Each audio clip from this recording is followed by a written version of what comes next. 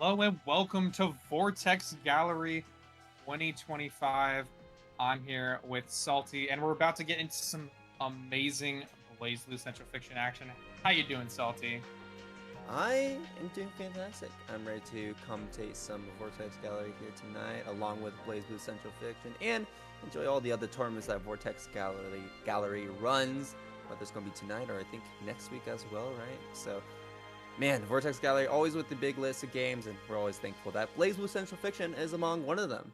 Thankfully, we do have a lot of competition to help back up this statement here, as we are excited to watch players like IceCool, two-time Vortex Gallery champion.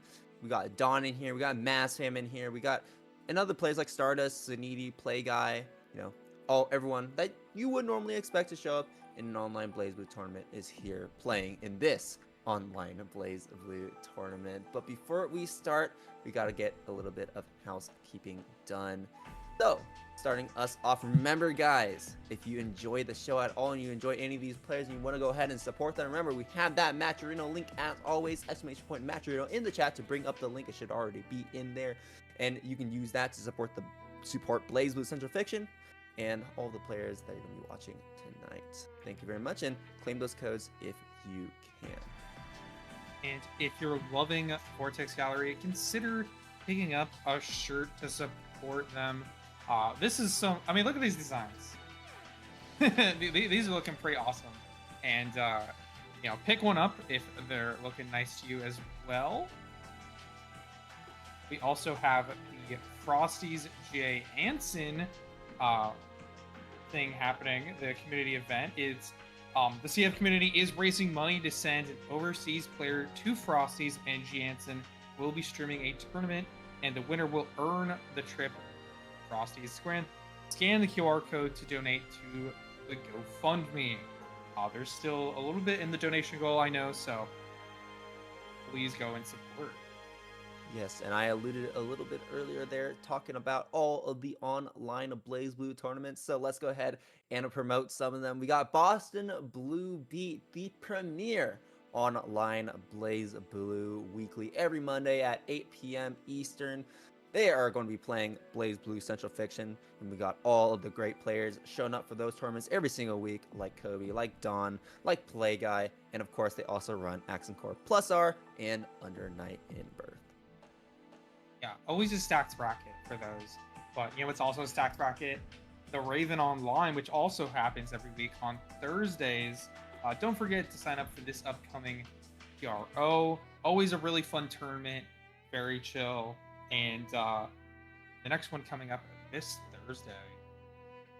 Yes, and if both of these brackets look a little too scary to you, of course, they have so many strong players showing up for them every single week. Remember, there is also Training Mode Network, the premier spot to actually try and improve at the games you love. We got BlazBlue Central Fiction on September the 27th, and it should fire basically bi-weekly here. So every other week, BlazBlue Central Fiction should be on, and it's going to be that beginner and intermediate net play bracket for those trying to get comfortable with the game. Yeah, and this is the first time it'll be on Saturday. So for those used to it being on Wednesday, this is the first Saturday bracket for TMN BlazBlue. So just remember and sign up if you want to. If you feel comfortable with that. We also have Climax coming up, where Climax is where BBCF is going to be an official game ran by yours truly, Chickzama. That's going to be Sunday, October 28th. Be sure to sign up and support if you're going.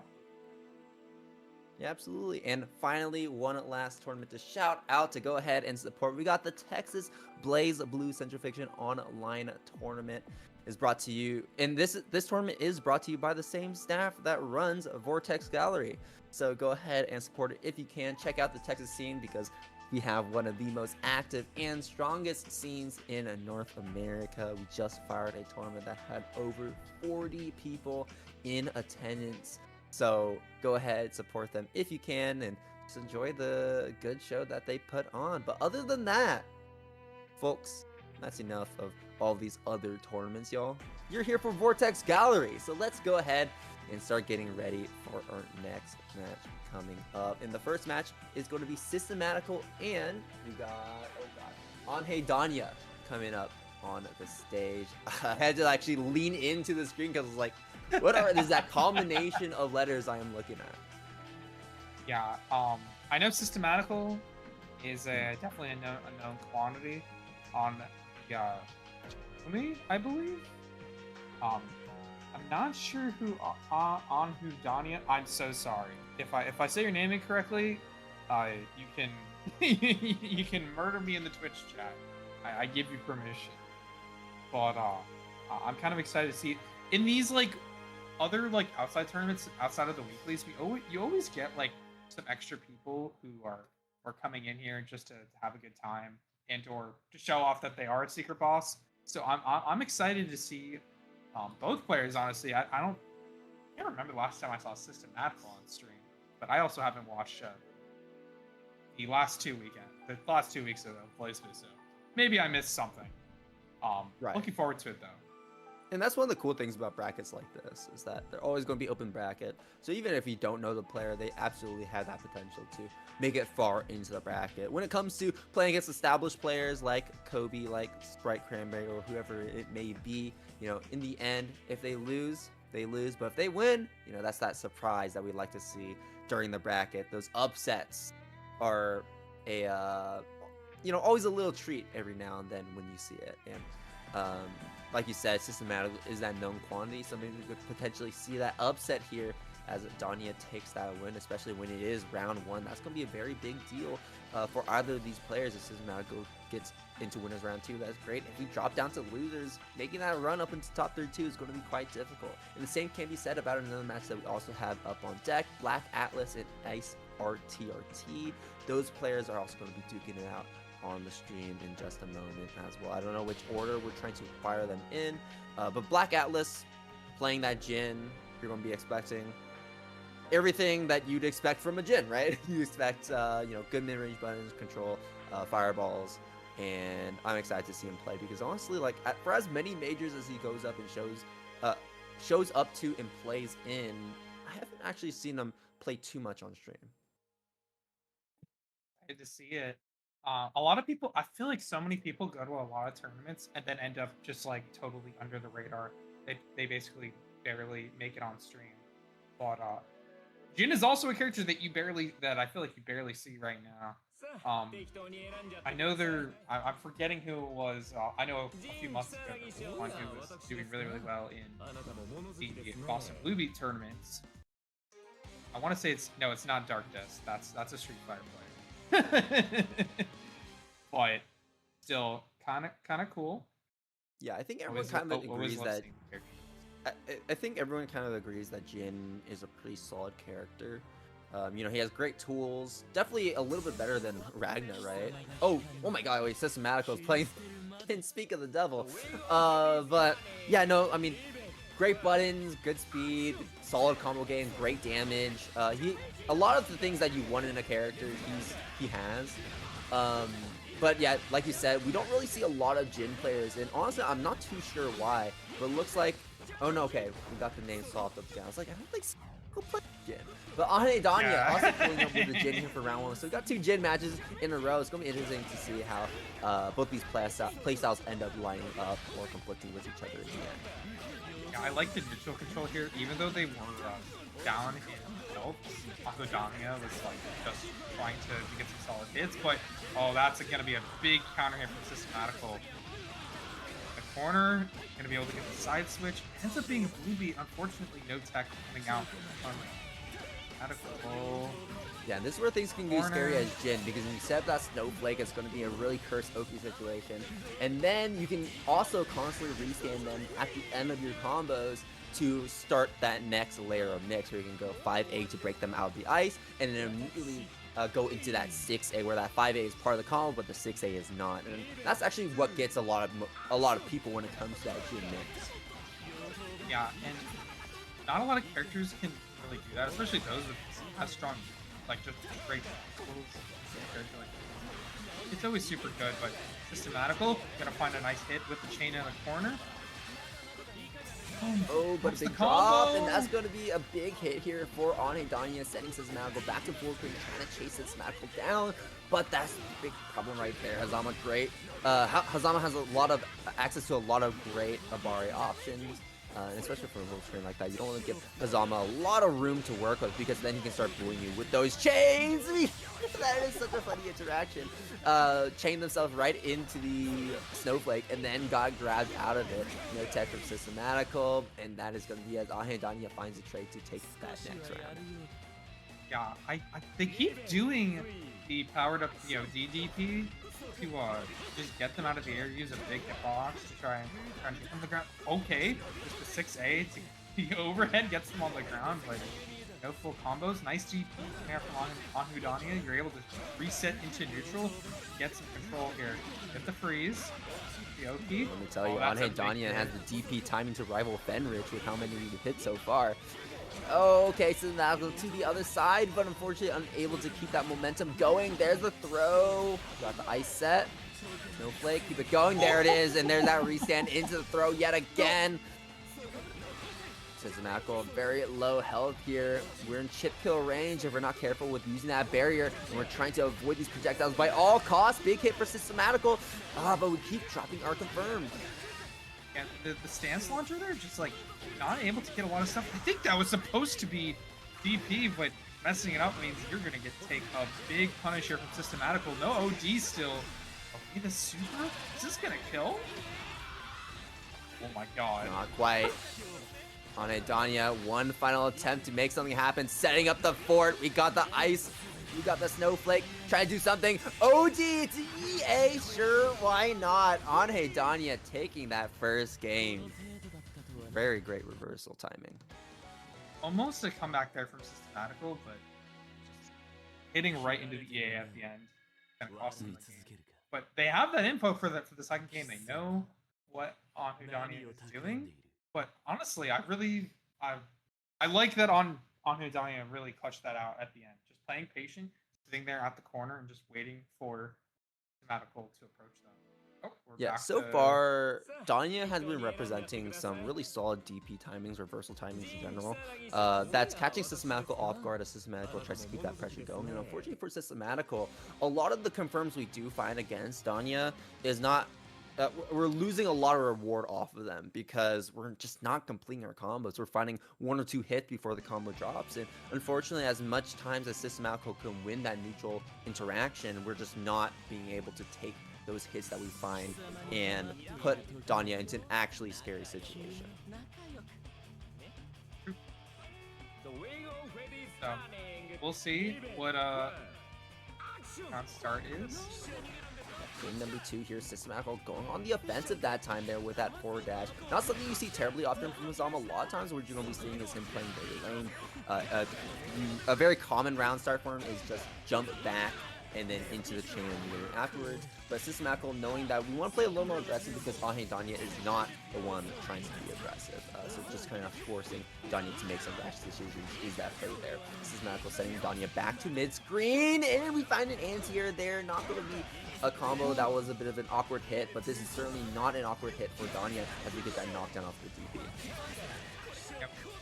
Yet again, I mean, just these really good reads on Oh! That is crazy. Yeah, the Hotenjin, they mess up the combo and they're not close enough for the actual punish. They need to be really quick to punish that. So no, Anhedaunia is still in here, even with Systematical having a small lead. And this is kind of tough here for Daunia because we don't have that burst any longer, and if we die here, then we're not going to have burst for that next round, and that's what we're going to be seeing here as Systematical is going to be keeping that combo simple and short, go straight into that Hotenjin and confirm that KO. Now, Anhedaunia going to this next round with only 2 pips on that OD gauge, and that's going to be very troublesome when trying to make these comebacks that we've been seeing before. Yeah, but it's not deterring them from trying to get it going.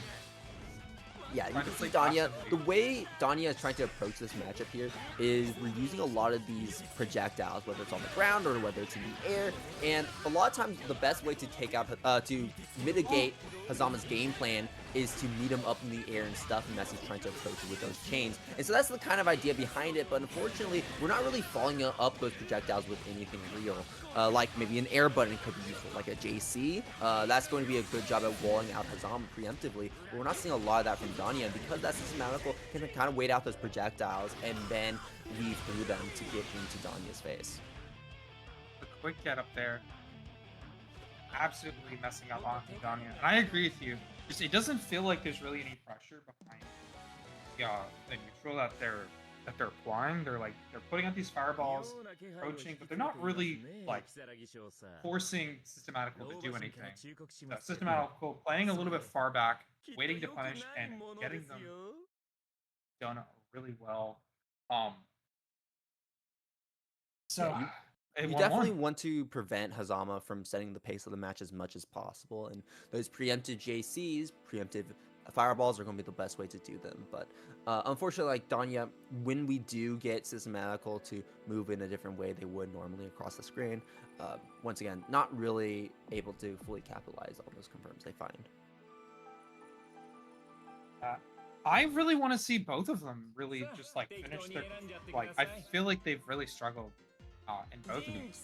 Maybe a little bit from the nervousness, like being on stream as well, of like not able to finish combos a little bit. Right. But and the thing we'll see if that changes in game 3, but that ends up being really important a lot of times.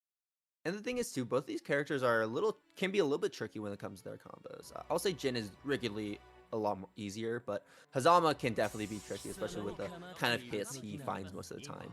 And so where the real magic happens with Hazama players is not only how they move around the screen with the chains, but also how they are able to confirm off of the hits they find, no matter how awkward they are.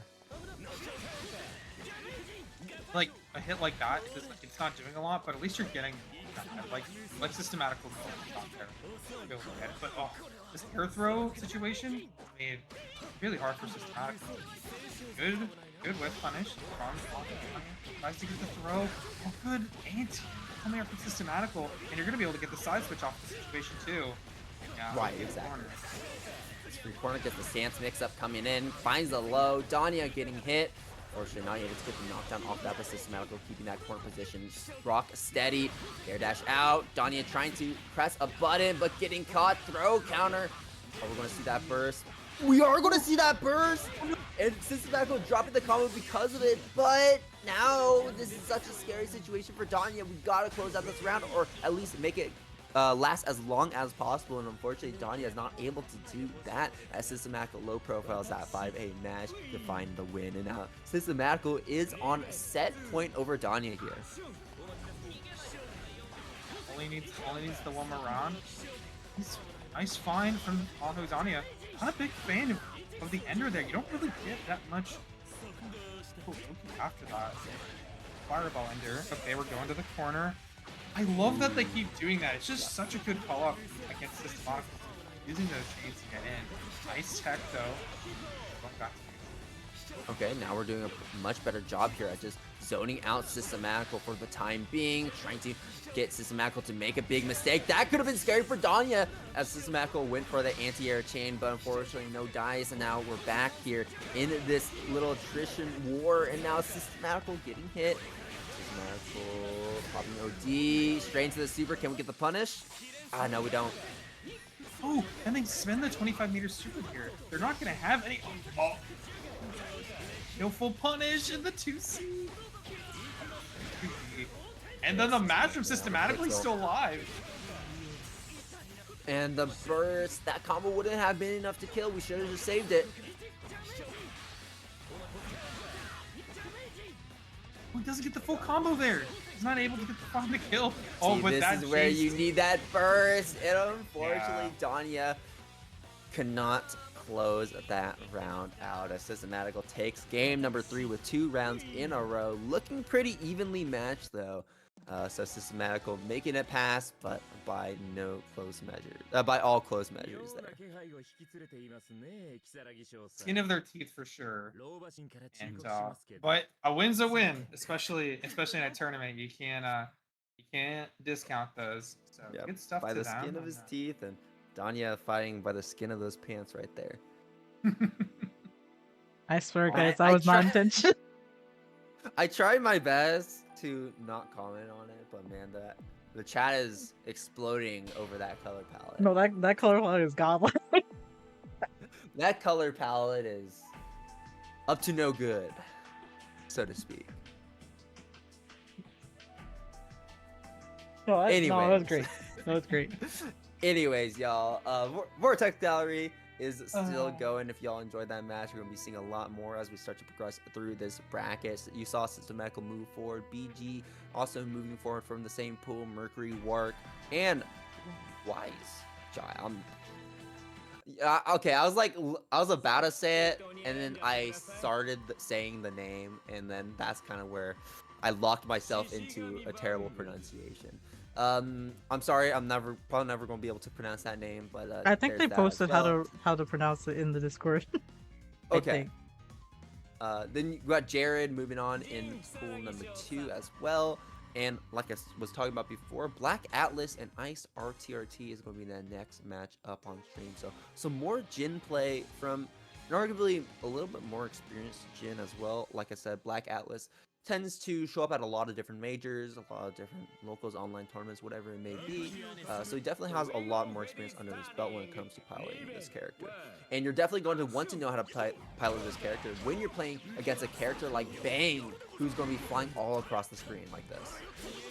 Yeah, he's one of those characters where I feel like if you don't know what's happening, like if you have not played the game long enough, you won't be able to really understand what's going on. Not well. So, oh, finds the overhead. Okay. Combo in the corner. Setting up. At 3 seals. Command grab immediately. Just another OG situation of the corner and the instant overhead. No ability to convert off of it. Alright, good EP coming out from BlackAtlas. But yet again, Dice just getting it back in the corner. That first coming through. We've got both those bumpers set. BlackAtlas finding a nice confirm here.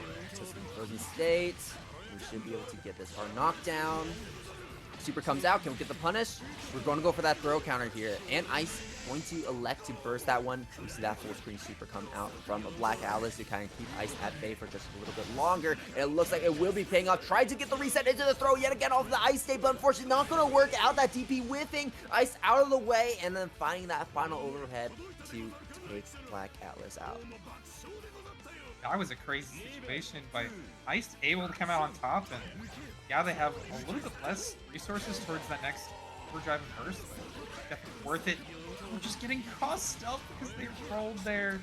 Oh, and the jump in, but no full combo. BlackAtlas still holding a pretty solid lead, but Ice not out of it yet.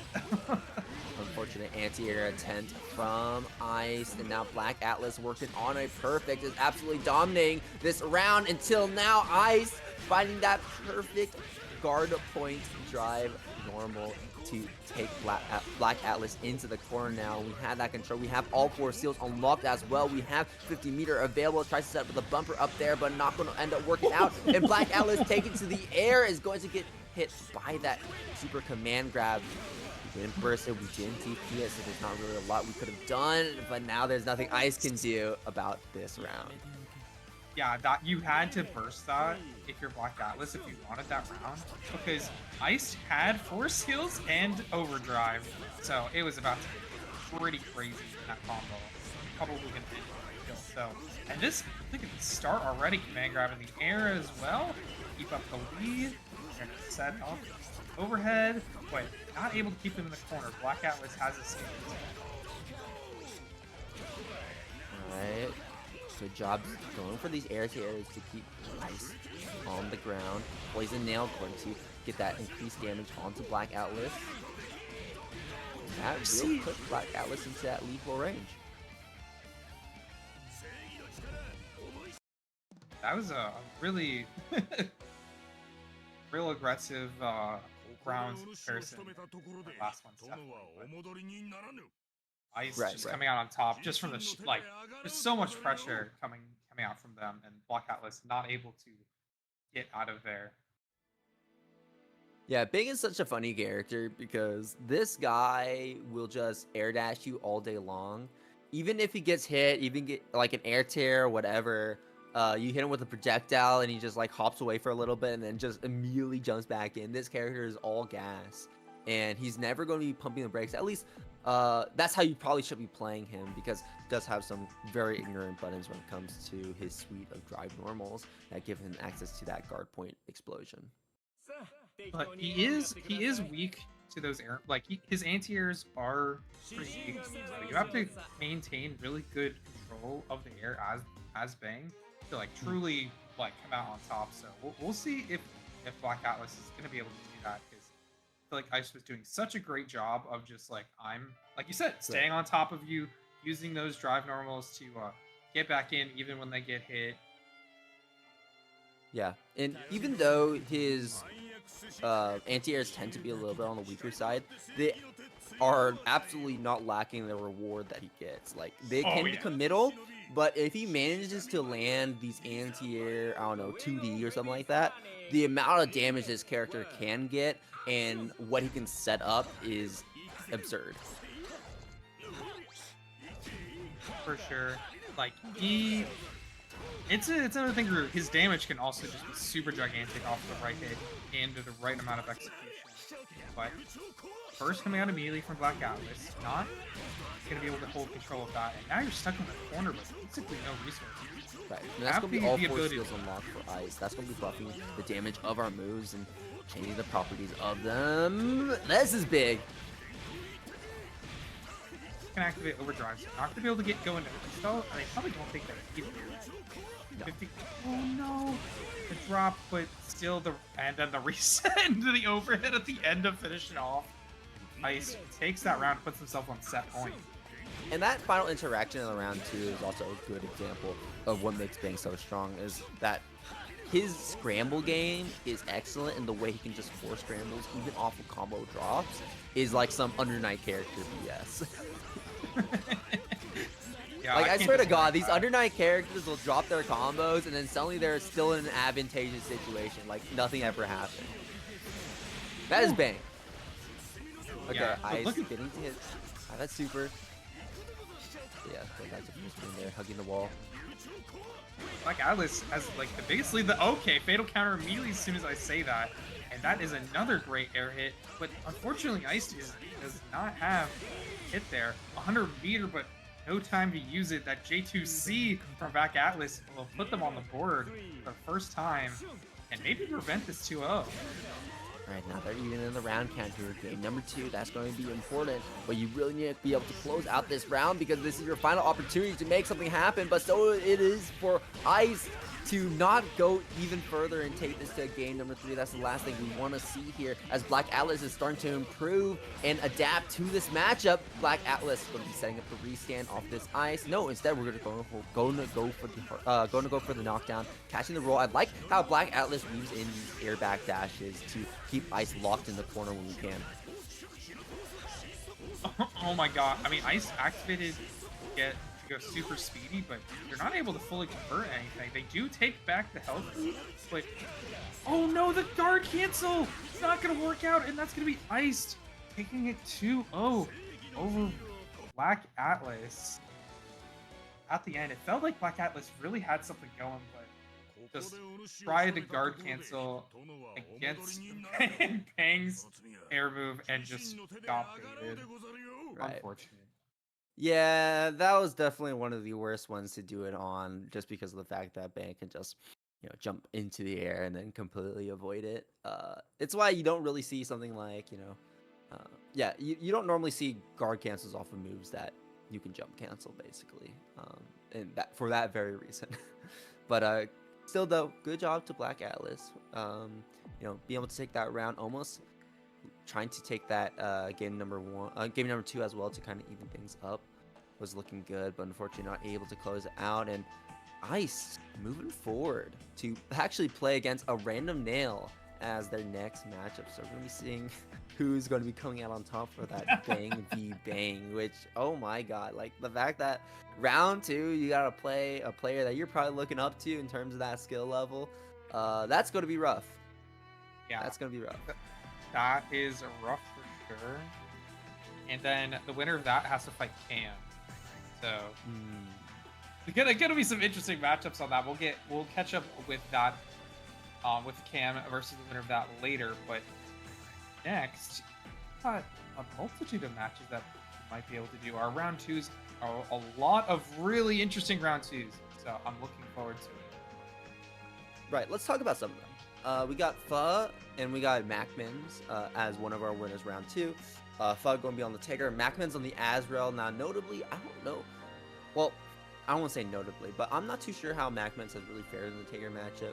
From what I've seen, it's a little bit tough, especially playing a character like Azrael who has to be up close and personal a lot of the times. Playing against a character like Tigger is not the most fun of situations, and the way that his pressure works isn't exactly the best suited when it comes to that character. But, you know, Azrael still, he has fantastic buttons. You know, he got like 5C or whatever. He can just 5C, 5C, 5C, and probably just do a plenty good job at keeping that Tigger at bay. Another matchup we're going to be seeing is Soliloquy versus Kentoki, and then we also have Philschwifty versus Spritecranberry. So, some more Azrael as well.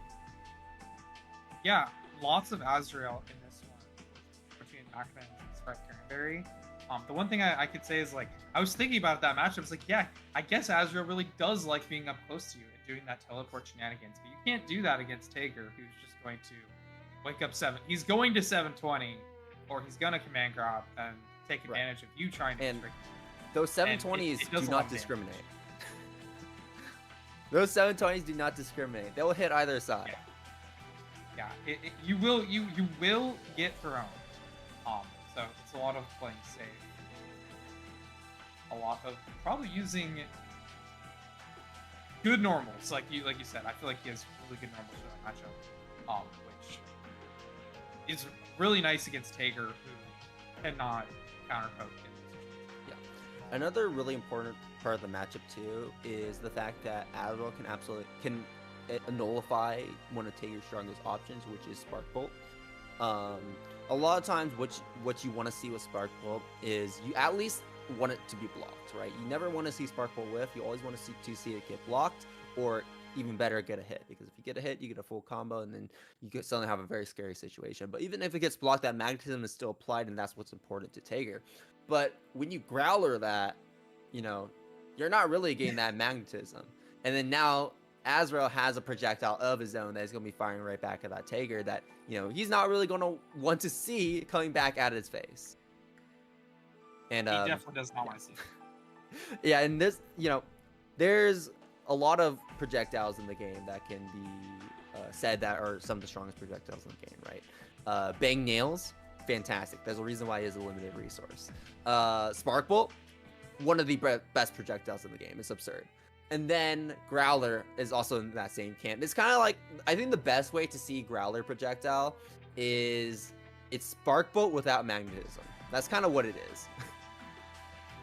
Very, very good and very oppressive if he's able to just charge it up. I think he can put it out so quick too. It's great. For some reason, my brain says Kagura Orb is one of the best, but I actually don't know that for a fact. So don't kill me, Kagura players. I would not put that in the top 5. I just have Kagura player PTs. Because here's the thing, like, it can be good, but no, it's all like here's the thing. It does its job. There we go. I think that's the best way to put it. It does its job. Yeah. But I think you'd much rather have some other project. Like I feel there. I mean, like if you're given Kagura the choice out of a few other projectiles in the game, like Spark Bolt or Growler or something like that, like I feel like he'd much rather have those options instead, right?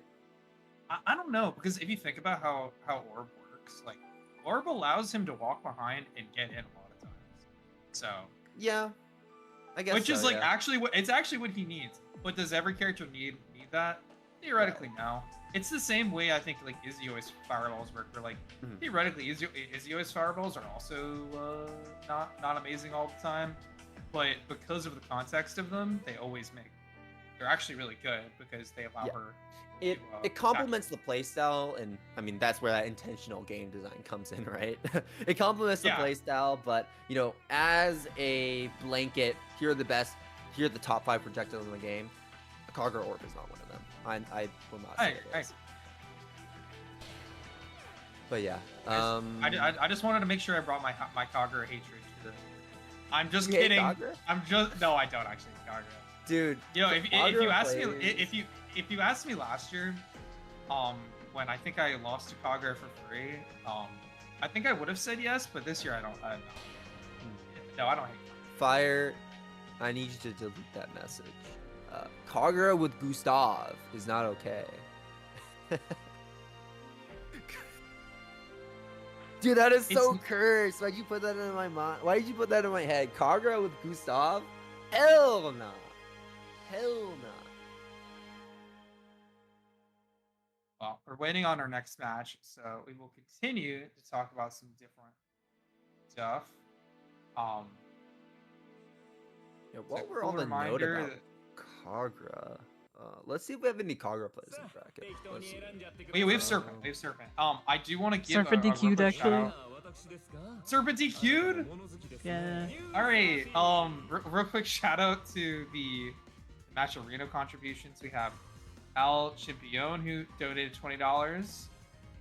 And of course, as soon as I say that, we got Soliloquy on screen up against Kentoki.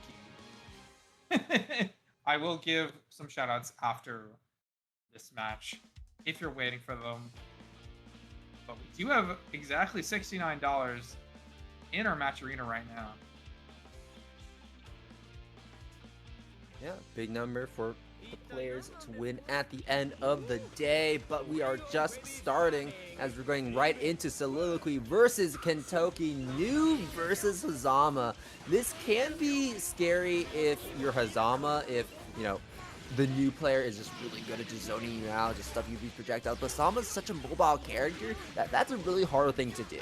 And the problem with new is that a lot of times with her drive normals, they're, well, not a lot of times, every time, these drive normals are very committal. So if they happen to whiff, that's basically just a free entry for Kentoki to clear that distance. Kentoki does not want to fight Oki here. Oh, and good job from Soliloquy to force them into the super, but Kentoki able to find a hit, going for some additional pressure. Nice job getting out of there in that lambda dash to totally escape the corner. And good blocks from Kentoki, but baiting the guard cancel. Soliloquy, not enough meter just hit. I think they might have enough to get the kill here. I think they will. Oh no, but we dropped the combo and Kentoki able to tech out. That's unfortunate for Soliloquy as he threw away that 50 meter. And now we might have to spend burst at some point. I know Soliloquy really not looking to spend it. So we're just trying our best at just keeping Kentoki at bay for just a little bit longer to find a pot shot there with the JD. And that is going to be taking the first round here for Soliloquy. Good movement from, honestly, both players trying to escape each other's pressure. Kentoki able to get out and get the hit. Love the IVs there from Soliloquy, but gonna get command grab, and time for Kentoki take it to the point. I think a really relevant tool that New is going to have access to against Hazama is Luminous Slave. So I anticipate Soliloquy is going to be using that quite a lot. Just because it's that delayed projectile. Not only does it help with the mix-up game and that pressure game, but also it's going to be helpful when it comes to trying to home in on Kentoki's location automatically to do a better job at just zoning him out and then covering his options. So let's say Soliloquy whiffs that 5D, then you have that backup tool to make sure that Kentoki doesn't get in for free every single time. I think that's dead, right? We get the OD and super. Good stuff to Soliloquy. Much cleaner second round. Looked like they were able to keep out Kentoki a lot of times. Also find right hits. It all started off of that anti-air middle of the round, and Soliloquy just running away with that one. Soliloquy's just good. Let me just tell you, Soliloquy's just good. Yeah, no, really clean play with the new, and now it's Kentoki's job to try to see what we can do here. Now that we're on the back foot, Soliloquy one game up, just needs to win one more. Here we go. Game number 2. The wheel of fate is turning. Kentoki, what is our round start? Jump back chain? Jump back chain. But unfortunately, no chain came out before that fatal counter became a threat here. Soliloquy now taking Kentoki to the corner, sets up the lunar slave. We see an attempt to jump out, but like I said, see how it kind of helped cover that option, even though with it gave Soliloquy an opportunity to run up and then find the anti-air drive normal to get Kentoki back into the corner yet again. Shielding the air Kentoki. Fortunate, they tried to block there, but you gotta use some barrier in the air and get unblocked. So Luffy is gonna go on to set point and look super clean. And now we're going to game number 2, round number 2, could potentially be the final round. And with how Soliloquy has been playing, it very well might just be Soliloquy fighting the air tier as Kentoki tries to make it over that fence. Soliloquy, oh my god, Kentoki tried to go for a very committal, I don't know, a read, anti-air, whatever it may be, expecting Soliloquy to be up in the air, but didn't work out. Still though, Kentoki going to be getting a small combo from here. Lots of paration though, so 1500 is not going to be enough, and we don't confirm our overhead into the Hotenjin. That's going to be very detrimental for Kentoki to try and actually win this round here. 100 meter from Soliloquy in a second here, so this might... Yeah. We don't Enhanced have super. enough. Didn't have enough mirror to actually continue to lock Kentoki down with the full screen super, but the air throw is gonna be enough. Kentoki, stay out of that airspace because this is a no-fly zone. Soliloquy perfectly zoning Kentoki out in those final rounds as we take a clean 2-0. Yeah, really liked the. I feel like they were playing that. Soliloquy was playing a little bit like into the. How do I say it? He was he wanted to get rough and dirty, but definitely cleaned it up in that second game and just cleanly found the right hits, called him out for trying to run away a lot, and even went up to air him. Like that's really brave against a character like Chickzama, especially if the Zama players know how to convert off really well in the air. Like you can definitely be put in some really awkward situations. I think it's brave in the context of new. Because I think leaving Hazama up in the air is kind of what you already want to do in the matchup. But with new, her strong air buttons tend to be very limited. And so a lot of times you see her have to rely on something like air throw, for example, as we saw there in the final round. Just because like when it comes to those close range options, you know, JD ain't gonna cut it, right? Gonna get into some additional really interesting matches. I have found a Cogger player. We have Mercury over in pool H1, who I do know is a Cogger player off against NoctisOnx. We already have Dawn and Dawn and Mastfam have already gotten their top 32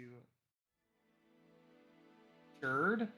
Play Guy and Sinidi will be here on stream, as well as Mercury versus NoctisOnyx for that, not top 8, but top 32, just for the top cut. We'll see. Noctis will end up being next. Anyways, hopefully y'all enjoyed that first round 2 match. Definitely going up there. Definitely going up in skill at the very least there, as you know, Kentoki, pretty solid Hazama player. Soliloquy, of course, always rocking that new, really good at that character.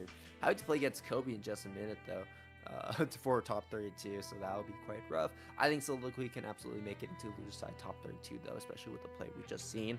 But now it's going to be up to this next set of players to see who's going to be playing as either IceCool or Vendetta, as Spritecranberry and Philschwifty are fighting to play against Vendetta on the winner's side, and we got and MacMens fighting to play against IceCool. Definitely going to be rough, but you know that's how it is when it comes to brackets like these. You know, you win 1 or 2 games, and then suddenly you're playing against the top seed of the bracket. Yeah, sometimes you draw the you draw the bad straw, but you always have a chance. I feel like all these players are pretty equally skilled for the most part. It's just an experience. You know which players have done before are more likely to do. I kind of want to see what happens with Kobe and Soliloquy. I know Soliloquy has done a lot of great work lately. Just doing through the online tournaments. But Kobe just has the historical, just historically. Yeah, I think Kobe, I know for some time took his focus off of BlazBlue for a little bit in terms of practicing the game, but I know that he's kind of been a little bit back more into that groove just because he's running that Stage AM Slam sort of tournament there with some top players from other games, so he's teaching them BlazBlue, and of course if you're teaching them BlazBlue, you gotta be playing some BlazBlue yourself. So I think Kobe's back in practice here for Vortex Gallery, trying to win a little bit of money on the a little bit of money at the end of the day. But before we get to that point, we're gonna be seeing Spritecranberry versus Philschwifty. Spritecranberry, one of the best Azrael players we have in North America, and Philschwifty rocking that Tsubaki. We don't see Tsubaki very often. I know Coffee plays Tsubaki, Dantis plays Tsubaki, but you don't really normally see these players all on stream. So it's going to be interesting to see specifically how Philschwifty is going to be utilizing their enhanced specials and how they're going to be charging up their stocks. Yeah, it looks like right now Sprite does not want to let them do that a lot. But Swifty is trying to get aggressive. Oh, good whip punish from Sprite though. Able to take that first round. They've been playing really aggressively, forcing Swifty to get on that defense. But and already based right off, here. And already based on that first round alone, you're seeing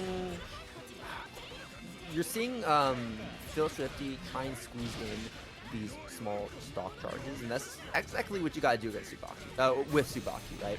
When she gets access to her enhanced specials, she becomes really nasty, but it's the process of getting to those enhanced specials that's quite difficult. And you're seeing, like, even though we press 5D every now and then, we're not even at that one stock yet to actually try and get an enhanced special off. Now Spritecranberry hiding in the corner. There's that side swap. Philschwifty bursting that to stay alive, but unfortunately going to be taking that throw. I like the we were seeing, but Sprite just overwhelming him with so much offense. Like, sometimes it can really be hard to escape from Azrael, especially when you're not one of the more, like, Izzyoi does not. Tsubaki does have a pretty good DP, but don't always just want to let it rip against a character like Azrael. I would say the DP does its job. I mean, it's a DP. It's not like it is a DP, but that horizontal range does leave a lot to be desired. I don't know. Valiant to the corner. I mean, it gets nasty when you have the when you do the D DP, right? Because then you can combo off of it, and that becomes scary. Oh my god. Oh my god. Yeah. That health bar is as blood red as Azrael's hair right now. We got the high weak point applied, trying to find that hit there with the 5C. Philschwifty finding a good out of the corner, has one stock, going to use it to extend this combo. Should be able to get the knockdown off of this. Right into the fireball dive kick. Here we go. See that 2D come through. Unfortunately, though, we are not able to keep Sprite in the court for that much longer as he just punches his way out. Yeah, I know that Swifty. I'm not sure you can afford to not go up for Tiger pressure at the bare minimum. Yeah. Like, just letting Sprite go free in the corner there is not cool. And that's where you probably want to start implementing some of your character-specific stuff too, like the command grab, for example. That command grab is so powerful because of how many stocks it grants on connection. Now, obviously, there is that risk tied to it, but you know, that reward I think really makes it so that that is something that you probably should be weaving in every now and then. The way that Tsubaki likes to play up close in front of you and just thread in plus frames, I think it's going to be very useful to try and use it on Sprite at some point. They RC'd there. I thought Sprite pressed nothing, but Sprite going for the bar, nice anti-air, and that's going to be a 2-0. Right, yeah, that was an attempted side swap right there. Attempted cross up from Philschwifty as we went for the C version of the 236C to go to the other side, and then we tried to get that cross up, but unfortunately, that was just a pause button there from Spritecranberry. It's like, okay, well, I see what you're doing, and then I was able to get that punish. Yeah, did a good job of just keeping up the offense and not letting them go anywhere. The overdrive just like, I mean, yeah, you said it absolutely messed up that mix-up, which I feel like was fun. Like they were finally doing offense there, they were finally getting something going. But right, good on that defense, able to activate that overdrive and get the win. Right, So, and good stuff I for them. think too that like I think Philschwifty made some mistakes that I think you mentioned in the set as well, where Phil was at full screen charging up the stocks, and while that's not necessarily a bad idea, I think Spritecranberry is already accustomed to the fact that Tsubaki wants to get these stocks by any means necessary, and if you leave Tsubaki unattended at full screen, she's going to do exactly that. And because that Spritecranberry consistently throughout this set was always pumping that gas and always trying to apply pressure to Tsubaki, and because of the fact that we were trying to charge up those stocks with Spritecranberry already going for that game plan, it puts Philschwifty into a very difficult position where he can't properly keep control of the situation. He can't keep Azra in the corner. He can't control the mid screen because we're giving up that time that we would have to move around the screen, press buttons to instead charge up those stocks, which albeit were useful when they were able to connect, but unfortunately, you know, that's only a one-time usage, and after that there wasn't a lot Philschwifty was actually doing in the end. But moving on to our next match, Azrael again. We were talking about this matchup earlier. It's Foe coming up against MacMens. So, I'm interested to see these two play. I don't think I've actually seen these two. So, the Golden Tigers. Oh my god. My eyes! We got the Literally cheese that. fondue. Nice Alright, backdash, able to get the immediately 360. finding that throw. Setting up the gadget finger that's going to apply that magnetism and the restand. And now Pha already establishing control of this match. No tech from MacMens. Here we go. Gadget finger yet again presses the button. And MacMens is just trying to get out by any means necessary, though. Gustav counter hit means we're going to be finding a full combo here. Meterless. Able to get that high weak point, low weak point as well as we find that OTG. And now Pha pressing those buttons. Pressing the throw yet again, and MacMens still not attacking these throws. You have to be really paying attention. Watch. Like, Bo can do that kind of stuff all the time, and if you're not gonna attack, that damage adds up so much. Okay, face it with speed. Forces MacMens to burst, and they just go right into the armor. Bo's still at full health here, playing around his options so well. Pulling back in, TRM, take that damage. Not even TRM that time. That was just a regular pull there, and finding that low finally. MacMens really crumpling under this Tiger pressure, and not keeping that cool head as Pha is playing hot and looking like liquid gold there. Mr.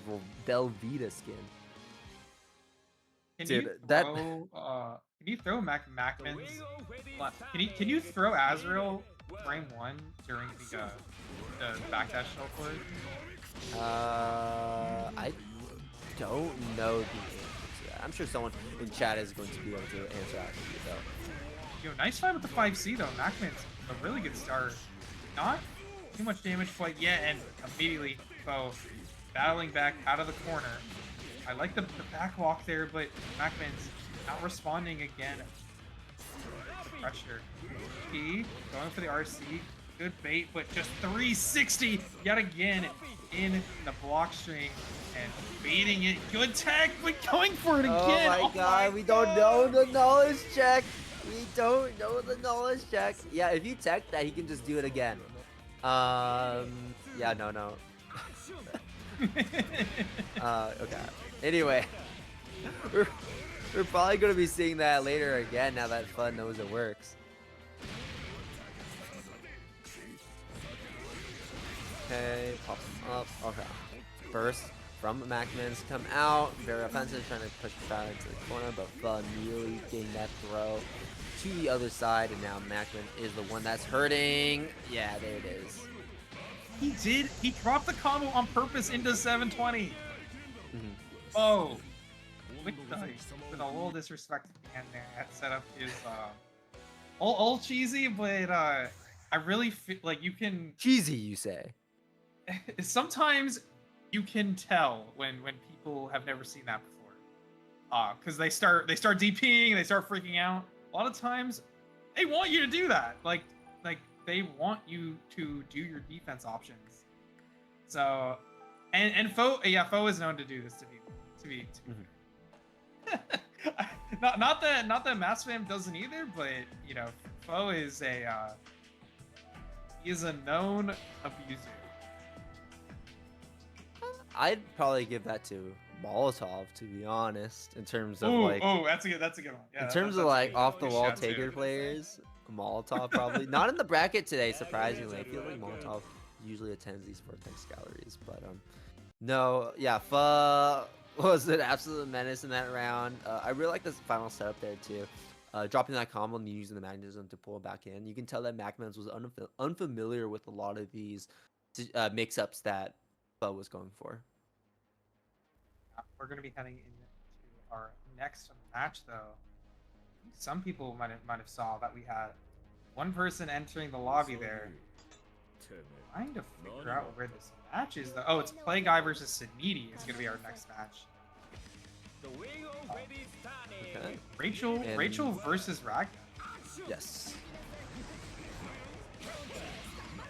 It's not often I see Sidniti play online, so it's cool to see that Sidniti is in attendance with the Rachel. Immediately TPing Sidniti, trying to go for that overhead. There's that burst coming out. We have two Windstocks still. Going to launch the George right to Play Guy's face, and now we don't have that Windstock any longer. Play Guy fighting some really nice air confirms, gets knocked down, sets a projectile into the run forward. And we're able to find that final hit there in RC to get that combo off. Down once again, Play Guy fully refilling that health bar. That was perfect, honestly. Like, I guess it's like, it's not exactly a perfect because Play Guy went down in health for a little bit. But that was just perfect play overall. Yeah, that was really good control from Play Guy, not letting really linger in the air. That JA and the JC so well. And the 5B there as well on the ground. Always harass. Always go for these breakout situations that are really hard for most people. That 2A, they're trying to press after good just blocks here from Speedy, but they're not able to fully interact. Finally, getting time to punish Play Guy here and gets the side switch as well into the corner. So it's going to be a very difficult situation for Play Guy right now. But oh, they tried to bait the TP. They hard baited it. So fortunately, Sidniti is going to be playing against Play Guy back mid-screen. Oh, these blocks are so good, but Play Guy not going to tech the throw. Absolutely not. Sidniti now putting up the pole to keep that combo going, and now we got that George pressure started. I like that. Keeping Play Guy here for that burst. Net Play Guy away out. 100 meter on the side of Sidniti though, so we can play real lame if we want to. Oh my, that was so careful. I mean, Play Guy almost went directly up to him and got a 6A. Nice DP. Still so many resources for Sidniti, but no time to use them. Play Guy cleans up round 2 and puts game 1 on the board. Yeah, game 1 going to Play Guy. And even though we took a lot of damage there, Play Guy was looking so good. Sidniti though, I'm surprised, not really utilizing that meter as much as I would have liked them to. The thing about Rachel is that when she gets 50 meter, what she can do too is that she can go to full screen and then just go for that projectile sweeper. You know, you don't want to go for it all the time, but you know, it is something to kind of slow the pace of the game just a little bit longer. And then while you have that full screen range, then you can start setting up George, you can start setting those poles up. Play Guy has to deal with the onslaught. That is that health. That is the chip from that nice. Yeah, I really wanted. I mean, me in return, I kind of wanted them to go for some maybe risky mix-ups in that situation, but I feel like Sidniti was just trying to play it super safe. This round, they're getting aggressive. See it, they're trying to go after them. Nice 6A, but no full combo. RC is gonna mess up Sidniti's punish there, and Play Guy getting aggressive yet again, just not letting Sidniti press any buttons. getting to the corner. Very dangerous situation, but Suniti with a lot of meat. Vladimir, but still not able to use it. Play Guy now on set point, just speed running this set. Okay, good catch in the air with the cannon. They're able to keep blocking, but Play Guy just waiting for that DP timing, and just the EA Play Guy was just hitting that 2A, as Ragnar players do. Let's see if Sunita's gonna be able to. Okay, as soon as I say it, Play Guy gets the hit. Nice 5B. Now we're in the situation. Corner for Play Guy. What's it gonna be? 2A, and then we find a fatal counter. So Needy being that burst back in just a moment. Kind of gonna spend at the end of this combo, yeah. And Play Guy not spending any meter either there. Holding on to that 100 meter. So Needy dropping that combo. That is big for Play Guy. Great job blocking those overheads. Block overhead again. We block it. Blocked overhead again. We don't block it, but unfortunately, Suniti not able to finish their food. And a Play Guy just churning that super to find that reversal. So Suniti going to be taking the full brunt of that damage. And now Play Guy moves forward through the winner side as expected and will be qualifying into winner side top 32. Yeah, Suniti not out of it yet. Going off to place someone. Losers. It's gonna be against Wise Guy for their losers. Wise Guy, is that the name? Yeah, why? It's with a Y. Oh, that's the one that I couldn't pronounce, right? Yeah, that's Wise Guy, right? Is that how you say it? Okay. I might be crazy, but yeah, that's Wise Guy. No. That sounds right. That sounds right. Now that you mention it, I would have. I mean, you already heard me earlier. I completely butchered that name. I don't remember what you said, but I do think that is very funny. We're gonna wait for next matches, but while we're waiting, I want to give a real quick shout out to our to more Match Arena contributions. Fire putting in 2257 exactly, saying let's keep it clean, fellas, as well as Ronald Jones donating 20, saying that they love BlazBlue. Well, we really appreciate it. Thank you very much to everyone who's donated to that Match Arena. I'm sure our players will be eating that up when they get to that top 8. So we shall see. We'll be able to take it home. And we love BlazBlue here too, folks. Yeah, go ahead and continue to support the Match Arena if you can. Claim those code. Wait, actually, we only have one code remaining. Hold on. I am going to be the one claiming this code. And you're not going to take it away from me. Unless I can't sign in. It won't let me sign in through Twitter. Hold on. Just a reminder, fellas. No. If you went 0-2 or 1-2, not including DQ wins, by the way, you can sign up for the redemption bracket right now in the Discord. I posted the link. So check the notifications. Unfortunately, I was not the last one to claim that code. But New Plays was! Shout out to New Plays for finding that last code. And now we have 0 codes remaining. So we're sitting at $103 in the prize pot, y'all. $103 to win. Yeah, very, very nice. And we have Mercury versus NoctisOnyx. I believe Mercury, yeah. Another Azrael player though, kind of a lot of the Azrael. Okay, nice find with the low. Ooh, okay. That is rough. So a weak point, overhead, and I think Mercury's just cooking this round. Yeah, that's a perfect. Stinger.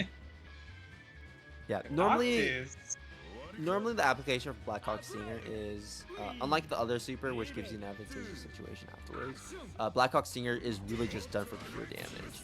So that's exactly what Noctis was doing. It's like, I'm just going to go for the pure damage super just to make sure that I could convert this game. That's exactly what Noctis did, as we're going to be taking that first round over Mercury. Air throw coming through. Here we go. Takes out that burst. Mercury on their final legs, and even more so now as Noctis picks them up and snaps them in half. Noctis, Mercury may not be walking anymore as we clean up that first game with a double perfect.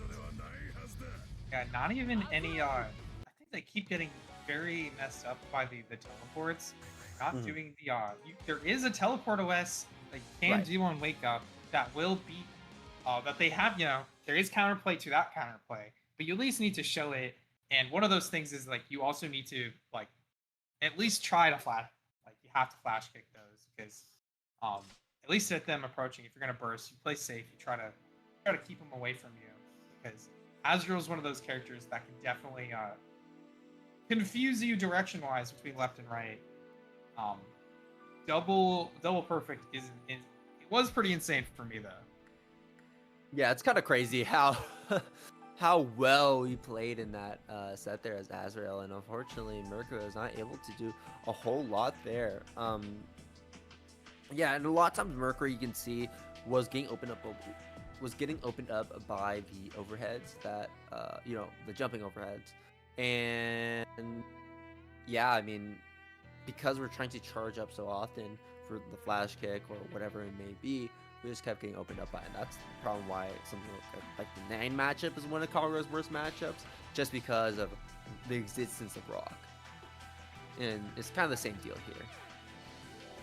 Rock being like an overhead that they can't, like, you can't flash kick, you have to block it, you have to get rid of your charge in the middle of your, like, middle of the block streams, that way you don't die.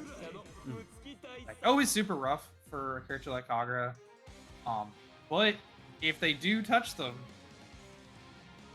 you know, sometimes it could just be they could just kill them, but it is one of those, the cool coin of playing a character like Kagura. The same is true of Azrael, though. Azrael is just like, Azrael is a damage machine, even off some of these matchups, so you have to be super careful. But honestly, like, is Azrael more of a damage machine than Kagura?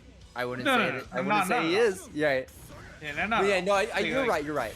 Azrael is an absolute damage machine and really makes you hurt for the small mistakes you make. But so can the same be said about Mercury, as we're not going to be having Noctis perfect to us this time, as the ODEA already forcing that active flow to generate that meter early on in this round.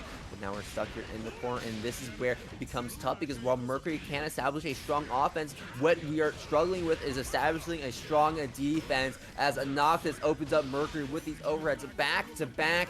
One more overhead for the road. No, Mercury tries to jump out.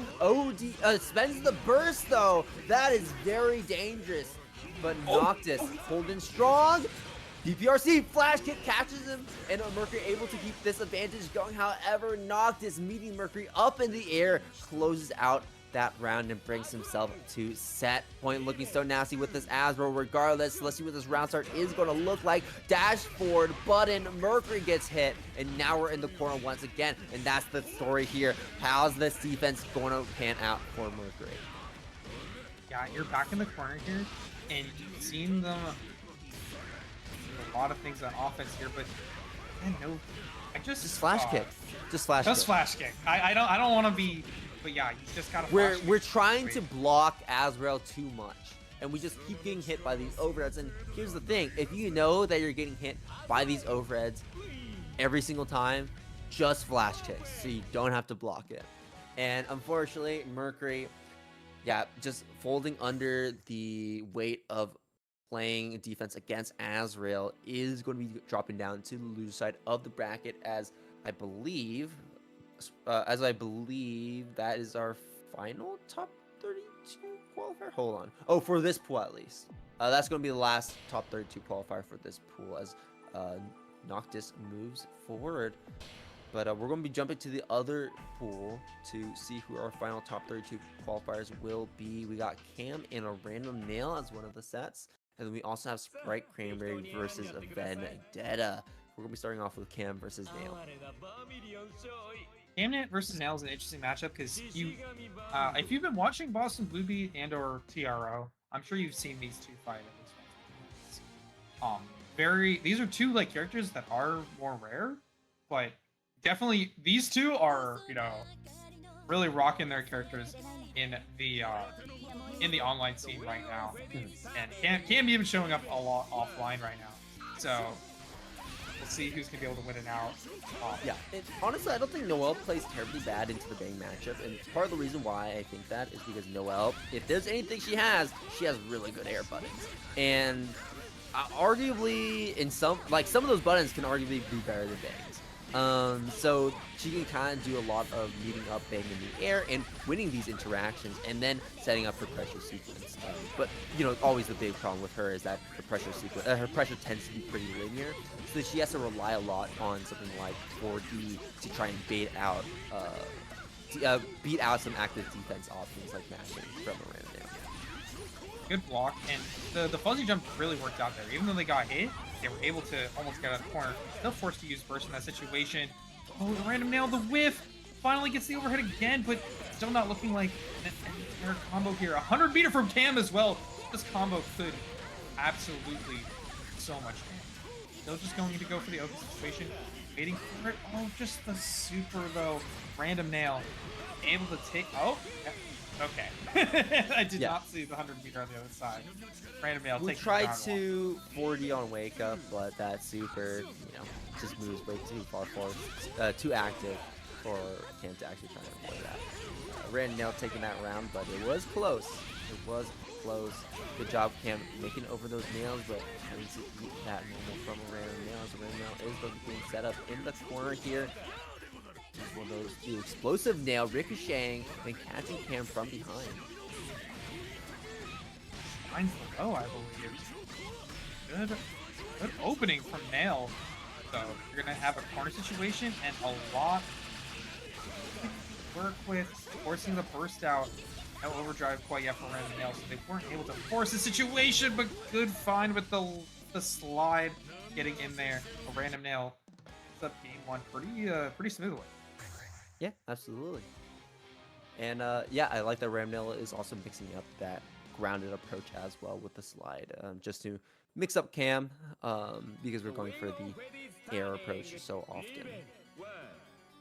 There's so many overheads and it where I think it's important to like you have to slide just to make sure that you're mixing it up and making them think about what way they're blocking it or blocking low there. They want to react to you.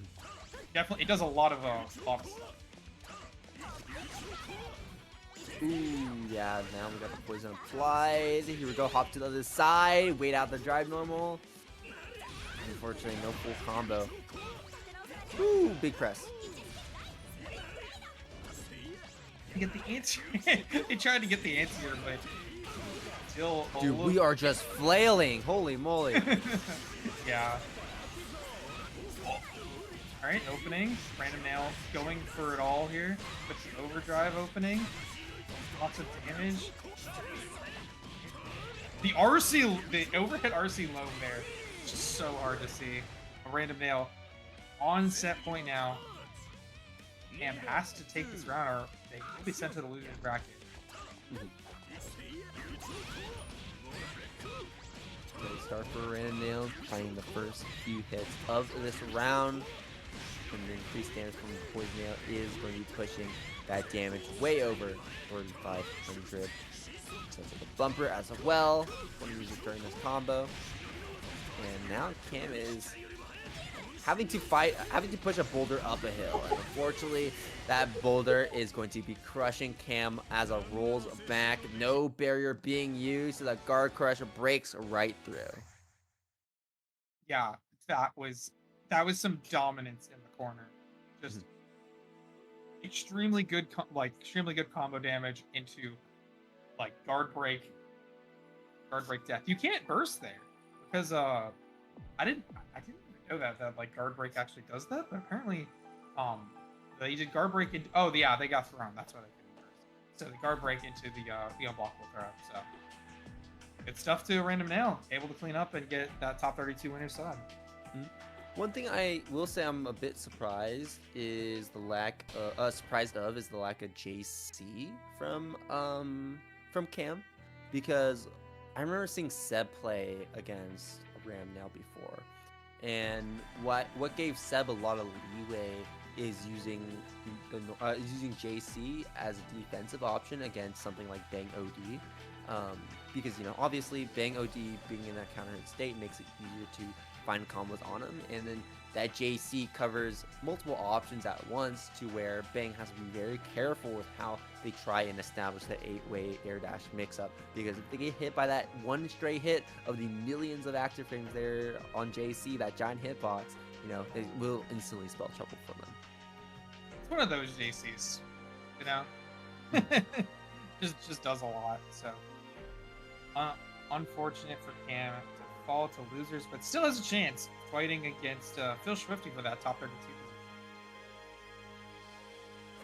Yeah, and now we have one final top 32 match to watch before we get into top 32 itself. Spritecranberry versus Vendetta will be that next one up. Spritecranberry, we already saw on stream earlier on as they took out Philschwifty, but Spritecranberry, is one of the strongest Azrael players for a reason and is set to make it into that winner side of top 32. Still, the Vendetta going to be quite the roadblock in their way, as Vendetta always very solid when it comes to their Ragna play. So far in top 32, the players that you should be expecting to see there on the winner side of the bracket will be Dawn, Mastfam, Playguy, Noctis, IceCool, a random nail, and Kobe. So far and down there on loser side, Systematical actually making that climb up from round 1 losers, I believe, right?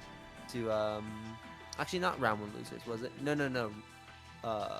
Because we actually won 2 of our sets because Serpent TQ'd. So Systematical was put into a good position to actually make it into loser side top 32, and that's why we're here. Actually, Mystery Joy just beat him. But Sonidi also in that loose side of top 32 to look forward to.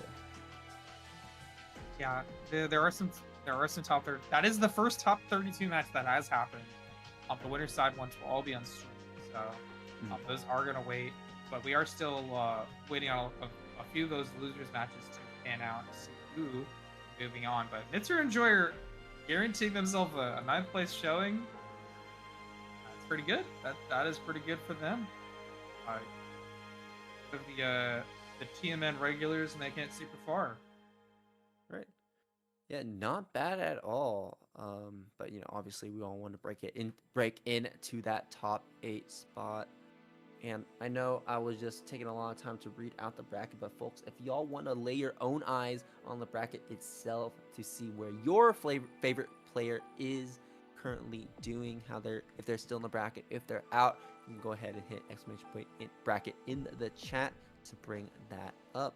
And follow whoever you're interested in and seeing what we have to look forward to, at least in terms of stream matches, because they will be marked as we progress through this bracket.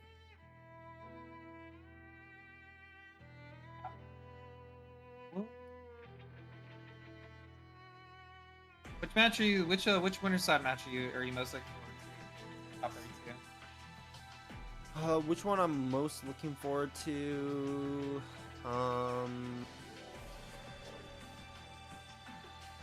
Probably Dawn and Mastfam. I think that is going to be a very fun one. I think that's going to be a pretty silly one. I really want to see. I'm excited for IceCool versus Random Nail. I just think Random Nail's make it work against our champion from last year from Vortex Gallery. But on the screen, we got Vendetta versus Sprite. Long at last. Finally make it into the lobby and ready to play. Vendetta versus Spritecranberry is going to be one to look forward to, y'all, as we get right into it. Skipping the intros, skipping the formality. We're just going to be throwing hands, and Spritecranberry already throwing those hands, getting that low weak point applied, and pushing Vendetta into the corner here. Finding another confirm, and Vendetta going to be bursting that combo. That's really early use for that, and it's one of those tools that Ragnar really likes to have, make these comebacks. So, but that is their first hit there from Vendetta, but it's not gonna matter. Sprite finishing off the round even after the burst usage. So big resource advantage for them going into round 2. And if Vendetta's gonna be able to back on that, nice JC. They're able to get this corner combo off of the. Doesn't get it fully.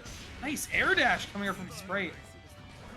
Immediately testing whether Vendetta's going into fair trade. Not going in Vendetta's favor again. Reset. More mix-ups. Yeah, resetting that combo into the overhead. That was dirty. Vendetta. 2A. A2B. JC. Sprite doing something. Getting caught. Take him down. Here we go. Recover a little bit of health there. And Spritecranberry has to block this out or we are dead. DP though, we are not blocking. Yeah, I think they just blocked into DP. Like give him more than enough time to be able to get that reversal. Oh, 1 health in a dream. Right now for Vendetta, they have to use this 50-meter RC. Trying to bait the DP, but Sprite was a little bit later on it. Right. Getting that game 1 win. Putting themselves on the board first. See if Vendetta's able to come back here in game 2. That round 2 looked a lot better for them, but they still weren't able to close it out.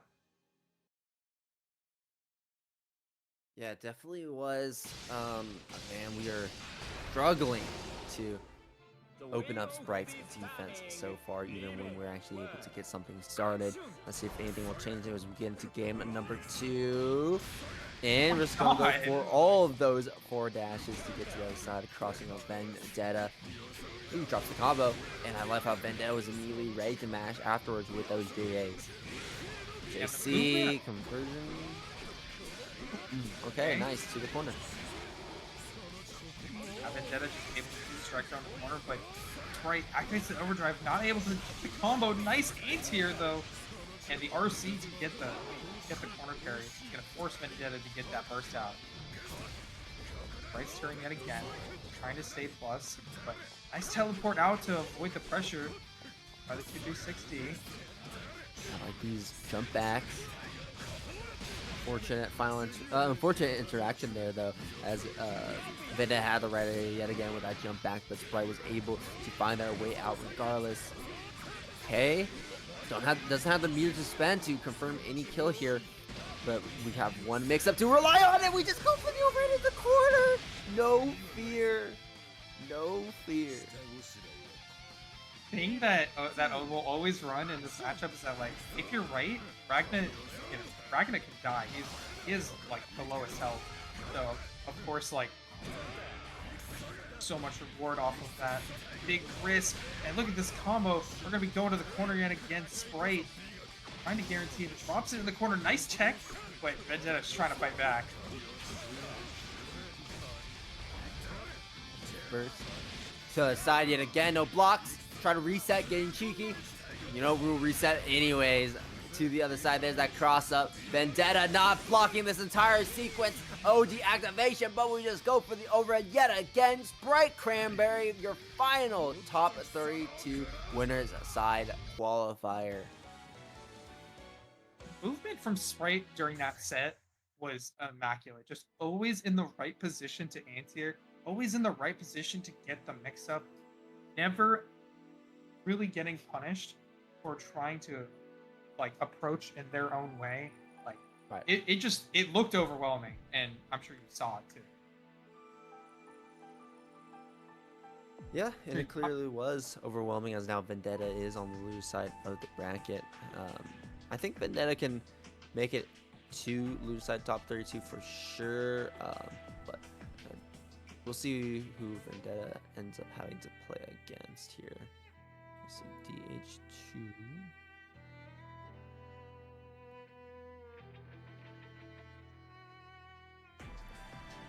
Yeah, so it looks like Vendetta will be playing against IcedRTRT.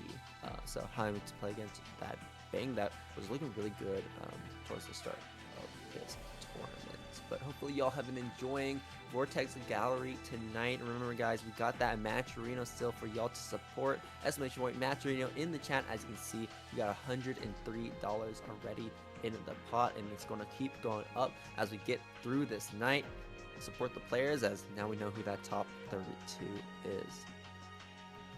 Yeah, and they also have the Vortex Gallery shop. If you want to support Vortex Gallery, go ahead and look at that QR code and look at these designs on screen. I really like the top right one, the M-back one. Looks like looking really cool. But they also have the Frosty's J. Anson tournament coming up real soon.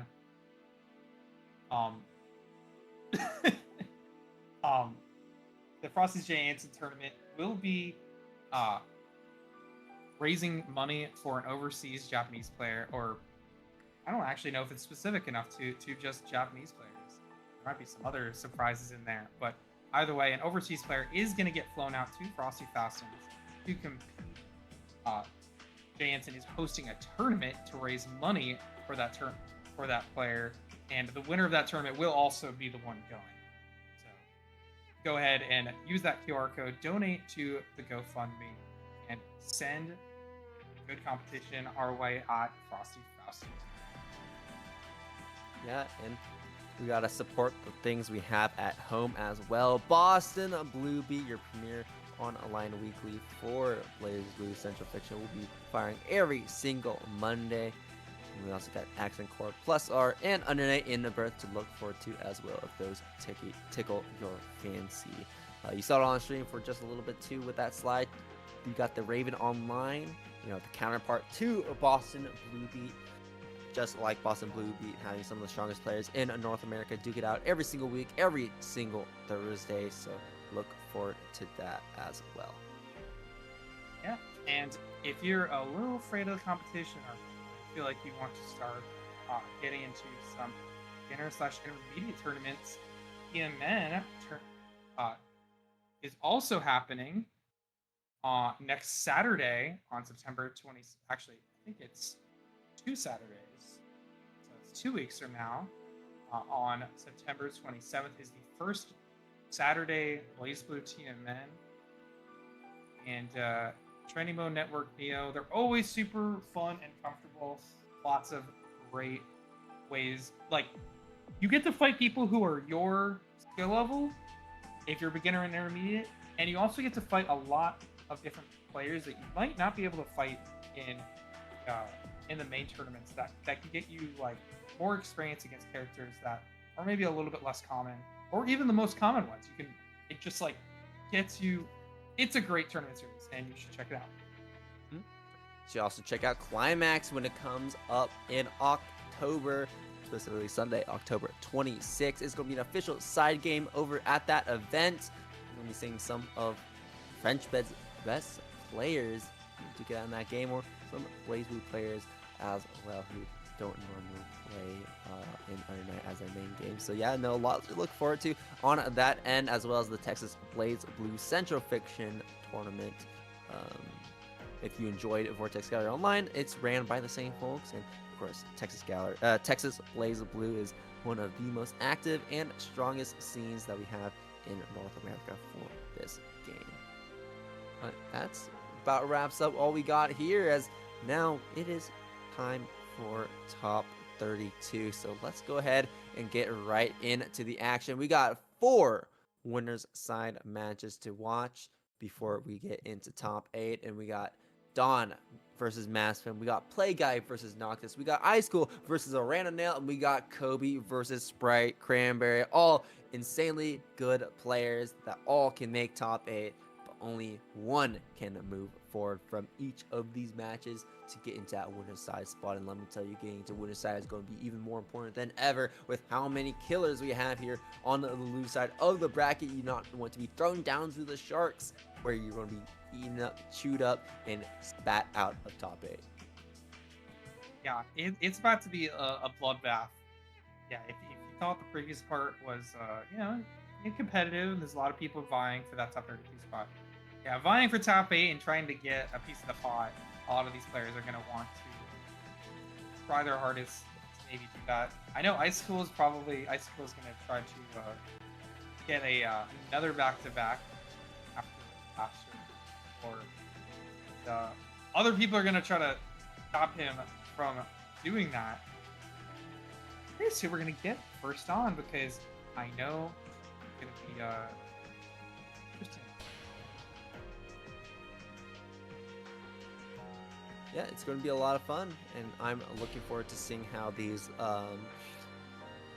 players are going to be playing against each other. They do play against each other all the time. You know, we talked about BlazBlue, we talked about TRO. We see these matchups all the time on a weekly basis. So, you know, when it comes to Dawn and Mastfam, usually Dawn has that edge. When it comes to Playguy versus Noctis, Playguy usually has that edge. When it comes to IceCool and around now, that one's going to be probably even more of an edge for IceCool just because IceCool has to play against Kobe all the time since they're locals with each other. They play against each other offline a lot. So that is going to be even harder for Ariana to try and win. But we're going to be watching Dawn versus Mastfam first here. Let's see what Mastfam got here, as Mastfam is already getting picked up by Dawn, and Dawn is going to be setting up this puppet here to control Mastfam for just a little bit. Sometimes Mastfam opts to go for the 9, depending on the matchup, but I know that Relic is one of those. I think I've seen them pull up the Phokingazn too. Oh, that's true too. Yeah, if I remember correctly, I think they won a set in top 8 a few weeks ago with the Phokingazn. Oh, nice anti-air. Not letting Dawn get away with it for 3, and also sucking them in with the 9 Tism. Gonna be the kill, or should be. Not enough. Oh, good escape from Dawn. Tries to go for the 2C, but not gonna work out. Resetting the pressure. Lots of meter here for Dawn. So he's gonna be able to get a pretty nice mix-up in the corner along with the super. I like that, going for the jump on Wake Up, and there it is, the chip kill. Yeah, the jump on Wake Up was so smart because the thing about Duo's BIOS is that if you block it, you're going to be blocking that the entire time, or you're going to be getting opened up. And jumping out makes it an awkward hit to where you kind of fall out of that combo. And then since Mastfam has Sparkle available, you know, that chip kill was a very real thing that could have happened, and we saw it happen right there as Dawn blocked it from full screen. I like the overdrive activation there for Dawn because it allows them to get all of their meter back, able to keep up this pressure in the corner right now. But Mastfam is trying their hardest to just disable, get the doll out of the way very easily. Okay. Good jumps there. And there it is, just charging up that Spark Bolt for free, just like that. Dawn not applying that pressure. Unfortunately, Mastfam dropping the combo. And now Dawn is the one controlling the screen yet again. Backdashes into the doll. That's the pickup for Dawn. We have to be meter, but will we need to spend it? I don't think we will. Round apiece. Game number 1 still. Things are starting to heat up in terms of the player skills level, starting to converge. Okay, avoiding the doll. Not able to get a throw though. I'm not too sure exactly what we're trying to do there. Backdash throw. Here we go. Gadget finger. Restand. Pool. Try to get another throw, but Dawn going for a late jump that time. Dawn, despite not having they're going super aggressive. Good spot dodge, and you're gonna set up the super to go and kill them right after the armor. Getting punished. That's always a pretty hard thing to do.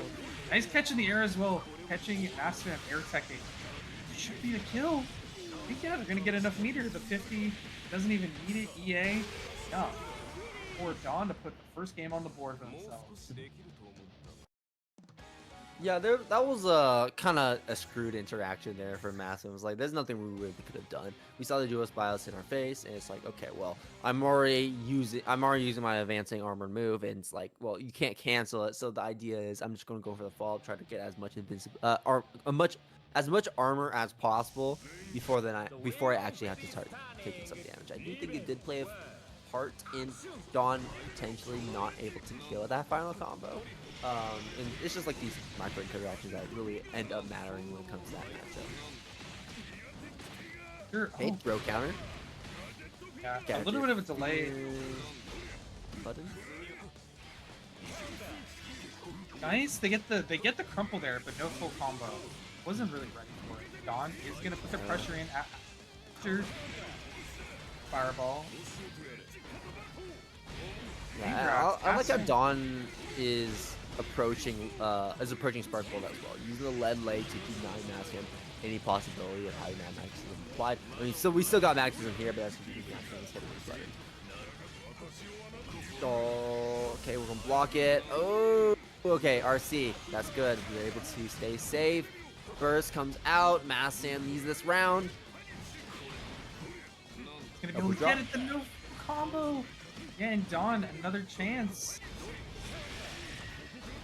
That's should have been the hit. The combo, but Mastfam just 5A on wake up. Dawn not ready for it. Good rescue, because you gotta be careful not to give Dawn too much there. Always just losing the pressure for it, but not a great start for Mastfam, unfortunately, to that 2C from Dawn. Anti-air. Even though, and then this corner pressure, trying to catch them in the air as well. Catching them air tech. I think they're purposely making sure that their combo does that. Unfortunately, Ada's not going to save you in that situation. This is the Spark Bolt though. Got your finger. Hit. Nice, nice. Stomp him a little bit. Anti-air. I like to check the 5A on the doll. Jump over the duelist by us, but air throw from Dawn. Mastfam. Gotta be ready for that. Good reaction from Dawn. Just waiting for some sort of a retort from Mastfam to fly out super. It's the cross up. Not big damage, but you're able to start your pressure now. Full screen. Able to get in. Finds the low. That full Spark Bolt charge now. Going to be using that instantaneously. But that wasn't close enough for Mastfam to actually make Dawn block. 5A, 2A mash looking good. Has him locked in. And now just backing all the way back up to create that distance yet again. Mastfam almost at that full Spark Bolt charge. And will pop it. Finding that hit on Dawn. And then we're not going to be dropping this combo this time. As now Dawn has swapped sides with Mastfam. Unfortunately, though, Mastfam is not able to keep that leash on Dawn as he escapes the corner yet again. There was a backdash attempt on defense, but unfortunately it won't work out. The super will be hammering in this damage on Mastfam. Will this be enough to kill? Yes, it will. EA to end it all as Dawn advances forward into the winner's side of top 8 with a 2-0. Yeah, that corner pressure was just like, you're talking about keeping a leash on someone.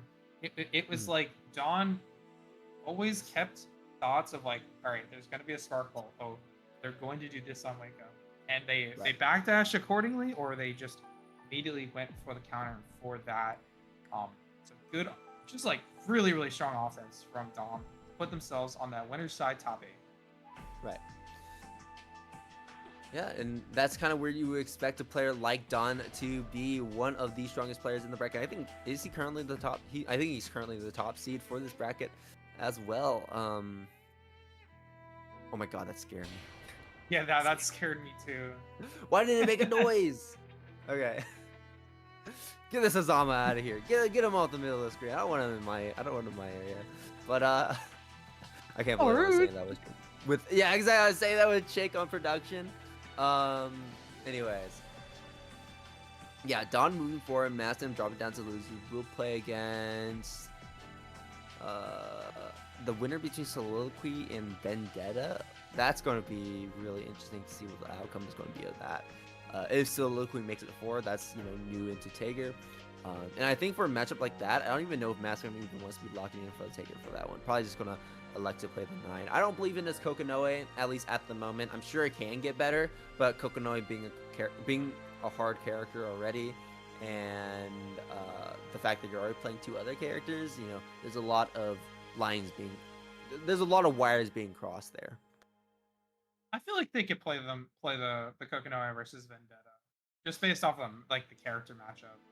But against Soliloquy, I mean, I'm once not sure again, about that one. once again, Mastfam goes for the character matchup a lot, and I don't know, like even if it's theoretically on paper that better matchup, you're talking about Mastfam's Tager, who tends to be like leagues above his other characters, and then reverting to that pocket, and it's like, okay, well, you know, you're playing not only a different matchup, but you're playing a character that you're not as used to, and then it becomes really hard in that sense. And, you know, it's like why, you know, I'm not gonna give anyone a praise. I'm not gonna give anyone a praise, but a certain someone comes to mind when I think of that. You know, Chick probably knows who I'm talking about.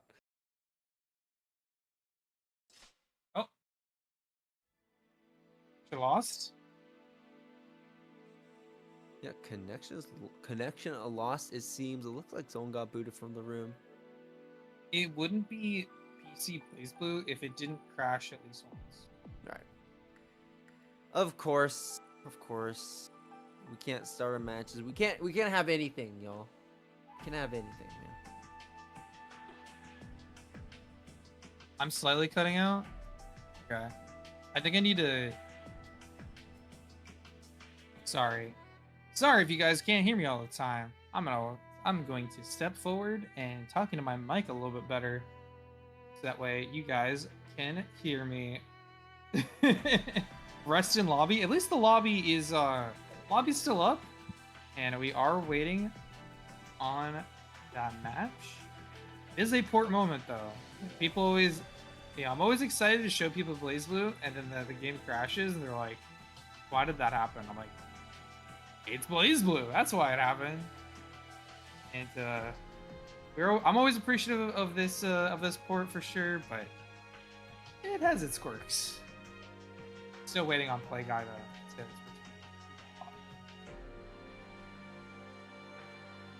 Play Guy, where are you, man?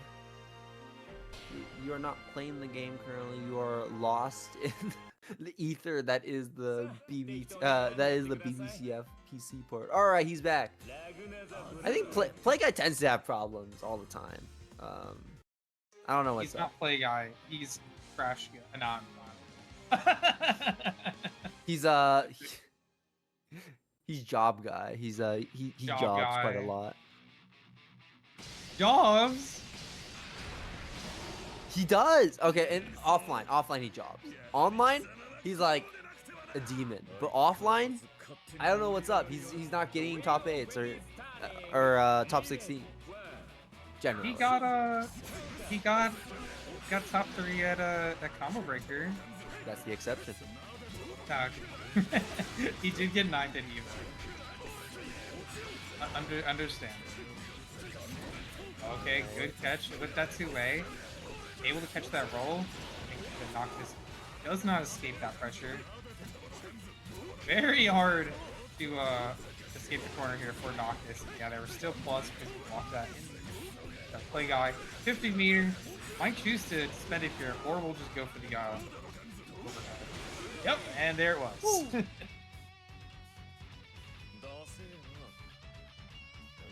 Like that life bar is bright blue. Play Guy gets up perfect right there. I mean, this is another great start. That JC connection. Noctis going to be getting that burst back pretty soon. I don't think he's going to spend it on this combo though. Yeah, you know, not a lot left to it. Take a text by B. Maybe burst this one. Yeah, we're going to burst this one. JC's such a mess button, like a lot of matchups. This is probably another one. Like, it's just so fast and so good that a lot of times you don't have a really good defending. Yeah, Ragnar's 2 best buttons are 5B and JC. I think, at least. Yeah, that would. Okay, I'm able to punish just blocks here. So yeah, you have to RC if you want to keep up pressure here, but all the frame trap coming out from Play Guy is gonna catch Noctis pressing after that IB.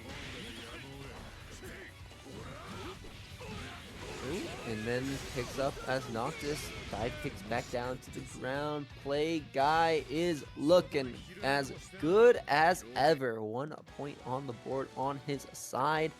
Let's get into game number 2 here.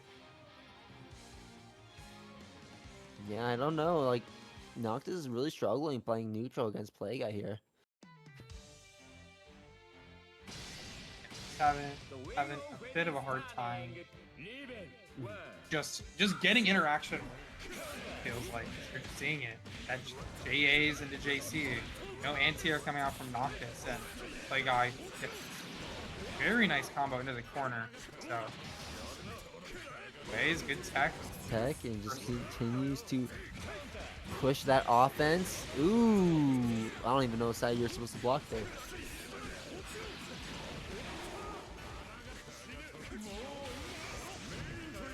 Block, tries to go for the EA.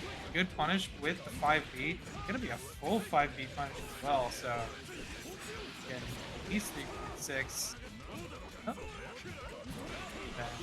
Oh, just going for the overhit at the end. I don't think they had shown that just yet. Noctis not ready for it. I don't know if that was an actual perfect, but Play Guy keeping up so much dominance in this game right now. Looking to make it to top 13 winners. Not top 30, top 8 winners. Right. We're already in a top 32 right now. This is just to make sure we don't drop down to losers. And Play Guy is well on track to not do that. First is back for Noctis, getting picked up yet again. We're just getting picked up left and right. We're losing these interactions left and right. 5B counter hit right there. Noctis unable to get anything started as Play Guy stuffs every single attempt to re-establish control if we ever had any in the first place. Okay, there's the wall splat. Keep this combo going. Going to get a hard knockdown. Okay, there's a 4-dash to try and keep Play Guy there, but Play Guy continued to mash out. No, the whiff.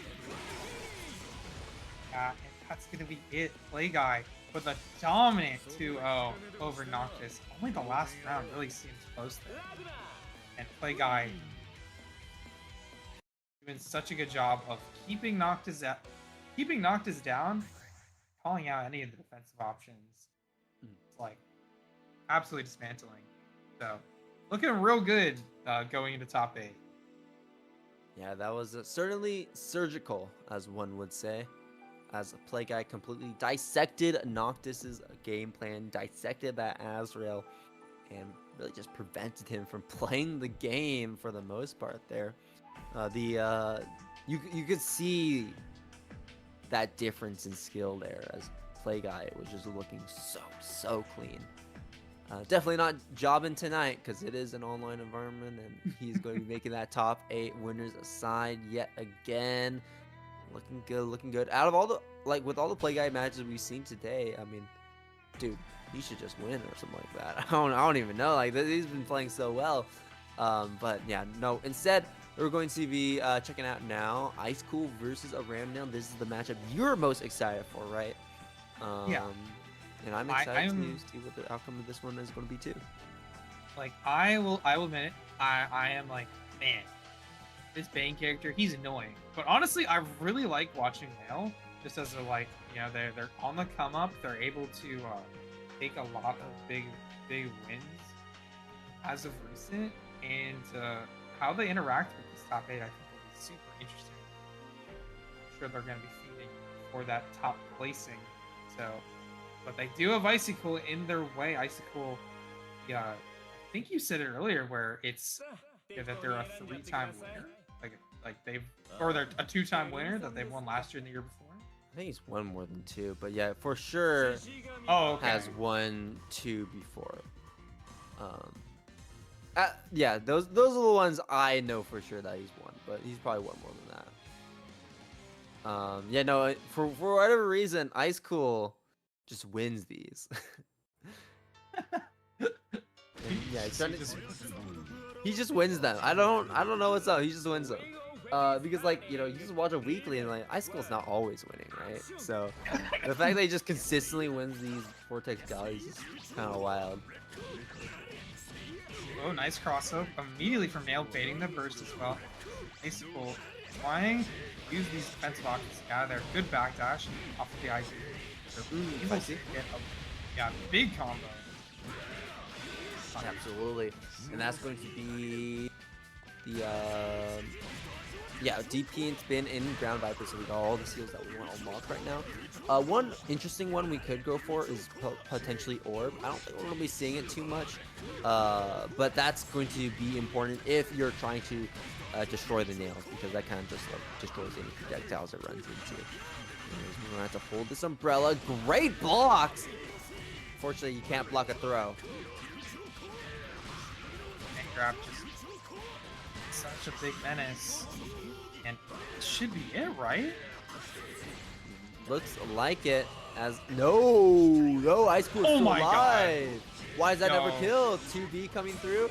That's going to be one of the best buttons when playing against Bang is that 2B, especially because it hits that other side. You saw right there. The fact that it just connected like that is kind of crazy. IceCool backdashing a bit, hit just a little bit. No combo for Random Nail. However, IceCool is down around, but where he starts to thrive is when it comes to later rounds, when it comes to the game 2s, game 3s, because that's where he starts to really adapt and thrive. Getting a free unlock as Random Nail is failing to establish pressure from full screen with the nails. Yeah, no punish on 60, but still able to get this situation in the corner. I think IceCool definitely wanted to overdrive there, but forced to burst after getting opened up in the situation.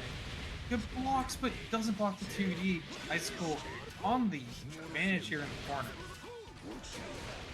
The overhead into the spin overhead, no blocks, a Random Nail, and no burst either. IceCool now evening things up yet again. That was a little bit of a longer, more grindy round 2, but once again, like I said, that's where IceCool starts to thrive. That's where he starts to adapt, baits out the anti-air. Well, I guess it wasn't really a bait, it was more like Random Nail, just a little too early. And now IceCool going to be getting such a huge punch because of that Random Nail also popping that OD, so also taking a lot more damage that we couldn't burst out of. IceCool backdash out, attempted to go for the 2B, that whiffs.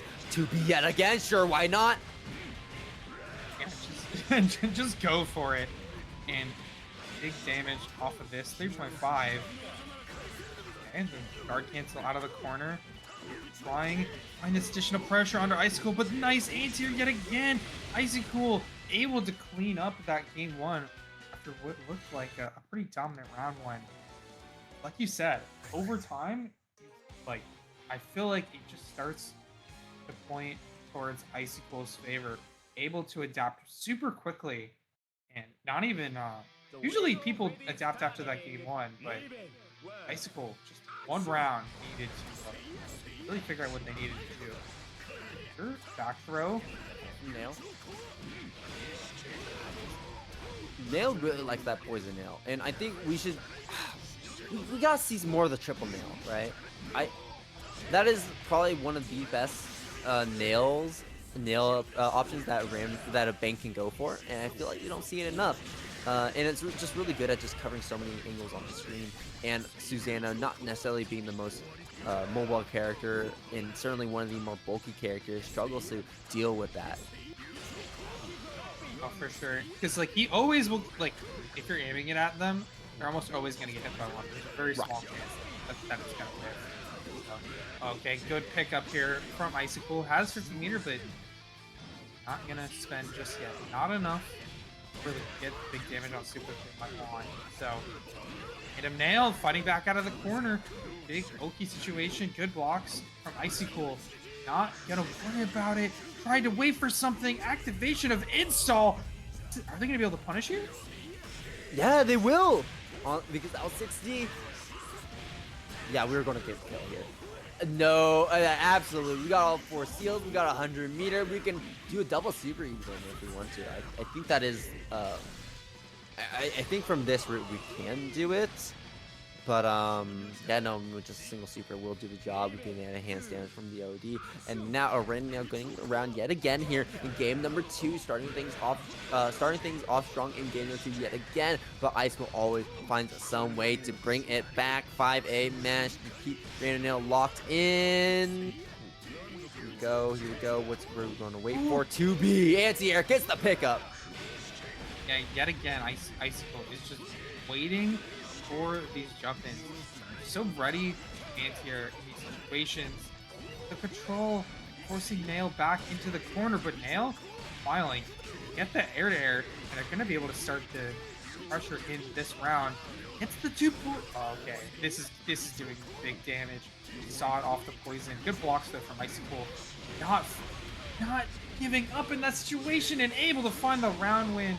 Wasn't over yet. IceCool on set point to make top 8 winner's side. Not if Random Mail has anything to say about it.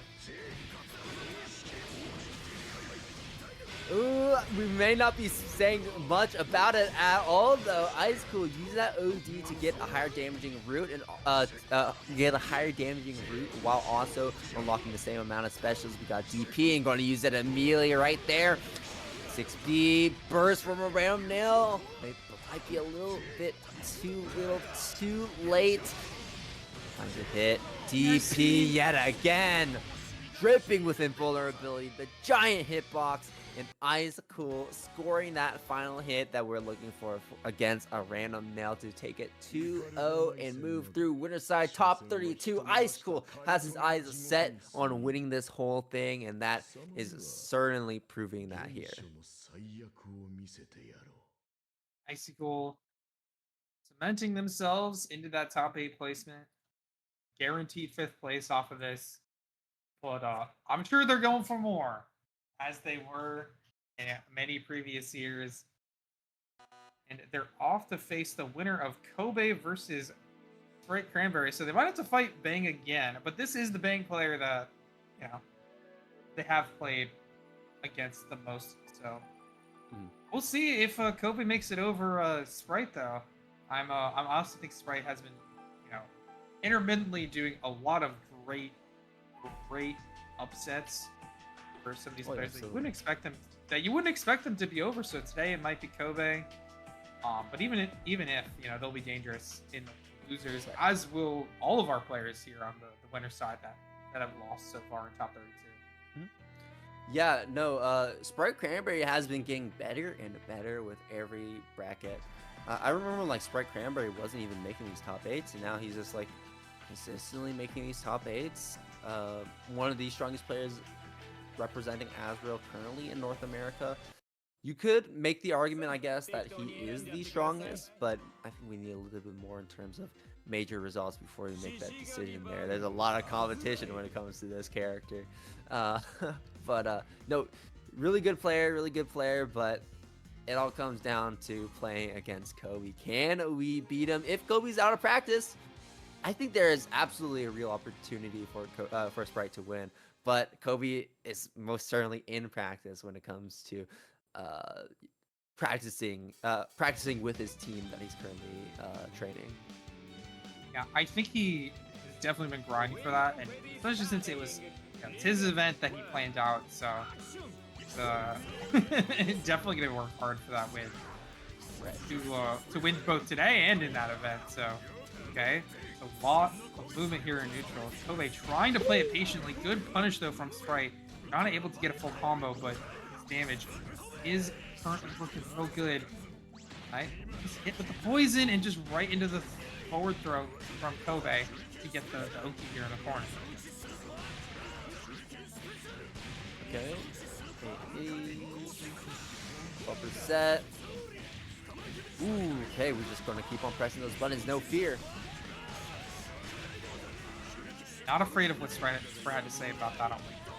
Immediate guard cancel, but okay, Kobe. We'll be sliding back in and getting the round win. First round on the board for Kobe. Dude, this character does criminal amounts of damage when he has all 4 of those seals. He's doing stuff, And then, even when he's not doing big damage, when he has nails on board, the fact that he has just so many ways to overhead you, you're just always worrying about something or another.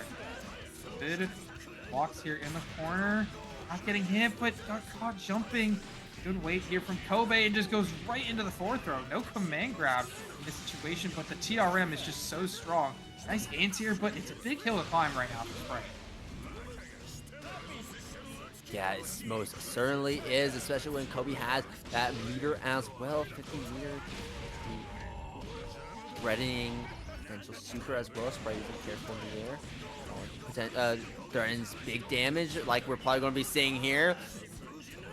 Astral on deck. Just combo to Astral. Okay, no. Okay, fine. It's alright. We didn't need to see the Astral. But Kobe ending up taking it there.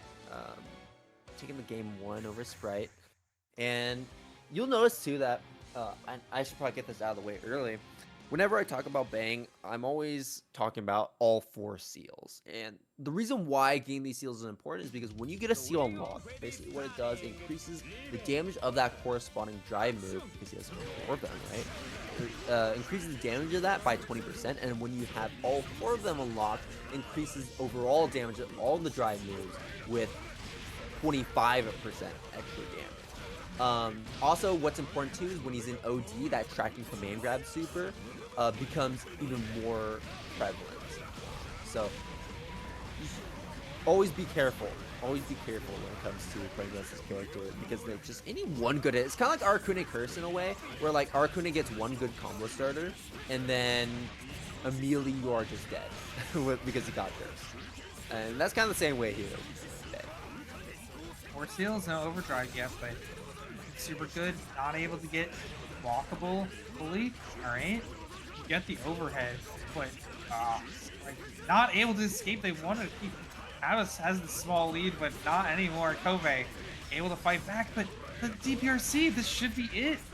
Oh, okay. 1 health and a dream. Yeah, 1 health and a dream, and we certainly have a dream as we pop OD to try and take the round. But that first Sprite is going to be dug into full screen and goes for the super Sprite. You gotta be careful of it. That is going to be the round going to Kobe, man. We just sent it full court right there with that OD. Yeah, and work out for them. They don't have it in this round, but the Sprite, so they're only going to have the DP as a defensive option. Right, and that DP nice is just... backdash. Yeah, okay, just a low weak point. We're going to cash out on it. No, we're going to attempt to reset with the mix-up. Okay, now we're going to cash out on all of them. Bring them to the corner, going to reapply one of them. It's going to be a high weak point. To the other side yet again, stealing the corner to the other corner. Here we go, taking a trip around the world, coast to coast, east coast to west coast to east coast, and Sprite evening things up. That was a strong round. Yeah, that was a round where it was a clinic of offense.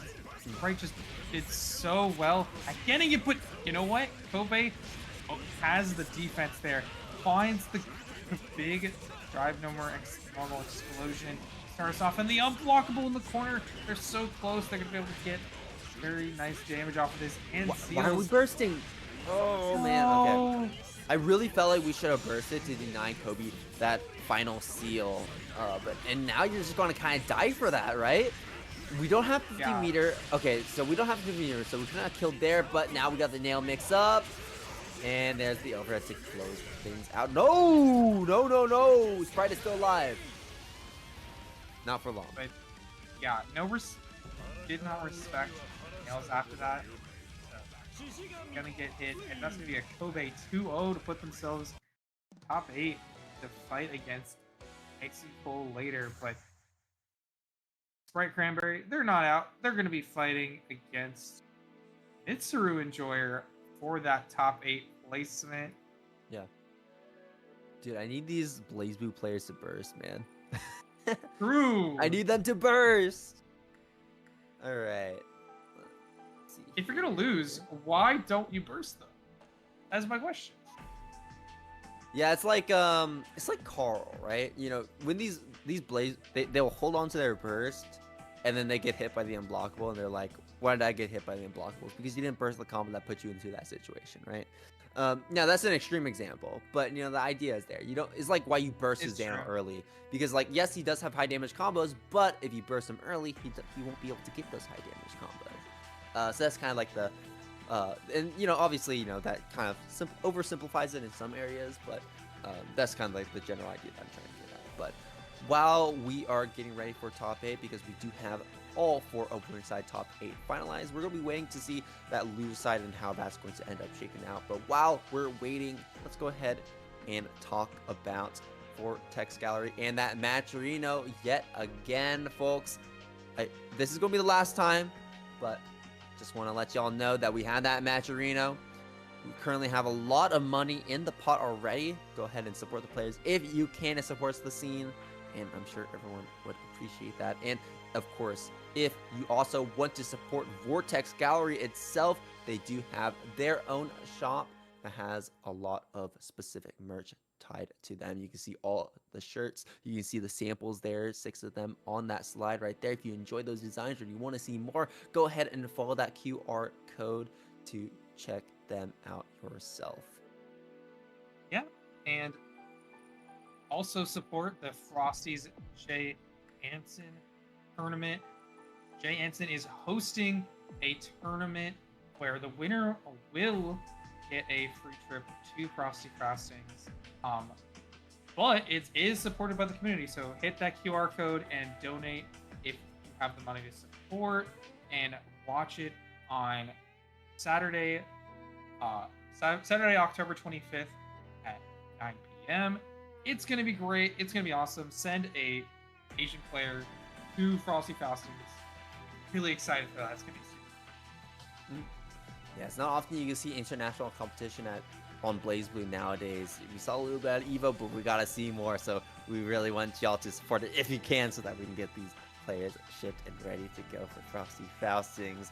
But while we're in that preparation phase for Frosty Faustings, we do have a few months, and during those few months, you can go ahead and play in Boston Blue Beat with their weekly 8 p.m. BlazBlue tournaments, along with Guilty Gear and Unright, as well as its sister, its brother, The Raven Online. Don't forget to sign up for this upcoming The Raven Online this Thursday. Also representing some of the strongest players we have here in North America. Go ahead and join, get that practice, as well as getting that practice in for training with Training Mode Network. If you are a beginner or intermediate player and you just want to improve, we have that on September the 27th. So make sure to sign up for that. Yeah, and lastly, we have Climax coming up, and BlazBlue is one of the official games at Climax tonight, Sunday, October 26th. Be sure to sign up and support. Also, can't make it down there, make sure to watch it here. But if you like this tournament, you know what? The same crew runs another tournament. That's the Texas BCF online tournament that we host every so often. Amazing server, very amazing tournament as well. One of the biggest communities for BlazBlue in the United States. If you play CF in Texas, just make sure to join, and we will welcome you so kindly. Yeah, and that will wrap us up in terms of those ads, y'all. Thank you all for enjoying the show so far, but hopefully y'all are going to be staying put. Go ahead, grab yourself a snack, grab yourself a drink, because this is the time to do so. We're going to be taking a 10-minute break, and we're going to be back in just a moment. See y'all then. Yeah, we're going to be taking a short 10-minute break before top 8. Let some of the losers rounds finish up, and refill up your drinks, refill up your snacks, and we will be right back.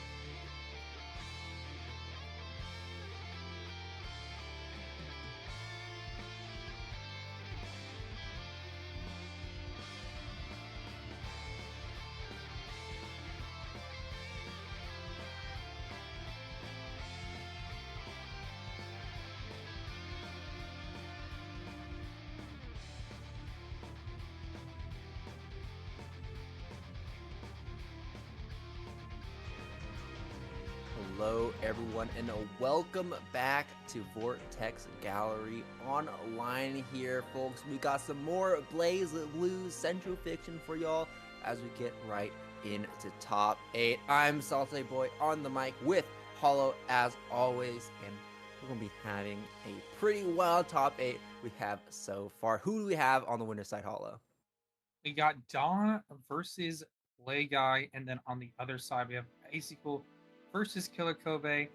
You know, some would say the usual suspects, but I definitely think that they worked hard to get here. Nobody really questioning the sort of dominance, I think, of any of these players in bracket today. Everybody doing a great job and making it up there. But we have some of our losers bracket, most of it, I should say, already filled out as well.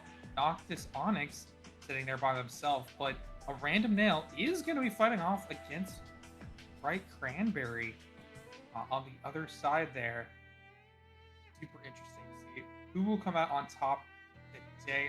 I mean, I think there are many who could say that you know, favorites could be anybody on that top end, but even in that losers bracket, you can't count anyone out. Anyone could make a crazy losers run in a bracket like this. Right.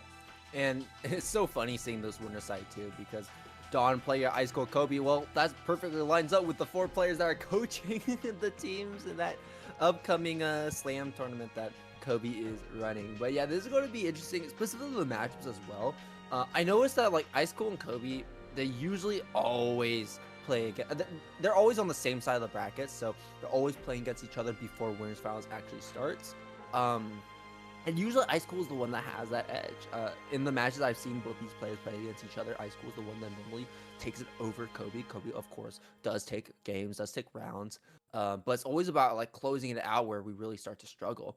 And yeah, on the winner side, on the other side, we got Dawn and Play Guy, and I will say like it's the same deal. I think Dawn usually ends up taking it over Play Guy, and you know, of course, there are edge cases. You know, Play Guy does take games, does take rounds. I mean, we're at that level where these players are trading rounds, where they're trading games. But I think Dawn is also that favorite to take it over Play Guy. But of course, when we're at this stage of the bracket, when we're in winners semifinals, anything can really happen. Play Guy can take it over Dawn, Kobe can take it over IceCool, and I know that IceCool is really not looking to make that happen. But you know who is looking to make it happen? That run further into top 8 is Soliloquy, who is our final top 8 qualifier coming in from the loser's side. And this is your top 8, folks. We got 2 bangs, we got Azrael, we got Anu, we got actually no, we do, yeah, 2 Azraels, 2 bangs, we got Anu, and then we got Susanna, Aurelius, and Ragnar. But we don't care about those guys, right? Yeah, it's kind of interesting having Azrael on both sides of that lower side of the bracket. One of them seems like he was so prolific in this bracket today. Saw a lot of them, so interesting to see too in the bracket. It's really funny because I think there was I forget which tournament it was, but there was a tournament where it was just a bunch of, I think, what was Tager or was it Azrael? It's one of those characters that made top 8. It's like four or 5 of them or something like that. It was something ridiculous. I'll have to like probably like dig back and see which one is specifically I'm talking about. But you know, this character is always gonna be super prevalent. It's always one of like those annoying characters that you see down the other side that you don't really want to play against. For sure, he's a dangerous type of character to fight in bracket because like always sort of mixing you up. But we're getting into our first top 8 match: Dawn versus Play Guy on the winner side. That on top, like you said, Dawn does normally have sort of the ups, but Play Guy is known to make the runs this year with both the run at Evo and at combo breaker. Right. And just this range is kind of sort of a problem. That Play Guy, what is trying to approach when they had no meter? Let's find the nice 5B hit. You get the corner confirm as well, so it's gonna least. Yeah, absolutely. But you know, Ragna is not really known for damage, so we're not going to be getting a whole lot there. Only about 3k, but 3k is 3k. Get a little bit of damage there on Dawn. Play guy only taking some small hits here and there, but that's nothing that we can't heal up as Ragna.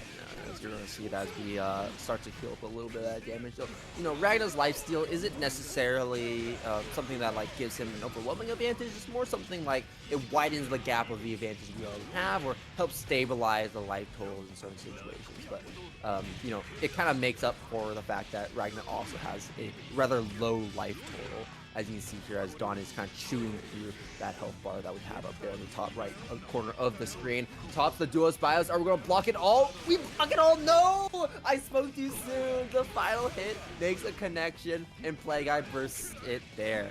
And what's notable about this situation right now is that Dawn does not have that doll available. That doll gauge is completely out, so this is Play Guy's opportunity to push in, but not when we create that space like that. Oh, they had to RC there. They guard canceled into the RC and they had to. Small health lead now for Play Guy. They were at a disadvantage, but they got a tiny hit and they get the timeout. Play Guy with the round win, equal resources as well, so not much loss there for Play Guy. Good win for them, going for the DP at the end, and look at the round start. That was a sick timeout. Oh, and we got the overhead. Play Guy just continued to party on Dawn. Dawn does not have that burst either. Still needs 3 more pips to recover it fully. He's able to get himself out. Ooh, and finds a combo. That's good. And they get the opening there, but not able to keep Play Guy in the combo, and they still running at a disadvantage here with no doll meter as well, so they have to accept this offense. Nice guard cancel. Now it's Dawn start to go onto the offense. Play Guy getting a nice fuzzy jump, but getting caught by the anti-air. They trade in. Yeah, you don't want to trade with the doll, because this is what tends to happen to you. Lots of damage. 4k and into the guaranteed. Okie, what the? You can't do that. You can't do that. I know it was looking hype, but you can't do that. Yeah, if you're trying to be cute and duelist bias, just don't. You're not cute. It's not gonna work.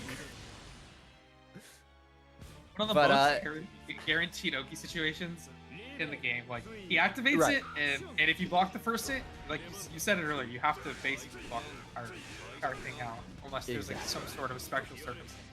Very rare. Like, yeah, and I did mention before, or we actually saw it before, where you can do some sort of tech where you jump and then it makes an awkward combo for Dawn to actually try and finish because you're up in the air and you kind of fall out of the combo.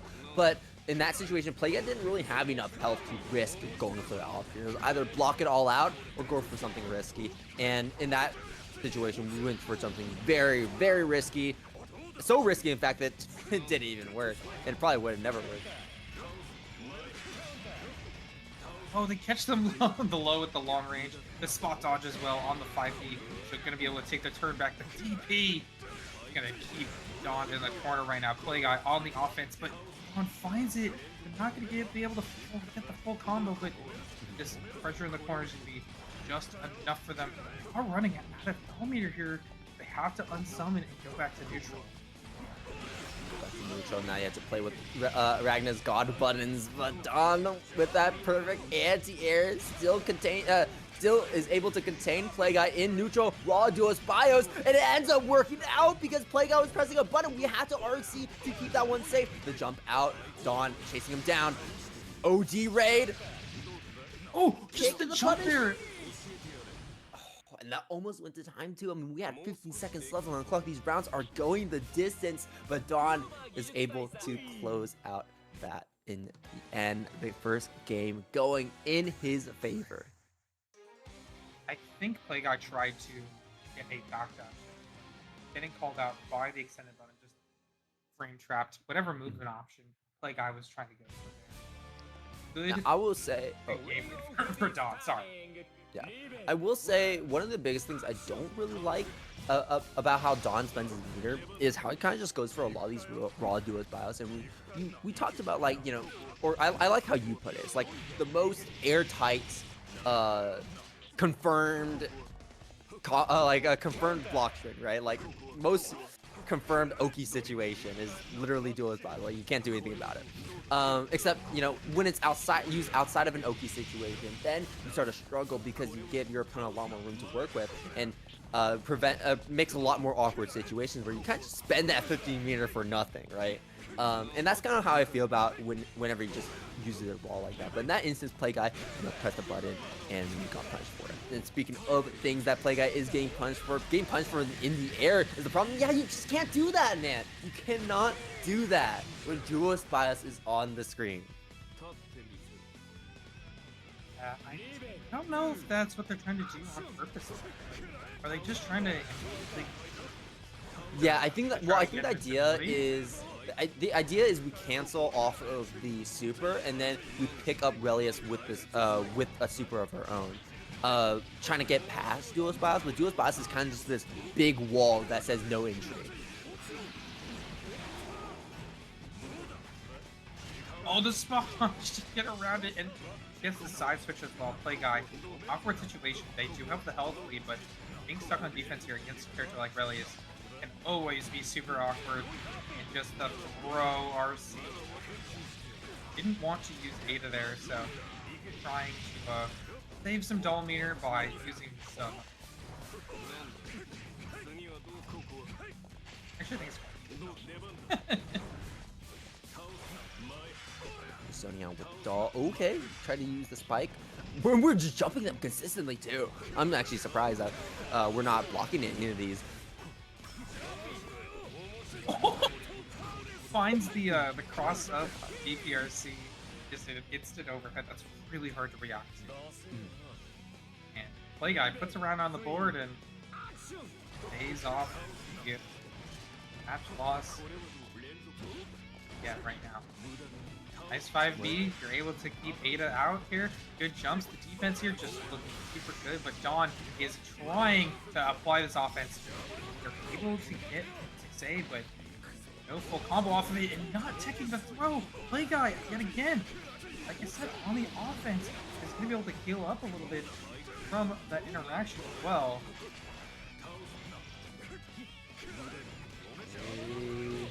DP, that's good. Oh, he tries to back this out, but the 5B caught him.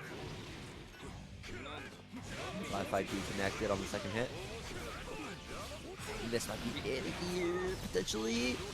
Oh, no, not quite. Dawn getting that burst back. But not, Play Guy not letting him get back into this. Just the air dash back JC. Give Play Guy even playing field right now, 1-1.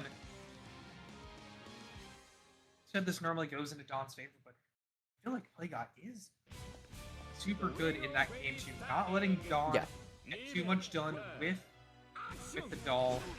Always expect them to. Yeah, I think right now Play Guy is playing a little bit better than Dawn at the moment, and overall, I think a lot of times what we're seeing here is the rounds that Dawn wins. Not to say that Dawn isn't playing well or anything like that, but I think Play Guy is just making very big mistakes. Like you're saying with when he tried to cancel into the super twice on the duos bios. Like he just kind of throws away the game whenever he goes for an option like that. And if we do a little bit less of that and play a little more consistently, like we're playing right now, I think Play Guy does have a really good chance at actually taking over Dawn in this set. I mean, we're right now looking really good in this round in game number 3. See the super reversal, and no, that's not going to end up working out. And that's a giant mistake for Dawn now, as Play Guy has 100 meter to back up this combo. Not going to be using it just yet, but trying to use it for that next incoming mix-up situation. The lead leg going to let Play Guy through for just a little bit. And the doll catching Play Guy in the air to toss him into the corner. I like that, jumping away so that Play Guy cannot even press against Dawn as he tries to run away and use the doll as his main source of pressure, but Play Guy still squeezing out that round in the end. Yeah, able to put themselves on set point there. No anti-air coming out from them. Actually, the anti-air is coming out from Dawn right now. Dawn able to get get it in their face and force out the burst. No burst from Play Guy, but Play Guy back on the offense. Getting Dawn in the corner yet again. There's the 2As are too long, but the fuzzy jump. All right, Dawn back to mid screen. Are they going to be able to get the side switch? Yes. They find the right route, put themselves perfect Oki position. Yeah, unblockable. What are you going to do about it? Right. Super. Just blocking this one out. Oh yeah. And that was definitely the safest option that Don could have gone for. Just pop the duo's blast and yeah, just hope that 1 or 2 hits his Play Guy and that's it. Notice that Play Guy was just deciding to play patiently and walk there, which is the perfect situation to apply when they're just sitting there trying to just block out your pressure. Why not apply something that makes your mix-ups even stronger and makes you safe? Oh, good catch! Absolutely. Okay, guard cancel from Play Guy. Meeting up in the air. Nice JA confirmed. Okay, now just backing up. Ooh, okay, yeah, it sends out the dog to go full screen. Play Guy going to be avoiding that. Play Guy has been so cognition of the option that Don has at full screen, and the way we're avoiding them is masterful. But we're not going to be able to avoid that throw as we're going to be taking the full brunt of this damage. 3K, one more combo is going to win Don the game, and Play Guy knows that spending the burst. You can't do that, but in that situation, Play Guy had no other option. And Dawn is going to be taking it 2-1 to advance forward to winners finals. Dawn doing a great job of just forcing that situation where, yeah, you have to block. You have to just sit there and wait for my mix-up. I'll try to block it correctly. Got a lot of help on their main as well, so good stuff to Dawn. Moving on to winners finals. That top 3 placement. Off to fight the winner of our next match. IceCool versus Kobe. It's a classic. It really is. It is a modern BlazBlue classic where these two are friends. They play a lot with each other, but they also see each other in tournament a lot because they're making the placements. Right. Yeah, and yeah, they see them playing tournaments a lot. They train against each other a lot. And yeah, no, I mean this is, I think, much more definitively IceCool favored, because in all the tournaments I've seen, or most of the tournaments I see, especially at majors, IceCool is the one that ends up beating Kobe. So I'm interested to see if Kobe can change that, win in the end. I don't know. We'll see. We'll see if anything's different this go around. I mean, Kobe might be trying to mix up the narrative from now on. Try to get these wins that they've been having a hard time with. But we shall see. I know that they took that break, came back with this big slam event. So I know they've been probably been grinding a lot recently, at least for that. So right. Between these two, I'm excited to see who will come out on top. I said earlier, One it's to kind of move forward. Level 1 action. Here we go. Let's get this started. Kobe, the one to initiate first as IceCool, elects to hold down a back on all this, but unfortunately cannot block it long enough as Kobe is going to be finding the first combo of the game, drawing that first blood on IceCool. Those are 2 seals unlocked, and we're going to be saying that bumper at the end of that combo as well. This should be the other 2 seals now. Now we got all 4 seals ready to go. IceCool not able to do anything in this round, it seems. Red critical health, and Kobe has all the time in the world to do whatever he wants. Yeah, spending a lot of nails here. Oh, wake up! Just the super. Okay, they're not activating overdrive in return. And IceCool down a burst going into down overdrive and a burst going into round 2. Trying to save that last second situation. Not looking good. Overwhelming offense right now from them. Like Kobe immediately first after IceCool gets that first combo. Don't want to let IceCool get those. Okay, IceCool. They did get God Press online, but very reactable from Kobe as you Right. Yeah, God Press is one of those options where like your opponent forgets you have it, and then they just get hit by it randomly. I always say this: you only get one God Press per game, per set. Oh, sorry, not per game, per set. And IceCool, I think, uses one already, and I don't think Kobe's going to be getting caught by that at all, as he is going to be baiting out that burst, very predictable towards the end there. And Kobe now taking the first game. That's a great start. It for sure is, because like now you don't have to sweat as much. Like you definitely want to finish it out, but you're not sweating as much as IceCool is to get back in. Like IceCool was not have a good showing in that first game, so has to adapt really hard. Whereas Kobe, you can pull out more of those options to just do things. But these round starts have been really important. Kobe putting IceCool's corner immediately and getting 2 steals on the board. Oh, nice command grab, and we're gonna be sitting here. Good. Oh, okay. That is an unfortunate 2B whiffing. Yeah, going to burst that one, not wanting to take the damage of that combo and try to salvage this round 1. But I don't know if you can salvage this round 1 after that.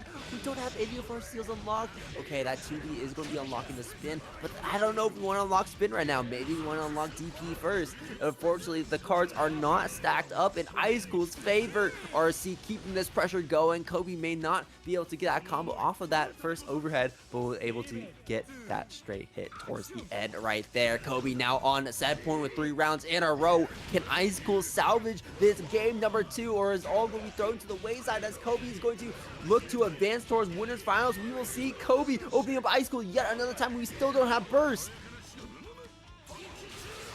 Oh, I tried to wait for something there. Forward drive activation. Kobe doesn't have 4 seals just yet, so they're not.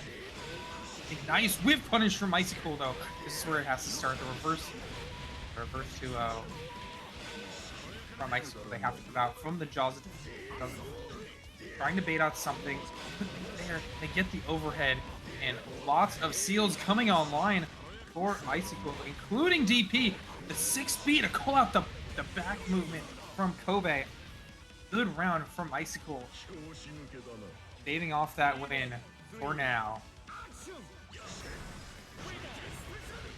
Yeah, okay, fatal counter 6B, but an anti-air fatal counter 6B is like IceCool not ready to capitalize off of that connection. Blocks the overhead this time. Okay. And Kobe pushed himself a little too far out, and now IceCool is able to create that room and escape the corner.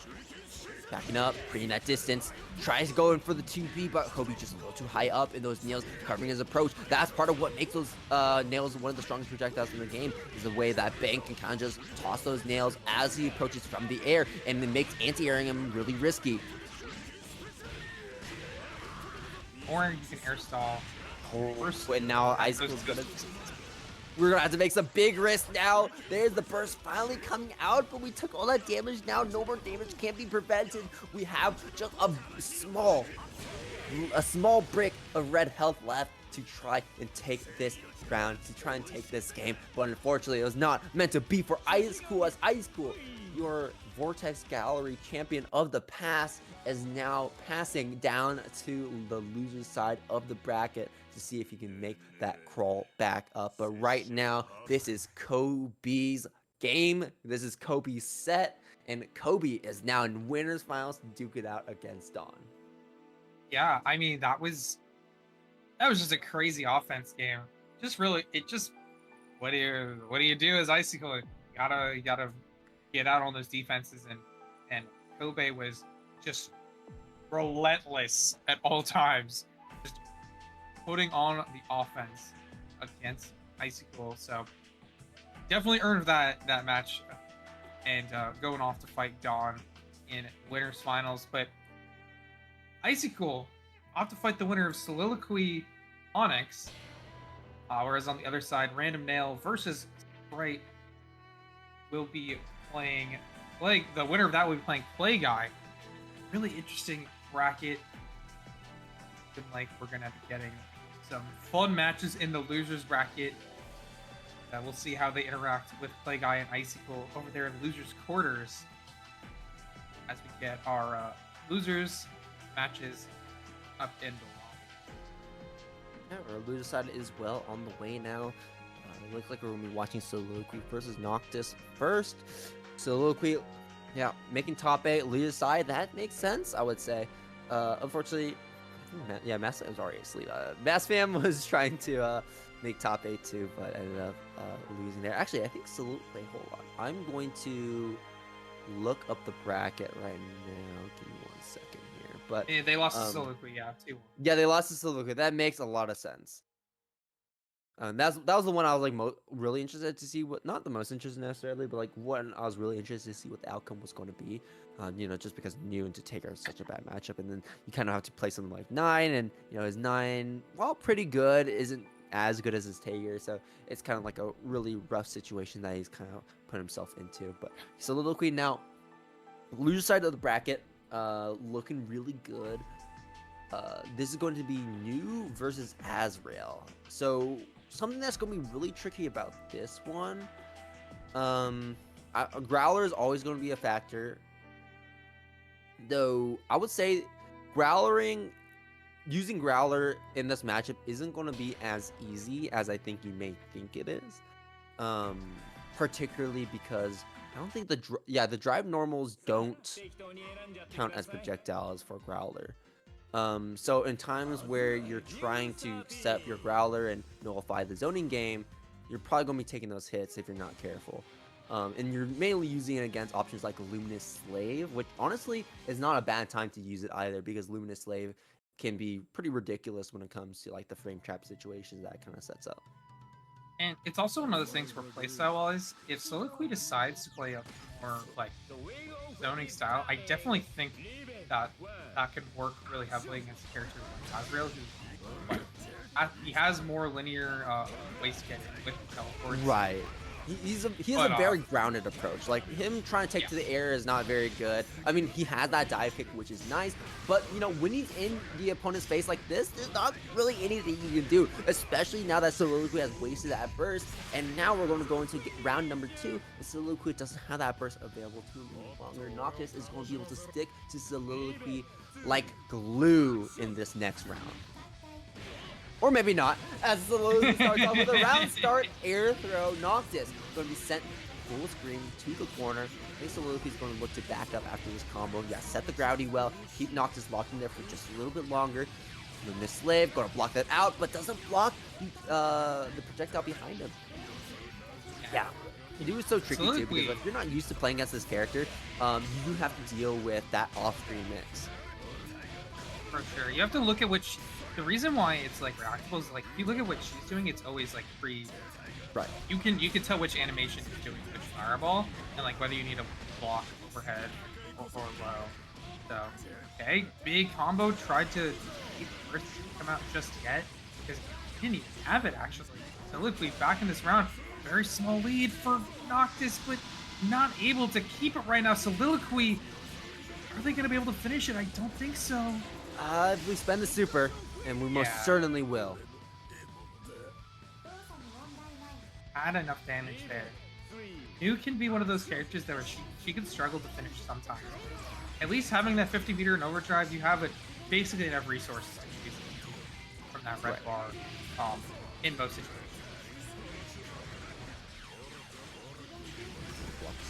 Ooh, okay, burst.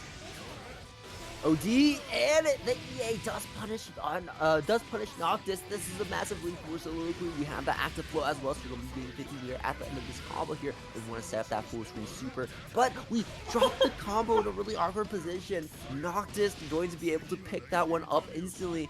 Remember what I was talking about before? When Soliloquy doesn't have that burst, Noctis is going to be able to stick to Soliloquy like a butter and continue to run this game plan until Soliloquy gets access to that burst again. Good guard thrust though.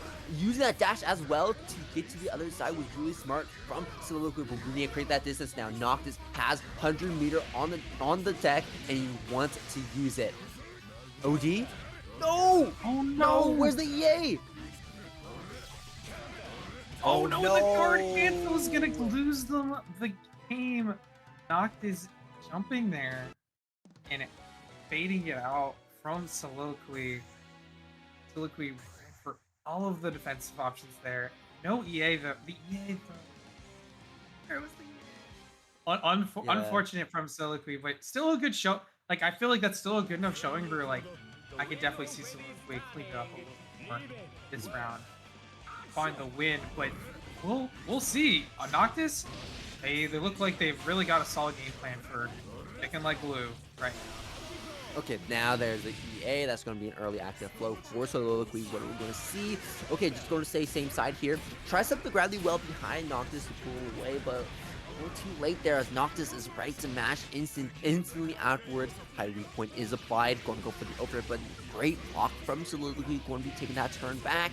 And now sending Noctis with their back up against the wall into the corner. Here we go. Luminous Slave has been set up on the Oki. Yeah, Noctis respecting it. Woo! Tries to go for the shoulder charge, but Soliloquy jumping right on over. So many whiff punishes, just Soliloquy too high in the air for any buttons to hit them. And they suck them back in. They get the side switch as well, forcing up the burst from Noctis right now. They're trying to play patiently, but the 6C not gonna work out. Soliloquy taking first round in this game, putting themselves on the board. Indeed. Okay, baited out an overhead and went for the low. Noctis getting opened up. Solid start for Soliloquy to have. We have our resources. We have OD. We have health. That's important. And we're also building up mirror during this block string. Getting up to 50 mirror pretty soon here. You just need to stall a little bit longer until you get to that point, and then you can start to run your offense more consistently. Well, good blocks. Like Growler from the screen, not going to soak up anything. Hasn't really been doing too much in this set so far, and for the reasons I kind of talked about before. It's risky for sure too, because once it ends, it's up. Find one more combo, one more hit. Okay, yeah, using the OD super version, the super OD version, and yeah, being able to hit Noctis in any other circumstance with that OD, that would have been the blind spot, and then Soliloquy would have just died. But in that instance, because we popped that OD beforehand, we're able to push him out just far enough. Very smart from Soliloquy. They were on that round. They already had a round on the board, so knowing that overdrive could win them the game, good recognition from them. And putting one on the board to make us even here in this top 8 match. So we'll see if not. I just feel like Soliloquy just played a lot more solid in that last game, finding a lot more openings just by playing in ways that I think Noctis did not expect. Like that aggression is definitely not expected. Noctis getting caught by that low at round start. Hey, DP. It's not often you see that DP. Asriel's DP in particular is kind of just not good against New, and partly because she's playing at just far enough away. Okay, now it's irrelevant. I was like, just far enough away to where that DP will whiff. But yeah, that's where Growler definitely becomes relevant, and why Soliloquy has kind of been backing off in terms of trying to set up that full screen super, because of how you can just Growler right on through. And there's that projectile coming through like a railgun, catching Soliloquy, but Nox is not able to close that distance within that time frame. Oh, we had another charge!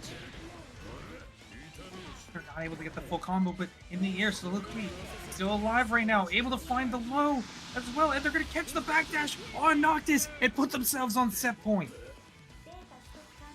Time to go for Soliloquy. This set has been so evenly matched right now. Who is going to be able to take it? All right. We see a little small interrupt there. Noctis finding small answer with that 5A. Gustav in. Trying to do their best to chase down Soliloquy. It looks like it will prove to be successful. Soliloquy, how are we going to play defense against this Azrael? That's how we're going to play defense. We're going to fall down with that air button after we take out of that combo. Still catching Noctis right there as we're trying to press something. DP. Able to do the combo right afterwards as well, catching out on the high weak point. Going to be able to set that high weak point yet again. If we find one more hit, it will be dead. And Soliloquy, no! We tried to spend the super when Noctis was right on top of you like that. And that is why New's super sucks as a reversal. Yeah. Why have invincibility at all? It's just going to have the biggest... It's so bad! the biggest freaking dead zone you've ever seen. Like, Why have it at all at that point? And her EA is one of the worst things to do. That's not good, but you gotta do. You gotta play with what you got. And I like the delay right there. We see the growler attempt to set up the growler, and Soliloquy like, nah, I'm just gonna close the distance, press one of my regular buttons, try and catch you. And the dad spots within our own drive normals, that 5D. Yeah, those things were really unfortunate. I like how Noctis knows that and is trying to close that distance by any means necessary. Playing with the Growler for that long, and we tried to catch the Luminous Slave as well. You can see that Noctis was holding on to it even after that super ended. But Soliloquy was like, okay, I recognize what Noctis is trying to go for, so instead I'm just going to go run up, go for my low there, and that's going to force Noctis to let go of that Growler, and then that Luminous Slave will be able to connect. And Soliloquy, because that is going to be moving up through the loose side of the bracket, knocking Noctis out of the bracket, and cleaning us of one of the Azraels here in top 8. Amazing 2-1 finish. Yeah, that was really well played from Soliloquy. And even Noctis, you know, they were trying stuff at the end, but getting frame trapped. They were getting trapped a lot and getting caught by, like, they always wanted to move and getting impatient in that matchup, especially when you're a limited move, when you're a linear or limited movement. Like, overall, you cannot do that.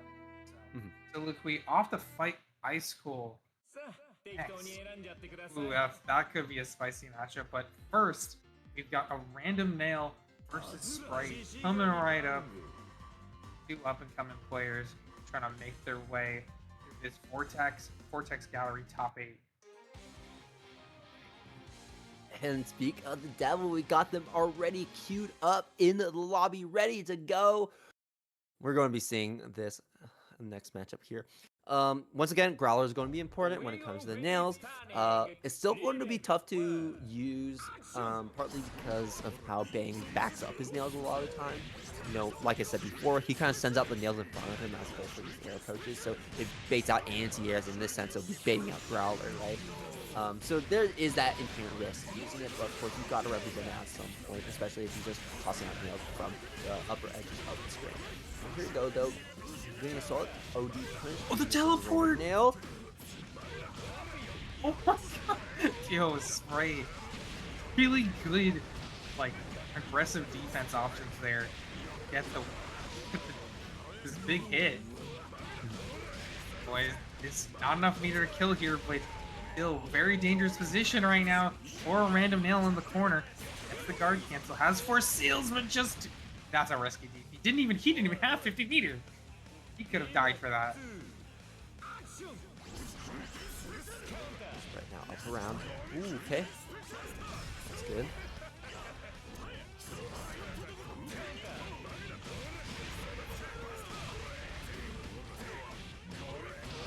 A nice blue combo for Sprite.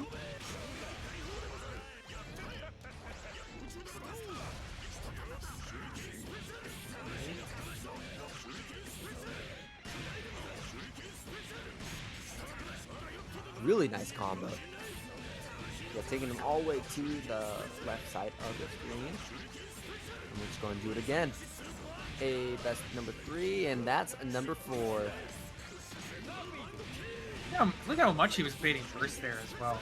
And he was just like, you know what, if you're just going to sit there and block, I'm going to command grab you into nice. Well, I think it's a mixture of like baiting burst and also kind of baiting ZP as well. Yeah. I had the meter to do the 2 PRCs. Always good to be really careful and shield in there, just in case the team is coming. Even if it's one of, like, you know, people are like, oh, he's not that good. DPRC is one of the strongest options. Right. So, like, you're still going to present it. But this is pretty good. Has the weakness as well. Gets the hit in the corner, not able to get more damage. Teleport behind. Gets the big explosion, catching the fuzzy jump, and the DPs right now. Oh, yeah. Right. Forced to burst there. But get back in the corner, Random Nail says. Just trying to force him into this offense. Catch. Okay, backing up.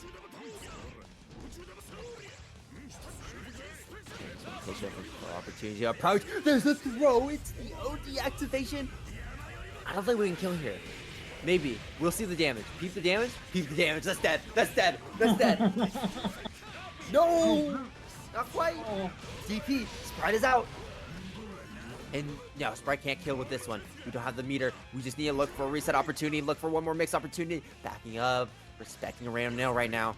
The characters of both these players know what each other's options are, and random nail is very scared with that 100 meter on the table, but no nails remaining, so we gotta play very patient. And there's the slide in, we got the neutral skip, and now random nail is going to be winning over Spritecranberry in that game 1-0.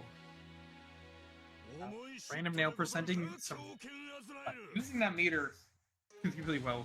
She gets those last second mix-ups, get the rest of that health done.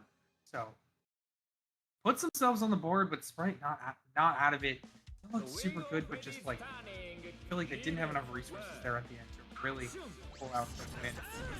Actually, raw walk those out. So that's what they can do in this too, because gotta come back if they want to stay in the tournament. Oh, that's a big hit though. Anti-air from a random nail. Right, already coming back with the throw. Getting this nice knockdown in the corner. Blue. Oh my god, just adding on to the damage right now.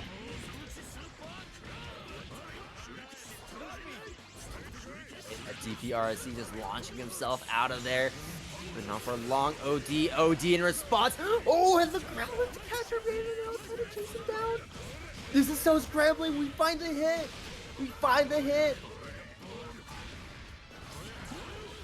They weren't walking Dead. up. Still not dead, and a super connects. This is a very advantageous situation for Random, despite what the life totals may seem. Even with 3 nails left, we are able to pop that nail umbrella. Okay, but Random has to be careful now. We don't have nails to back up our approach any longer. It's okay though. It's okay though, because Sprite wasn't able to get the anti-air. A random nail on set point right now, but not out of it yet. Overdrive activation just right in the EA. They're able to get back to full out as well off of this, so this could be so good for random nail. Get some meter on board, but they're actually like, a little bit more safe. They're trying to wait right to approach them in a way that they can stop. They can play right off of this healthily. They don't have to go in here, but are gonna get the nice 2D big explosion for themselves, get that corner, get seals on the board, and put themselves a big advantage to take the set. Dude, I don't even know how you even come back from this. Wait, no, is that dead? Holy moly, it just keeps on going. It keeps on going. But yeah, he is dead. Wait, oh no, they didn't come on the super there. Okay, No, didn't get a super. Sprite is still alive. Maybe not for long though. Spend the burst. We gotta play this perfectly, and unfortunately, playing perfectly against a Bang is quite the task. A random nail scores a 2-0 over Spritecranberry, advancing forward with the Bang. I loved the air control from there. Really taking advantage of the fact that, like, you know, Azrael's a little bit slower and has a harder time sort of move around in the same ranges. And, you know, like, you don't want to anti-air against Bang a lot of times, because if you hit that anti-air button and then get nailed, like, you can take a big combo. We were talking about earlier. So, super dangerous. Well played from a random nail, and going off to play guy after our next match, IceCool versus Soliloquy coming up next. Whew, okay, I'm looking forward to this one. It's IceCool versus Soliloquy. So, IceCool is definitely one of the more, I would say, patient Susano players. Like, when you think of the top, I'll say like the big three. We got the big three Susano players. We got IceCool, we got IcedRTRT, and we got Quetzalcoatl. Quetzalcoatl and IcedRTRT definitely play way more aggressive. Quetzalcoatl definitely much more extreme on this end. But IceCool, I would say, is like probably the most patient out of the bunch. And while we weren't able to see, well, we saw a little bit of there against Kobe, but in that sense, we kind of played a little too patient, maybe to a fault, with how Kobe was able to just run all over him. But this will be very important going into this next matchup, just because, you know, Susano already kind of struggles when it comes to playing against zoners, and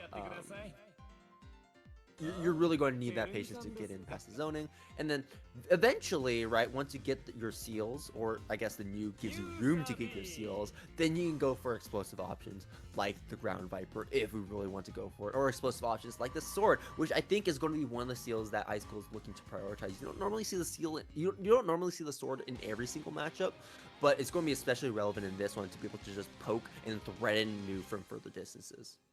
Yeah, I would say this is a pretty rare matchup, but one that we've definitely seen more often with Soliloquy being a big player here in NA Right. this year. The last time I feel like I've seen this at a big tournament, I know it was ironically us commentating Elon versus Quetzalcoatl Right, at right. CEO Taku. But I definitely think that Soliloquy plays very differently than Elon. One of the Of more, course. definitely a lot more aggressive. One of the Looking more to get, established. yeah, Alright. looking And to get more destructive. similar to Azrael, it's going to be a lot of once IceCool gets in, then Soliloquy is going to have a much harder time trying to play this defensive game, despite this invisible color out. Dude, I even see this. Why is it blending in with the background, man? It is kind of crazy this modded skin right now. Oh, okay, blocking that quick get up right now. IceCool is waiting a long time there. No ain'ts here. He's gonna get thrown from Soliloquy into the corner. Like, oh, just checking out in the air. And look at that right there. Look at that bottom left of the screen. I talked about the sword there at the far right. That's the sword. And you can see that was one of the main ones he unlocked. And you'll notice too that we're not prioritizing DP. Normally with Susano, one of the first heals you want to unlock is that DP. But we don't really want to use it against New because New never plays within range of our DP. You know what I mean? Another important one too is potentially going to be Orb. We saw IceCool unlock it in the previous round as well. And Orb, once again, destroys projectiles. So that's going to be always relevant in certain situations. For sure. They try to get a jump in with the backdash from Soliloquy. Actually, sort of huge offense there. They get enough time to set up Fireball Sweeper. So, free pressure and combo damage for Soliloquy. Drop the combo, and Yeah, IceCool is gonna punish you super hard for this. You're back in the corner. You have burst. Probably gonna have to use it here. This could be very big damage. Yeah, and a little bit late, but Soliloquy still alive. Right. Okay, there's the tech. Using the guard thrust, pushing Soliloquy a little bit further away. Ooh, and then the reaction to the dash from Soliloquy, able to score a nice pot shot, and there's that 2B anti-air IceCool. Taking some long rounds here, but taking them in the end. Yeah, I don't think Soliloquy was afraid of the tracking fireball there. Immediately going for the inter, no fear. Yeah, To do that against Soliloquy. This is kind of interesting. We're seeing some pretty interesting stuff in this set right now because one of the biggest reasons why IceCool struggle, not IceCool, Susano players struggle against zoners is because while Susano has the highest top speed in the game, he has he's like the only character in the game that has startup frames on his dash, and because that makes approaching very slow. But if Soliloquy is not properly keeping IceCool on a leash when they're on the ground, IceCool is going to be blitzing in and closing that distance like we're seeing right here. Like, see how fast he can close the distance once he reaches that top speed. And Soliloquy is not controlling IceCool, then he's going to be able to get in, close that distance, unlock his relevant seals. And now that he has Ground Viper, now that he has Spin, he's going to be worrying a lot less about playing that slow get-in game. And gets a nice A as well. Oh, the overdrive super actually is gonna get them off him, but Soliloquy still under pressure here. No EA. Through block string, you can't do it in between. And it's gonna be a finish for IceCool, putting themselves on set point. No overdrive in this last round for Soliloquy is gonna be super punishing. Picture like Susan, and you're already gonna see it. Forced into the corner as Grand Viper. Oh, and good catch! The combo there, and they have sword now as well. Even if they lose neutral, Like, I didn't it's, think he needed it. Yeah. Is Soliloquy dead? No, you can't combo for that without hunting it. Oh, that is the DPRC, and that is such a messed up situation too, because that is literally an OS. It's literally an OS. Like, you can DPRC and stay safe, or you can like DP and RC and it's like, oh shoot, like they got hit. We're good. I think it like it beats out the throw, I think too. Yes. Man, it's been a long time since I have to explain it, but basically, the way Susanna's DP works, it pops them up so high and for so long that you have plenty of time to be able to combo afterwards. yeah, especially if you get hit high, like you have to unlock it. Like obviously, like you have to combo to get it. Right. But one of the strongest. Also, it's a projectile. It can't be. It has to be like fireball immune if you're trying to bait it with a move. It does lose to a certain fireball immune, which is very fun. So, yeah. Moving on, IceCool, guaranteed top 4 at the very least. Soliloquy out of 5th with a pretty good run, I think. Yeah, we might just see the same 4 we saw on the winner side of the bracket there. Play guy. He does not wanna go out. Cold Knight. Random Nail though. Trying to make their way through the bracket. Put 2 bangs in top 4. We'll see what happens. I know the bang players will be looking at this bracket and be proud. See that they have 2 representatives really making this character so cool. But immediately starting, both are trying to get air control here, try to take some space in the air. Immediate command grab, like I is trying to block here on defense, but immediate TP on that. I love the just blocks there just to make 2A not as effective as it might normally be. Correct.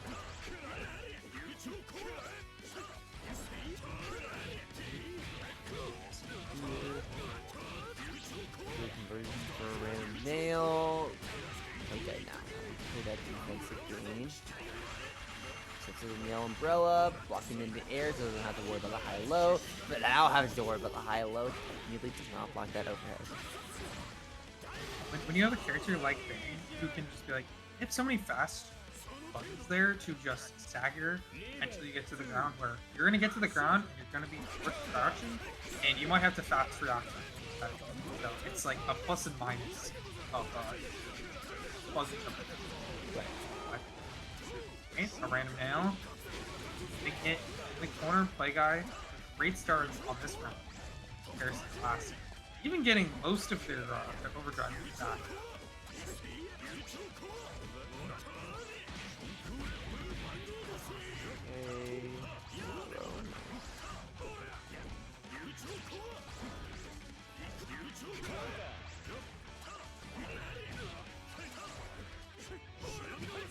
They're both trying to get.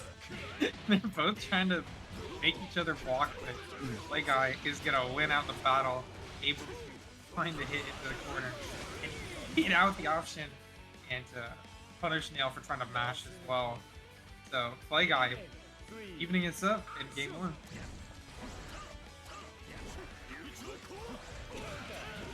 Get blocked, JC. That's huge.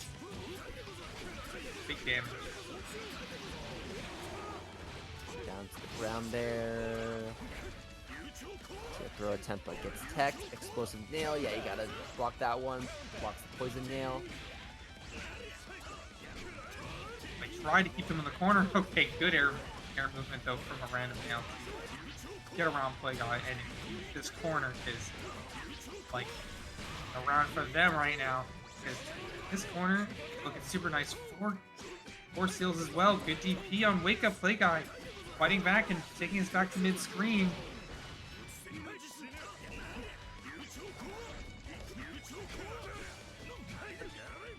Option right now. Oh no, the whiff! And then the burst on the overdrive activation. both players, no burst online for them in this last part of the round. Play Guy might have theirs back. So, couldn't agree with that active.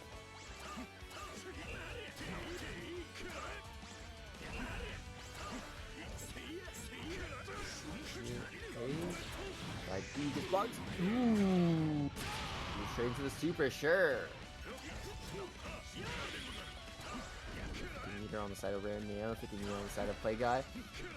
It's a dangerous game here. Yeah, Random Nail didn't have the health lead before the super. Random Nail doesn't have to approach either. Yeah, Random Nail can just stall this one out if he wants to. It's Play Guy that has to get in, and he finds it with the 5-8. Random Nail getting a little too close to the sun. What a call out from Play Guy too. They didn't have to approach either. They had the health lead, but Play Guy wanted to get that cleanly. Game 1 going to Play Guy.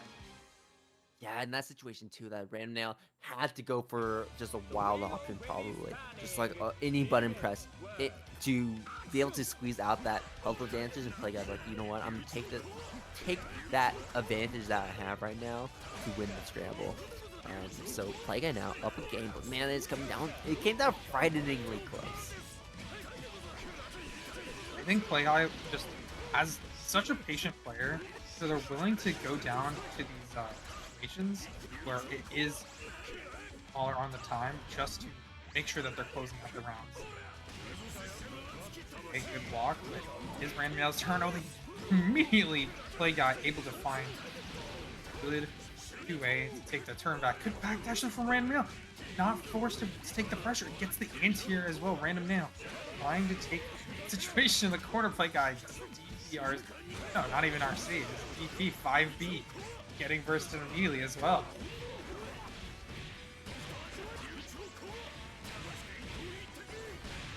Okay, that's 3. That should be... No, we're not going to get the 4th one. DPRC. Play Guy's able to find their way out. Burst as well. Ramil getting opened by the low, by a random low. And Play Guy now is just one away. That point for them, but taking these rounds pretty messy here, but Play Guy's the one that is coming out positive on these scrambles. Poison doing and taking quite a lot off of Play Guy's health right now, but with punish coming out from them, Random Nail something wrong on the drive.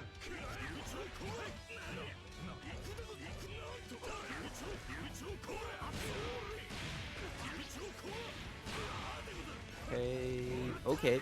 I don't know where. Yeah. Let's see here.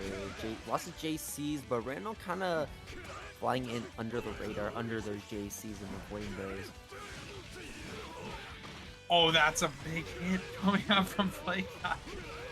Able to finally find the stagger hit to win them all. But not gonna kill just yet. Waiting out, trying to find a reverse option come from Random Nail and trying to keep them in the corner, but now it's a Random Nail's turn. New pressure in the corner, but this might be it. Oh no, they don't go right. Play Guy, one patient away from going to the stomach.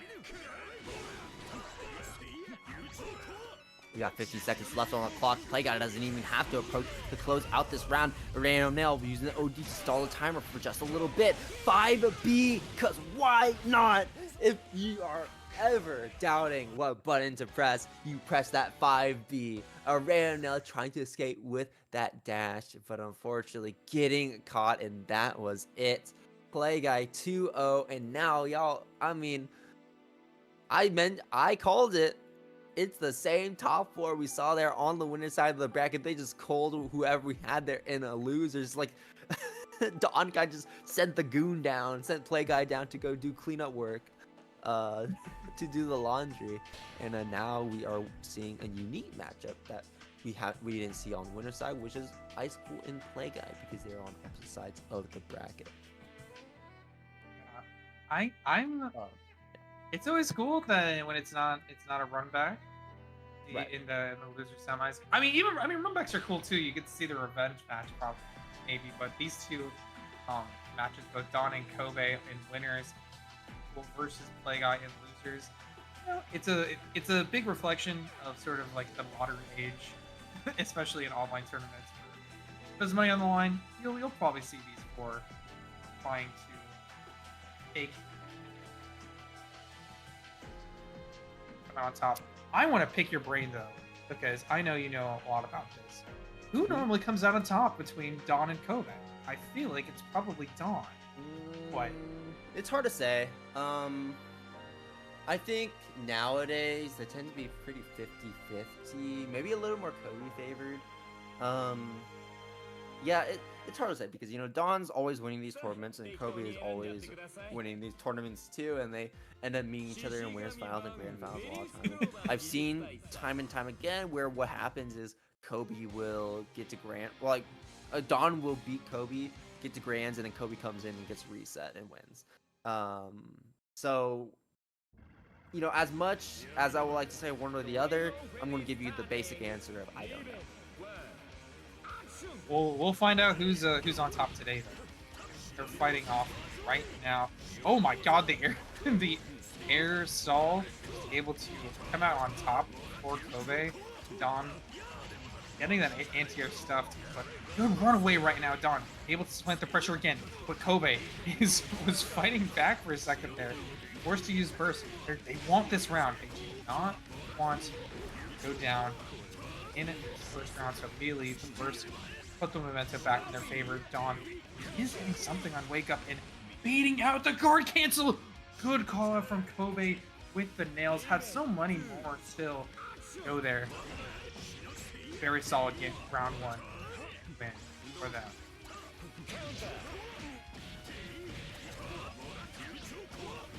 Great. This is a fantastic start for Kobe. I mean, we took that first round so handedly, and potentially going to be taking the second round just as easily as well. Over a connection, Dawn finally opting to spend that burst, but now with 60% of your life gone, I think even 70% right there, it's going to be very hard to make this comeback happen. Kobe's still sitting on 70 meter, doesn't have any of the seals unlocked surprisingly enough with how much damage he's done on Dawn so far. Just immediately calls out the guard cancel. He knows it's coming. He's knowing there, and that's going to be Kobe with the game one win. Very strong reads coming out from Kobe. Reading the defensive habits of Dawn, knows that the guard cancel is coming. Immediately uses the armored explosion move to just strike through. Yeah, absolutely. Yeah, and just a Phantom counter too. That was really good. Number 2, let's see what changes. Dawn immediately makes the code block. Round starts. 3D combo for Kobe. A little bit of damage on the board. Even more damage on the board now. Dawn's definitely not going to burst this one. Instead, Kobe drops it though, so you know what? We didn't even need to spend that burst in there. And we're seeing some burst baits come in from Kobe as well. We saw when towards like the middle of that first combo, or the combo before this one. Well set.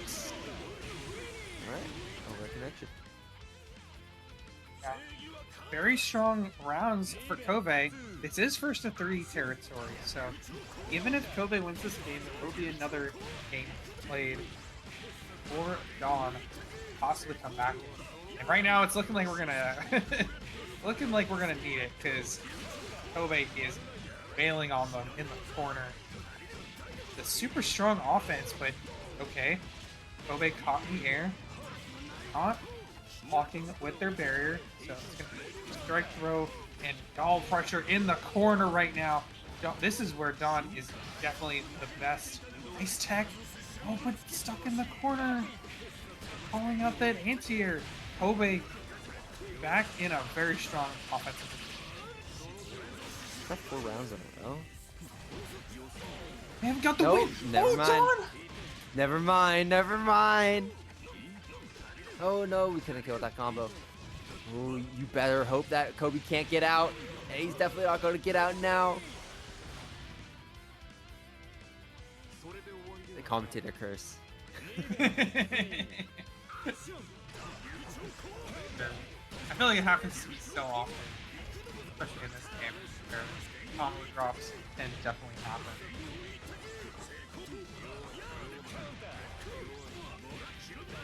That was a big hit, but still gonna be able to find the slide hit as well. And using those nails to get back in. Only 3 left, but Don on the corner was looking so good, but where Don came back from last time as well. And the 5As are whiffing right now, and it's allowing Kobe to get back in here, and that's gonna be it! Game 2 is also going to Kobe with a really strong overdrive activation. Just Sonic the Hedgehog their way back in. So we're running an 80% on Dawn right now, and that's incredibly impressive. So impressive, in fact, that Dawn is now going to the Moo as a one last Hail Mary to see what it can do. I don't know if they practice this character for this matchup, but I know that Dawn has this is a strong secondary. Yeah, he does have the Moo. Generally, I don't think I've ever seen Kobe lose against Dawn. So this is just like a final attempt to make something happen kind of deal. You have the extra game if happens. Oh, the throw whiffs from Dawn, so really Kobe has 4 steals online as well. Damn, that was some crazy damage. Yeah. I mean, that's what a 25% increase on your drive normals does. Okay, backing off. Tosses the triple nails, but Dawn making his way over. I respect that, though. Oh, the explosion, no, the ricochet. God, Dawn, even though we found a hit against Kobe. Point.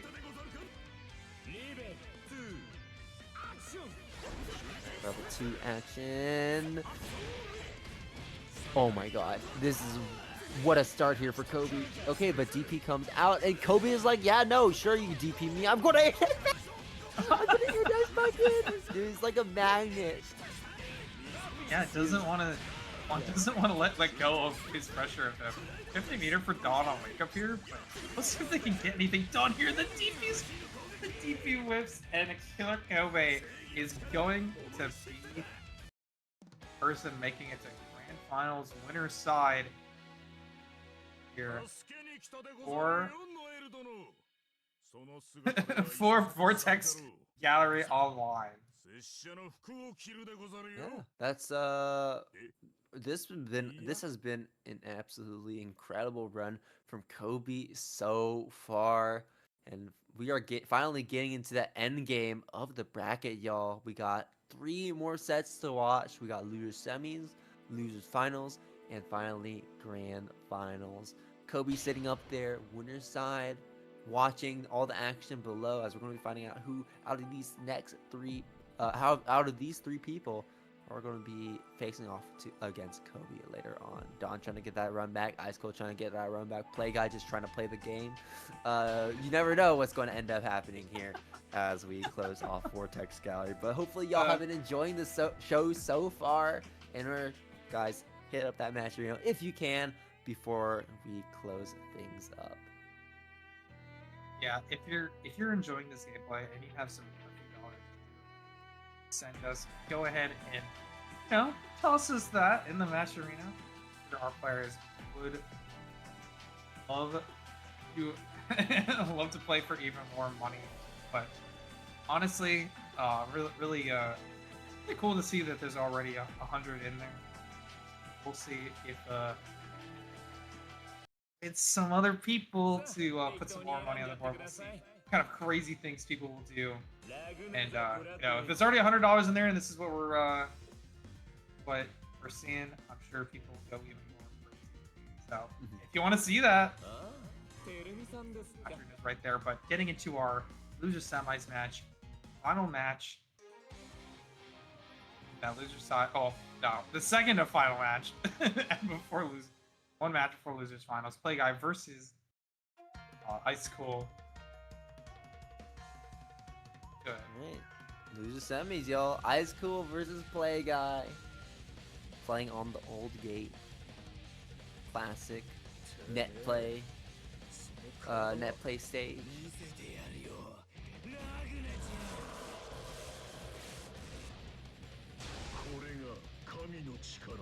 This is a matchup where I feel like Ragnar really needs to he needs to get going sometimes. He will die quickly.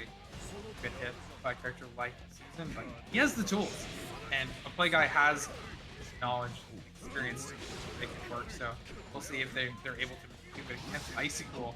Nice tech from IceCool already. The 5v JC being a menace. We're going to the corner. Get the Oki situation here at the 2A. No seals just yet for IceCool. And just the DP on the pressure, not letting them get anything going.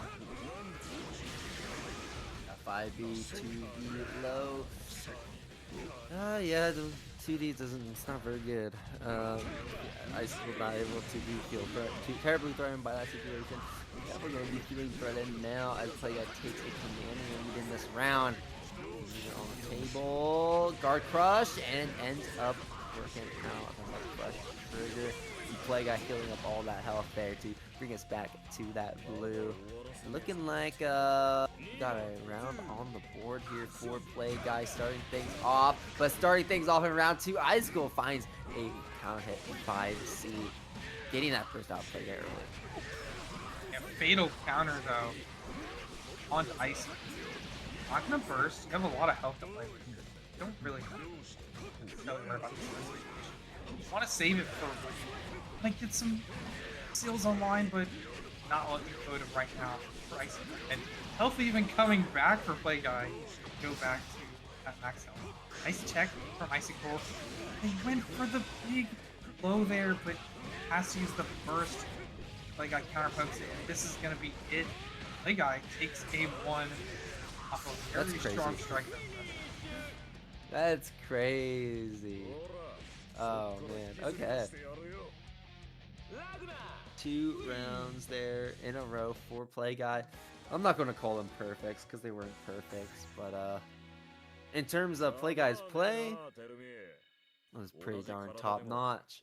1 game on the board, and this is still first of 2. IceCool is taking some time to think about how we need to adapt going to game number 2, and then eventually, or potentially not even game number 3. You called IceCool more of a slow-paced season, and honestly, in this matchup, I really think that they should, especially player-wise, might want to get more aggressive. Like, I think part of what Playguy likes doing is breaking down people's attacks, even with just strike their pressure. So, the more patient you play, you might play right into player like Playguy's. Right. Player like Playguy's play style. But thank you, G-Tech FGC, for the raid. We're right in the middle of loser semifinals of BlazBlue's Central Fiction Vortex Gallery right now. Yeah, hopefully y'all enjoy your BB Tag tournament. We got some Central Fiction still going on. 3 more sets to watch. Loser semis, loser finals, and grands. Right now we're watching Playguy on the Ragnar, IceCool on the Susan. IceCool actually the past Vortex Gallery champion, winning this multiple times in the previous years, but sent down to losers a little earlier on than they would have expected and trying to come back. But right now, Playguy is a giant robot in his way, rocking the Ragna and able to get a really nice combo here. 2A, there's a throw, gets it teched. IceCool staying alive by any means necessary, blocks the overhead, which is nice, blocks it low, and there's that distance created yet again using that barrier. Ragna really struggles to keep that pressure going if we're trying to go for that high-low mix, and that's why you see Playguy try to go for that strike throw a lot more often. That 5A counter hit, and we're able to do the combo off with IceCool with the confirm. Yeah, and that confirm gives them an extra seal as well. Just getting more powerful the more they play, but look at this, they get caught in there, and Playguy is back with the health lead and getting the health back as well. Okay, wake up spin. It's the Susan player special. Just doing it on wake up. Right, and they'll never expect it because they're not blocking high. Mark cancel right back. No DPRC. Good blocks right now. And Playguy just needs to play these last 6 seconds. The DP. 5 seconds, 4 seconds, and that's gonna be it. Playguy is gonna take the round, and IceCool is gonna Cali burst. Unfortunate. Dude, the way Play Guy is able to get these timeouts so consistently really speaks to how he slows the pace of the game down so much, even on the Ragna. It's kind of crazy the way they do it, but they're just so willing to play patient. Look at that punish as well. Like, it's some, oh, they have the seal for orb, just going for it on wake up. Okay. They're pressure in the corners, immediate overhead. Play Guy getting the lead yet again and putting themselves in good position to make it to those losers finals right now. This is first to 2 territory. We're back at it, and this is gonna be it. Play Guy has 100 meter. They just need to finish this combo right now. Burst comes out. IceCool, one more opportunity to make something happen, and that will not be happening for him at all. Play Guy throwing out the 5C, stuffing that approach from IceCool with a 2-0 takes down the previous Vortex Gallery online champion, as Play Guy is trying to take that title for himself. Now, playing against Dawn yet again to get that run back. Play Guy looking better than ever. Can absolutely give him a fight. Yeah, I think this is definitely some of the best I've seen Play Guy play. Like, just really good defense. Just super good. Always reacting. Always blocking. Like, it's actually how well that he's been playing. They are on the loser side, though, so it's always dangerous. And they're off to play Dawn. I believe, yeah, put them in losers with a 2-1 win. I run back here in our losers finals. Play Kobe. Dude. Up there in Grand. Just don't miss input our supers again or whatever we're doing, because, dude, I think honestly, I'm gonna be so honest with you. Play Guy lost against Dawn because of those. I think if Play Guy just didn't do that at all and just blocked out the duelist battles or whatever, he would have won the set. That's my opinion. There must be some sort of lapped counterplay that we're missing, that they're trying to do. I think it was like because I remember reading the chat earlier. I think it was like the Carnage Scissors. No, not Carnage Scissors. Blood Scythe. I think that's what he's trying to do. It's the one where he grabs you and I think he wipes. Oh no. That's the one he was getting, but I think he was trying to go for Blood Scythe or something like that. Oh, okay. But even then, like, the fact that we messed it up 3 times is kind of absurd. So let's hope that we don't see that in this set, and let's keep it clean, let's keep it simple, and let's get that 3-0, because we are in that first of 3 territory now, folks, and we are losers of finals here. Okay, Dawn immediately tossing out Doll tier M there. That's going to be a solid start for Play Guy. Dawn still has that Doll in the back pocket. We'll potentially pull it out in just a moment once we are able to create some space. Lay to avoid the 2D. And the burst comes out from Play Guy rather early, but we're just doing that to negate as much damage as possible to try and keep this momentum that we have built up so far. Good jump from Dawn, catching him with the Doll as we jump all the way up. Fuzzy jumps, that's definitely really important counter. Hey, that Play Guy wants to pick. Always going for those throws and the strike though pressure. Actually, I don't know why I'm calling that strike though, but that was definitely a little bit of mix. Able to sneak at the low, get the win there, then overdrive activation. Aaron win. Dawn takes game round 1. Yeah, taking round 1, but every round is really gonna matter. So in a sense, that could be them taking the game here, as they have a lot more opportunities to win another round compared to Play Guy here. Here we go though, Play Guy. 5A2A, 5A2A, 6B, axe kick, block high. Dawn not wearing that helmet today is going to take yet another combo. Play Guy still holding on to that 50 meter. There's a throw as well. Will super be enough? That's hard to say. No, not with this combo. Going to need one more. Oh, the 2C missed there, so it'll allow Play Guy to get back in. I just loved the way that Play Guy played that round. They're using the 5A2A. The 5A is to condition them to just stand there. Do not jump. I will catch your jump with fighting. Just sit there. Do not a fuzzy jump. And it allowed Play Guy to really get the grounded pressure that they needed. But speaking of grounded pressure that they need, Dawn is putting the pressure that they of their own together. Oh, not early enough on That's the unfortunate. overdrive. Yeah, unlucky for Dawn. But Play Guy taking it back and getting a nice combo here at the point.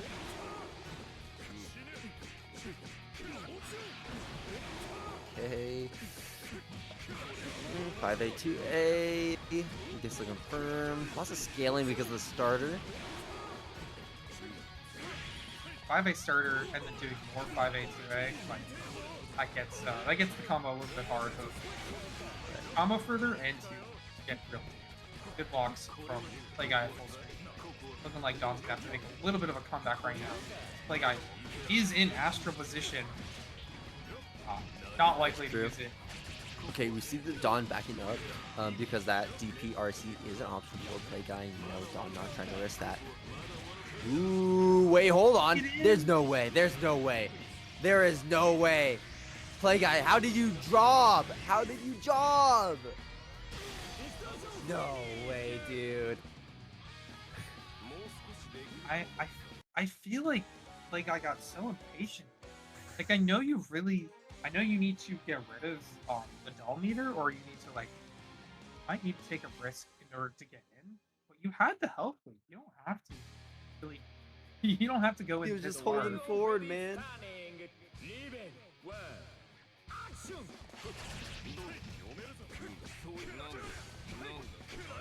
Okay. Trading blows back and forth here. And then finding a real hit just yet until now. Jump air dash 4 JC. Down. In the corner. Down. Okay, and there's that 6B attempt again. Play Guy's been going for that a lot now. And to his credit, it has been working a lot against Dawn. But Dawn started to catch on and started mashing all those 2As a little bit more. B. Make his way in. Run up 6B.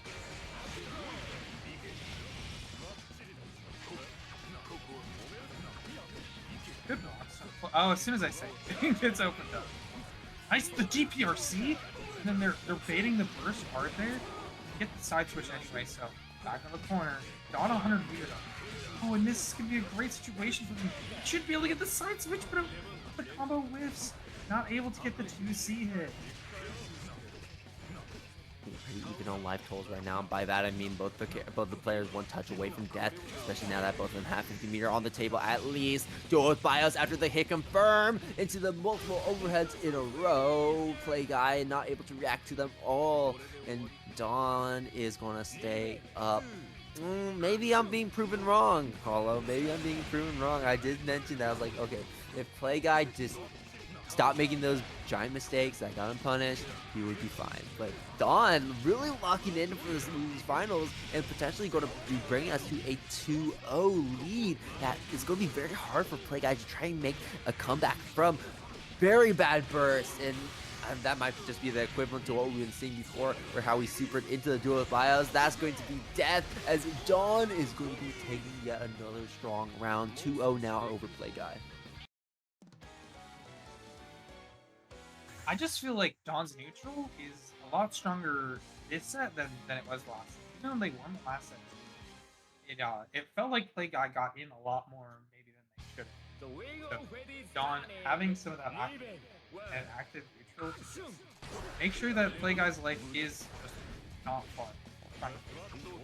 Playing against this doll, don't have long-range option, can just be very, very low. Dealing with 2 characters worth of pressure.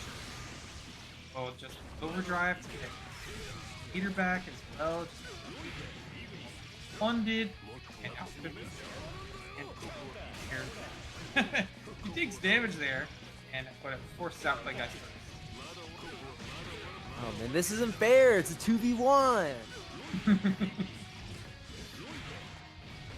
1v1 to be honest, man.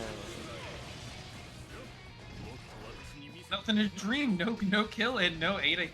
So Play Guy's gonna be trying to find this win. Nice 5B. They're able to hit the backdash on Dawn here. A little health back, but no overdrive to get necessarily huge. Right, a little bit of health, but that's not really going to be helping too much here. I mean, there's still like 1 or 2, like 3 5As enough here. And Don knows that. He's like, yeah, there's no reason for me to overextend, and we're just going to play it safe, toss out the doll, block it out, and looks like that game plan ended up working out pretty well for him, as now he is on a set point, trying to stage his comeback in a grand finals. Lele hooks with the doll, coming through, should be able to get the knockdown off of this. Sets up one more scary situation, Crush Trigger Burst. Don doesn't have any more meters to spend outside the 25 on, yeah, another Crush Trigger, probably not gonna, actually no, sorry, doesn't have any meters to spend.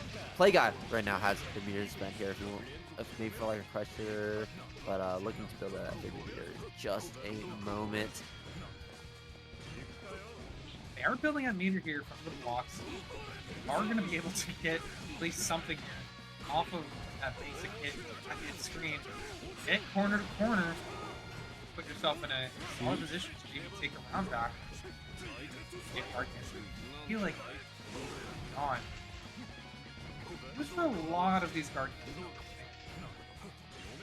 you saw Kobe punished a lot. Play Guy not as much right now. Are an active flow, but still not enough to get that 50 meter. Scaling on that meter gain was a little too high there, but right now Don has complete control of this set, and that is the round as he finds the Crush Trigger hit. Play Guy not using barrier, and Don scores a surprising 3-0 and will get his run back that he will get his run back that we saw in the winners finals there, as now Don is replaying his fight against Kobe. Yeah, I feel like the Don adaptation of I'm going to really lock down on this neutral, backdash a lot on round start, trying to get more space that way they can set up, just worked out so well against Play Guy.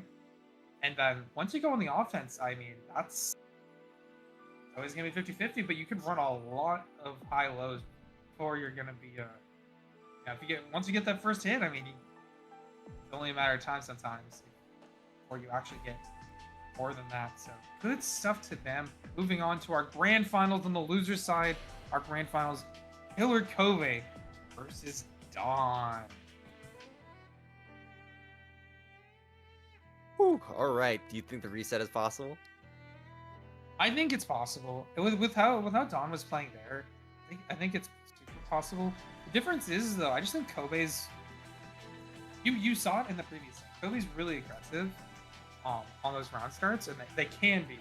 They see Dawn trying to set up so it's all about whether Dawn can call Kobe out for trying to play super aggressively. Overextend. So, all right, but yeah, hopefully y'all really enjoyed the lead up until now. We got grand finals in just a moment, but remember as we're getting into grand finals, you know who you are supporting as you go to that Matcherito page, !Matcherito in the chat to bring up that link and do any final donations if you do feel like doing so. Of course, if it's within your whatever you're comfortable with spending. It's about $130 in the pot right now, and can always go higher, supports the scene.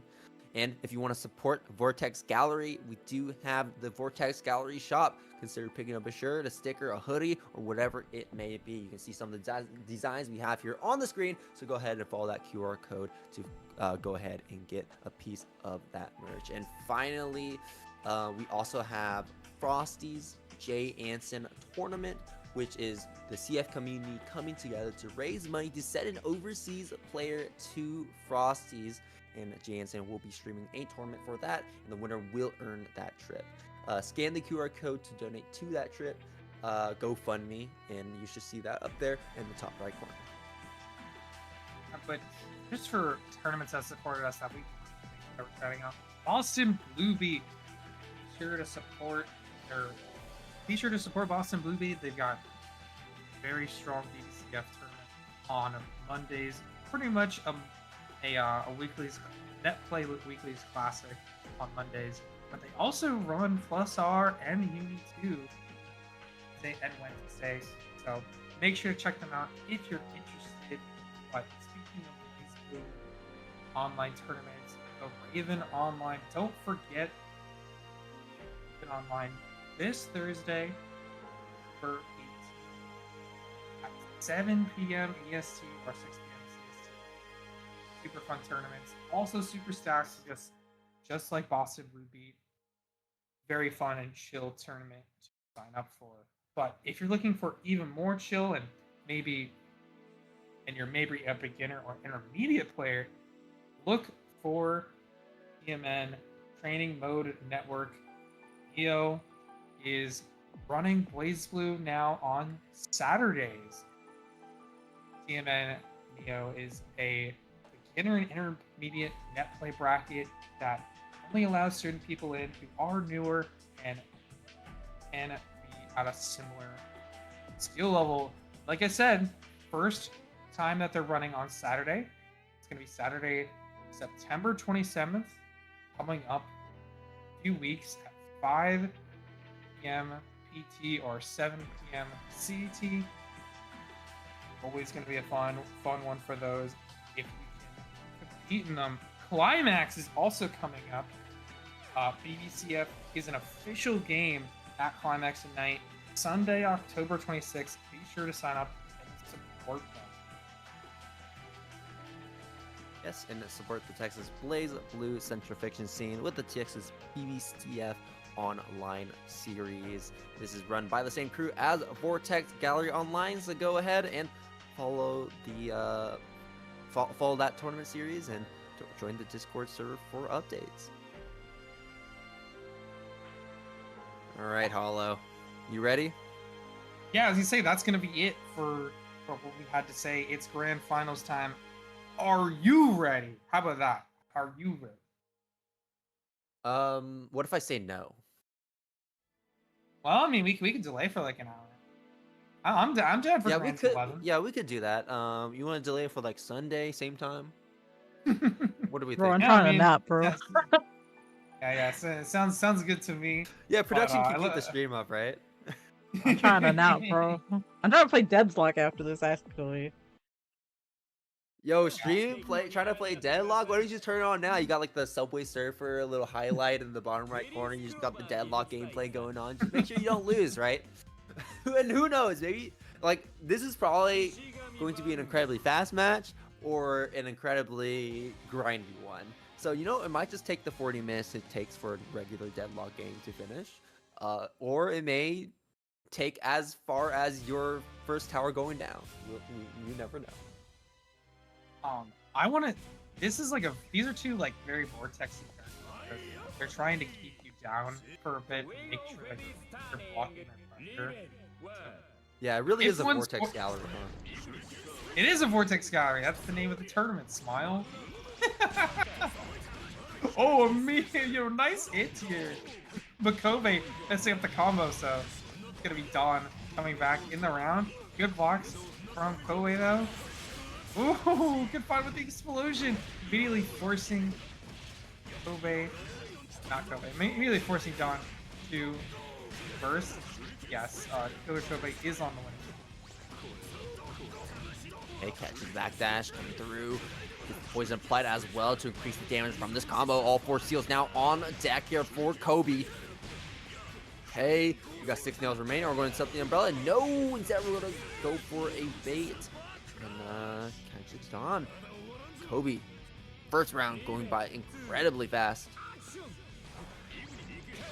Offense overwhelming today from Kobe. Really just feels like if nobody can stop them. Checks are going overhead low. It's becoming really hard for Dawn to really react to them. Just was not able to reach Kobe. It's okay though. Able to pick up. All right. little to get knocked down as well.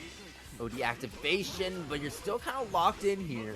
There's not really a lot of movement to actually get out, and Don is trying his best to make sure Kobe doesn't have room to start mixing him up from that OD state.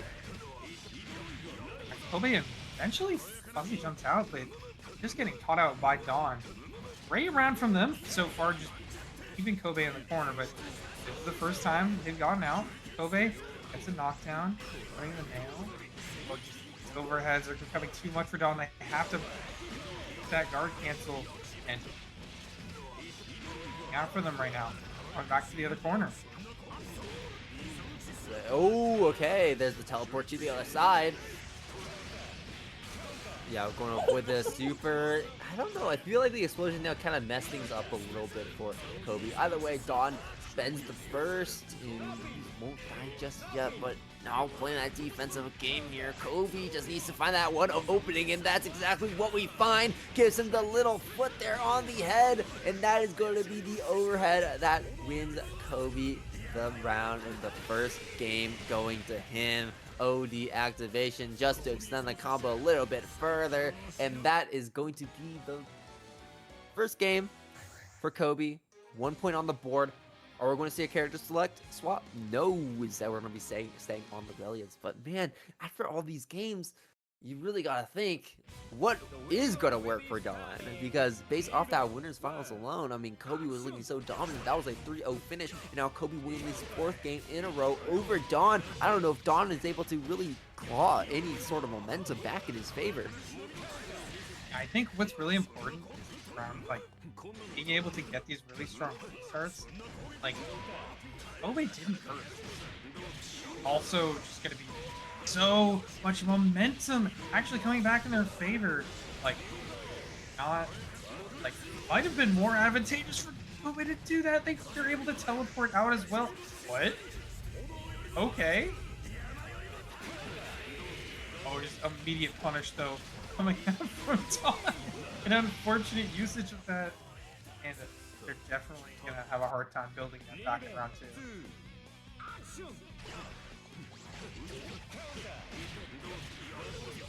Okay. This is looking a much more of a Dawn start.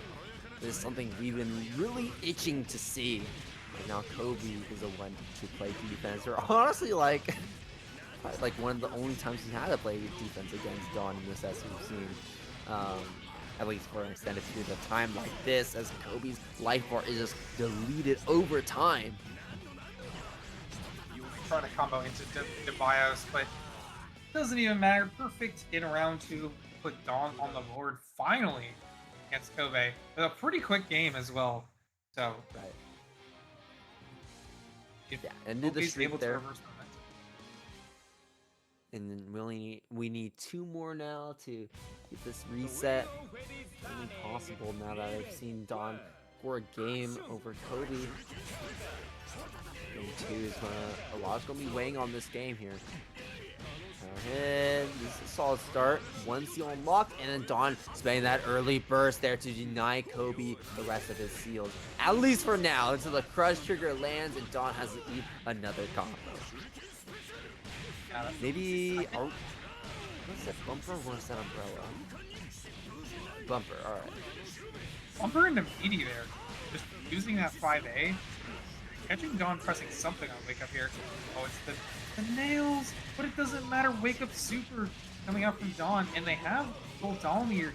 So they're just going to be able to do pressure one here in the corner. And resetting with the 1. Do it again. Able to come back. It's that's really rough. just. Oh, yeah, you can jump that one on reaction. Burst. Oh, we don't have burst left. Come here, it's a big deal. To get this round. Do it, guys. Teleport. We're out. The nails connect. The blocks for Dawn. 2A. Block it over the head. There's Nice tech. the throw. We tech it. Oh, can we finish it? Yes, we can. Really scrambly situation, but Dawn coming out on top of that and getting this momentum. Counter hit as well for Dawn. able to put themselves in a strong position in the corner. Well, Anhedaunia. No, this might be Don's game to win. We could be seeing a 2-1. We could be seeing a reset. With how things are shaping up. Tech. No purple throws today. Kobe still has that burst. Definitely wants to spend it soon, though. Either burst or OD. But one is less risky than the other. And in this case, we gotta spend that burst. As Don was able to find that crush trigger to connect. Oh no, the super connects here. Super. I don't think it's enough, though. Super starter. Just barely. Still alive. No real resources to work with other than nails and just going for the throw. Yeah, why are you sitting there? Ada says, get command grabbed. 4 Dawn. rounds just like that. Dawn is now 2 games in. 2 games on his side, and then 1 game over Kobe.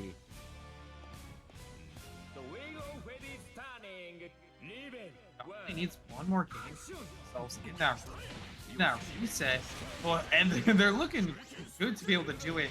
Kobe trying to put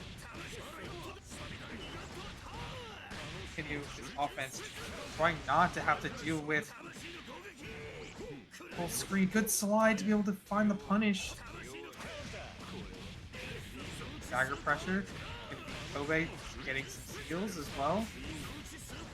Yeah, these rounds are looking real one-sided. Overhead. We should be able to build up 100 meter. Yeah, I think we should be able to build up 100 meter here. That's 50 spent. Well, doesn't look like we even need to spend anything extra. Kobe getting his first round in game number 4. I'd go under him. Clearing the doll. Right, yeah, because Don has been going for a lot of the doll drill, so just running right under kind of messes up that. Oh, he was just out of range there. He's gonna try to back up, but Don is on top of him right now, trying to apply pressure over and over again. Overhead, getting caught by that pressure. Kobe, corner. Not first either, so definitely have to hold this position. And hold it, he does, until he gets that 50 meter for the guard thrust. Able to get Dawn off him after that super ended. Teleport to the other side. That's a massive confirm for Kobe. Dawn going to burst. No, we're not going to see a burst. Instead, Kobe's going to go for a throw to stack more damage. That's unburstable. And now Dawn finally spending that burst. Does not have any life left to make even a dream of a possibility of a comeback. Kobe now evening things up to a 2-2-1 game here for Kobe, and he has the win. 1 game here for Dawn, and he has the reset. Which will it be? We're gonna take the red pill, we're gonna take the blue pill is the real question here. I'll leave it up to interpretation which one you think either of these are. But here we go. Kobe now going to be setting the pace, starting off in game number 5. That's going to be the really early burst taken from Kobe here. Not too bad, honestly, though. Spending burst early makes it so that you have opportunity to build a burst for that next round coming up.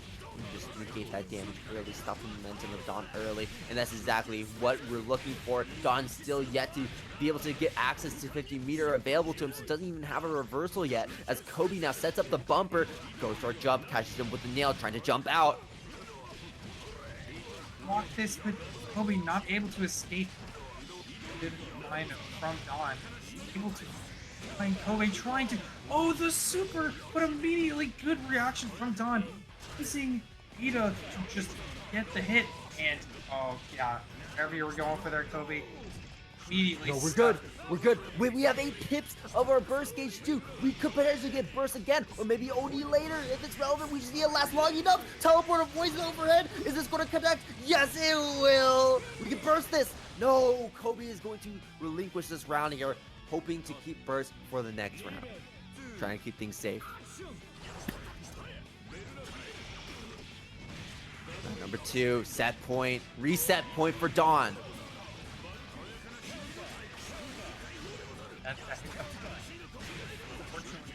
Kobe having to use first and get back into the round. And it's only round 2. Good command grab, offense. It just seems to look so good right after the first. Able to find the right openings to take the first right back from Dawn. And good anti-air. That was so cool. Using the guard point explosion with the doll to proc it. Yeah. To be Kobe taking us to Game 5, last round, set point or reset point. Who will come out on top? Final round. Yeah, will we be going home or will Dawn be sending us to another set? Kobe with 2 pips, Dawn with 5. Dawn takes some damage from the poison nail, but it's not going to be substantial enough, as Dawn is going to be evening up the life total here. The tech from Kobe looking good. We're very low on that doll gauge though, so Kobe has an opportunity to make something happen, but not here. Going to be comboed by Relia solo. Found the right ground to hit. Will they make it work? It's an overhead, and it's looking like Dawn is going to be able to do it right now. He still needs another opening, but Lewis bias. Lewis bias. And that is going to be the reset here, folks. Dawn wiping the slate clean to a 0-0.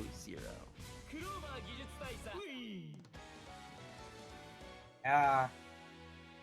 And we'll see who maintains their composure in set 2, because they tried to super there at the end. They thought that was their only option there. Even if you hit Relius, the thing is, like, even if you hit Relius in that situation, dual bias still kills you. Like, I feel like I've seen a lot of people try to reversal super, and none of them have worked today. So I'm curious what the tech is against that super. Like, everybody's just trying to do.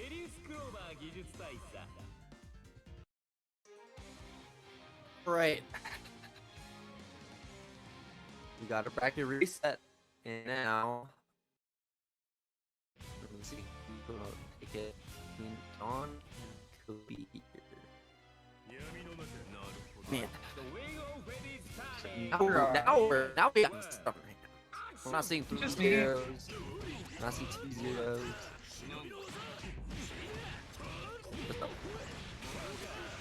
You were roboting on my end, but I think that.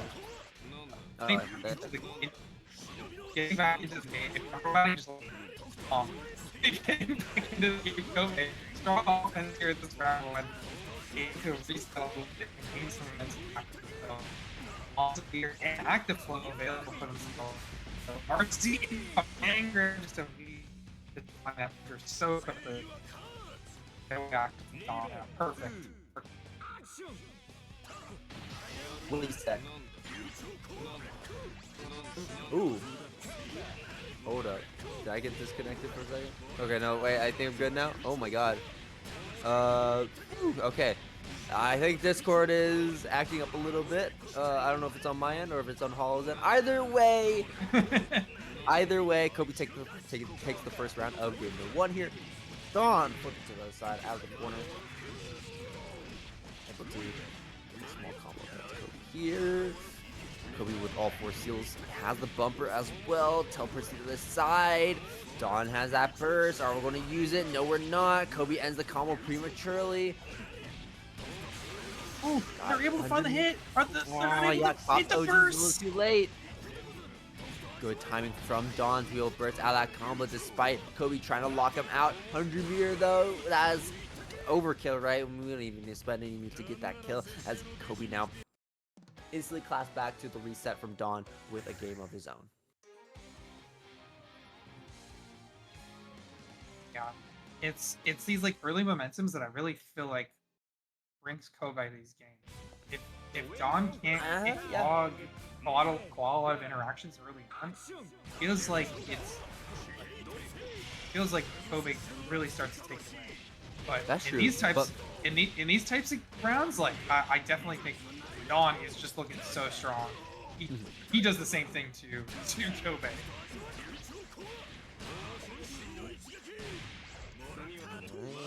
Okay, that's number 4. take him to the other side. Oh, what a perfect jump back. Scaling him in with the with the JA. Super is not going to land. We burst it. He doesn't get the combo after it, but the nail covers him, and Kobe just keeps up this streak, able to keep going. This is not good for Don. Not at all. We might not even see bursts in this round. Oh well. Well, maybe we don't have to worry about that. Yeah. Kobe's been momentum bursting a lot, and Dawn has been noticing. Like, and able to catch it off this time. Has the meter to finish this off. So, a round apiece, and Dawn maybe putting some more momentum back in their favor. It really is the, whoever can get started really starts winning. Right now.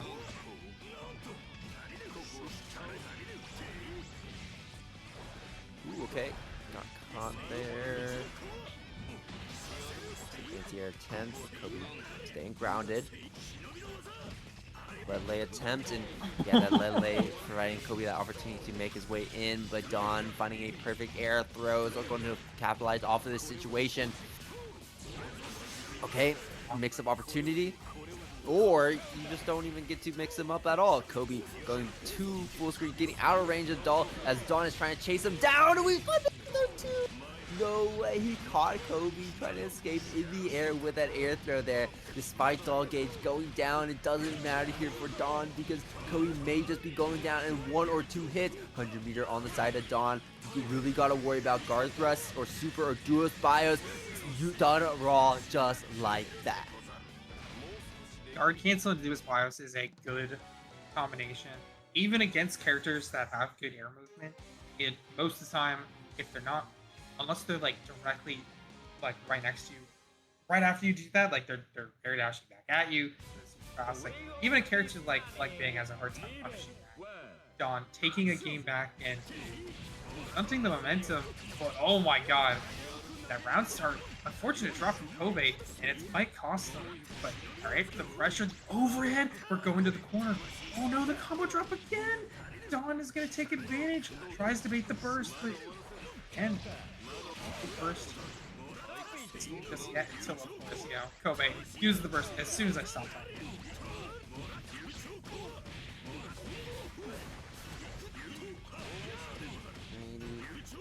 Kobe. Oh, we get it here. I think we got it with this combo.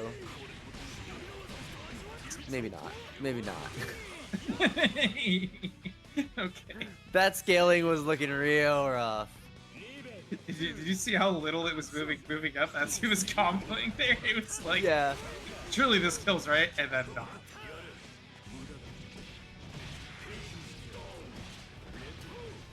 Up, down, up, 4. Dawn right now. They're able to get the sandwich mid-screen, but a lot of Dollmeter used there, so no more pressure to be done. Kobe taking advantage, able to get us to the corner. And you see those? The 4. Then at the bumper as well. Goes right into it. Blockable. The crush trigger. Guard cancel, but going right back at it. Kobe trying to stay close even after that. And the 50 meter here. No full combo. Oh, and the awkwardness right now. Dawn has a chance. that he does, but unfortunately, even though he had one, he's not able to close anything out there as Kobe closes game number 3 in his name. Yeah, this is looking like the opposite of pre-reset, where Gon was able to get 2-1 over Kobe. Now Kobe's kind of reversing that situation here, as now he's 2-1 over Dawn, and that momentum is really going to help him out here for what could potentially be the final game of this tournament of Vortex Gallery, y'all. Can he block it out? Blocks the overhead. Cannot avoid the throw. Dawn's going to be getting some damage off of that. The teleport, that was so weird. Yeah, we're not going to talk about that. Yeah, Kobe forced a burst. And that momentum burst, And, oh, okay. Teleport yet again. Throw into the corner. Good combo. They'll get this corner carry as well as Oki in the corner right now. Kobe trying to get the cross up. What a block! What a block! RC again, but this time into the throw to the other side, and Dawn consistently blocking these cross-ups. Ooh, from the top ropes. Oh, but Kobe's still alive. We weren't able to combo that confirm. The anti-air, the burst from Dawn. Dawn wants this one. There throw. He's gonna get it. Kobe doesn't have burst to get out of this combo. Yeah, that is an unfortunate one for Kobe, but Dawn taking it back like so well, able to find the air throw at the end to guarantee it as well. This pressure is also looking so good. No big hits yet, so no burst coming out from Kobe. Trying to play a little bit more aggressively. Good throw yet again in the corner. Should set up something nice for Kobe. Able. Oh, combo Nice, damage. understand, man. This is a perfect situation for Kobe here, as he's able to get all 4 seals and gets the bumper unlocked as well. Already going to be consuming one of those bumpers for this mix-up, and Dawn getting opened up. Kobe going to be building up to 100-meter pretty soon here. Use the nail umbrella to lock down Dawn. There's the chicken block just to make sure that we don't deal with the high-low mix. But Kobe, instead of going for the high-low, catches him with the throw instead. Kobe now on set point. 1 more round to go, and we might be seeing Kobe as your Vortex Gallery online champion here for BlazBlue Central Fiction. Okay, avoid. Oh, got hit, sniped by the doll.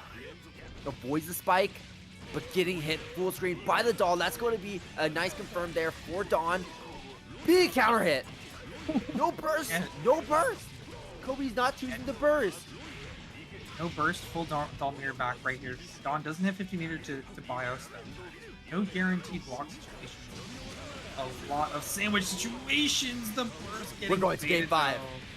Yeah, we are going game 5. Dawn does not want us to end just yet. They want to be today's champion, and they're only 1 game away. But so is Kobe. This is as close as it can be, I think. Yeah, it really is. We've seen. This is the 10th game of this grand final. Shout outs to Training Mode Network for rating us with a party of 17, y'all. We are at grand finals, final game, final round here for BlazBlue Central Fiction. This is post reset as well. Literally the final game of this set. Kobe starting us off so strong. The spot dodge getting called out. Dawn not able to get an option out after that. So 50 meter on line 2. This should be the kill. Kobe on set point again to be our champion. 1 more to go, but Kobe wasn't able to close out last time. Can he close it out now? Jumps over the doll. That's good. Purple throw tech. Sends out the triple kneel. Clips Dawn for just a little bit of damage. Has to block the doll. Has to respect it. There's the JA to kill it prematurely as well. That's good. Kills the doll yet again. And now Dawn is looking really low on that doll gauge. Right into the throw. Not even the command grab here. Dawn not taking the throw into the corner right now. And forced to use burst, but it's definitely a good use right now. Dawn able to find a big hit into the corner. They are out of doll, so you're not really able to put additional pressure here. You have to wait. And right now they've been walking so much stuff. Good find on the air right now. Kobe looking so good. And this might be it. Oh, no! We didn't use our OD into EA. Oh my gosh, Dawn is still alive. Holding on to life for dear, holding on to it for dear life. OD activation into the EA isn't enough. Killakobes with the overdrive finish is going to be your Vortex Gallery on a line 2025 champion for BlazBlue Central Fiction, doing it with the bang, loud and proud as he wins his first Vortex Gallery, y'all. Yeah, big of a win for Kobe. That was a killer bracket. I mean, that was a top 4 of people that like you expect to always be on top. And Kobe was the one who he was the one who came out in first place over everyone, even after getting reset in grand finals by Dawn. Such a close fashion. Sometimes that can really destroy your mental in grand finals, but not Kobe. They were able to make it back, make it work, and take it in that game 10 situation. Such a dominant tournament for them. GG's. Good job to them. What a run. Yes, and good job to everyone that was able to make it to top 8, top 32, and big thank you to everyone that played in the tournament today, as well as everyone that tuned in to the Twitch chat as well. We really appreciate all of you. If you want to go ahead and support the players, you still can through the Matcherino link. We currently have $103, so if you'd like to donate more, you can. It will be appreciated to help out with the scene. We also have, of course, the Vortex Gallery shop if you want to support Vortex Gallery online directly and you really like what they do, go ahead and support them. We have shirts, we have stickers, we have hoodies, and of course, remember, there's the Frosty's Jay Anson tournament. Remember to go to that GoFundMe, add some extra funds if you can to help out with getting a Japanese player on over to Frosty's later next year. And then we want to shout out all the tournaments that supported Vortex Gallery. Boston Blue Beat. Be sure to support Boston Blue Beat in their weekly lineup of BBCF, Plus R, and Under Night. The Raven Online. Don't forget to sign up every week on Thursday. You know, always a great tournament. Always really stacked as well. On top of Boston Blue Beat. Then, if you want to sign up for a bracket and you're a beginner, go ahead and sign up for Training Mode Network, BBCF. The first Saturday tournament is on the 27th. Sign up today if you're a beginner or intermediate player. I promise, great tournament to sign up for. Very, very fun. And also allows you to play against people of similar skill level to help you learn. Climax of Night, baby. Sorry. No, you're good. Go ahead. BBCF is an official game at Climax. Make sure to sign up. It's on Sunday, October 26th. And if you live in Texas, you want to play some more BlazBlue Central Fiction, or you just want to watch the Texas scene, we have the Texas BlazBlue Central Fiction online series brought to you by the same staff as Vortex Gallery. So support it if you can. Join the server for updates. And folks, that is going to be our last ad read of the night. Thank you all for showing up for Vortex Gallery here for BlazBlue Central Fiction. I know this is one of the final weeks here for Vortex Gallery online. And yeah, thank you for all the raids who've been seeing as well. Thank you for production, players, and Paulo, thank you for commentating with me. But with that, we're going to be signing out, y'all. Have a fantastic rest of your night. Again, thank you all for tuning in and signing up for BBCF NA at Vortex Gallery. We could not do this without you all and your support. Despite all the DQs, we are still the 4th largest bracket in Vortex Gallery this year. So, congrats to everyone. And again, congrats to Killakobes on winning first slice. We're going to head out now and find one of the other guys to raid because there are still more tournaments to go for the night. Y'all take care now.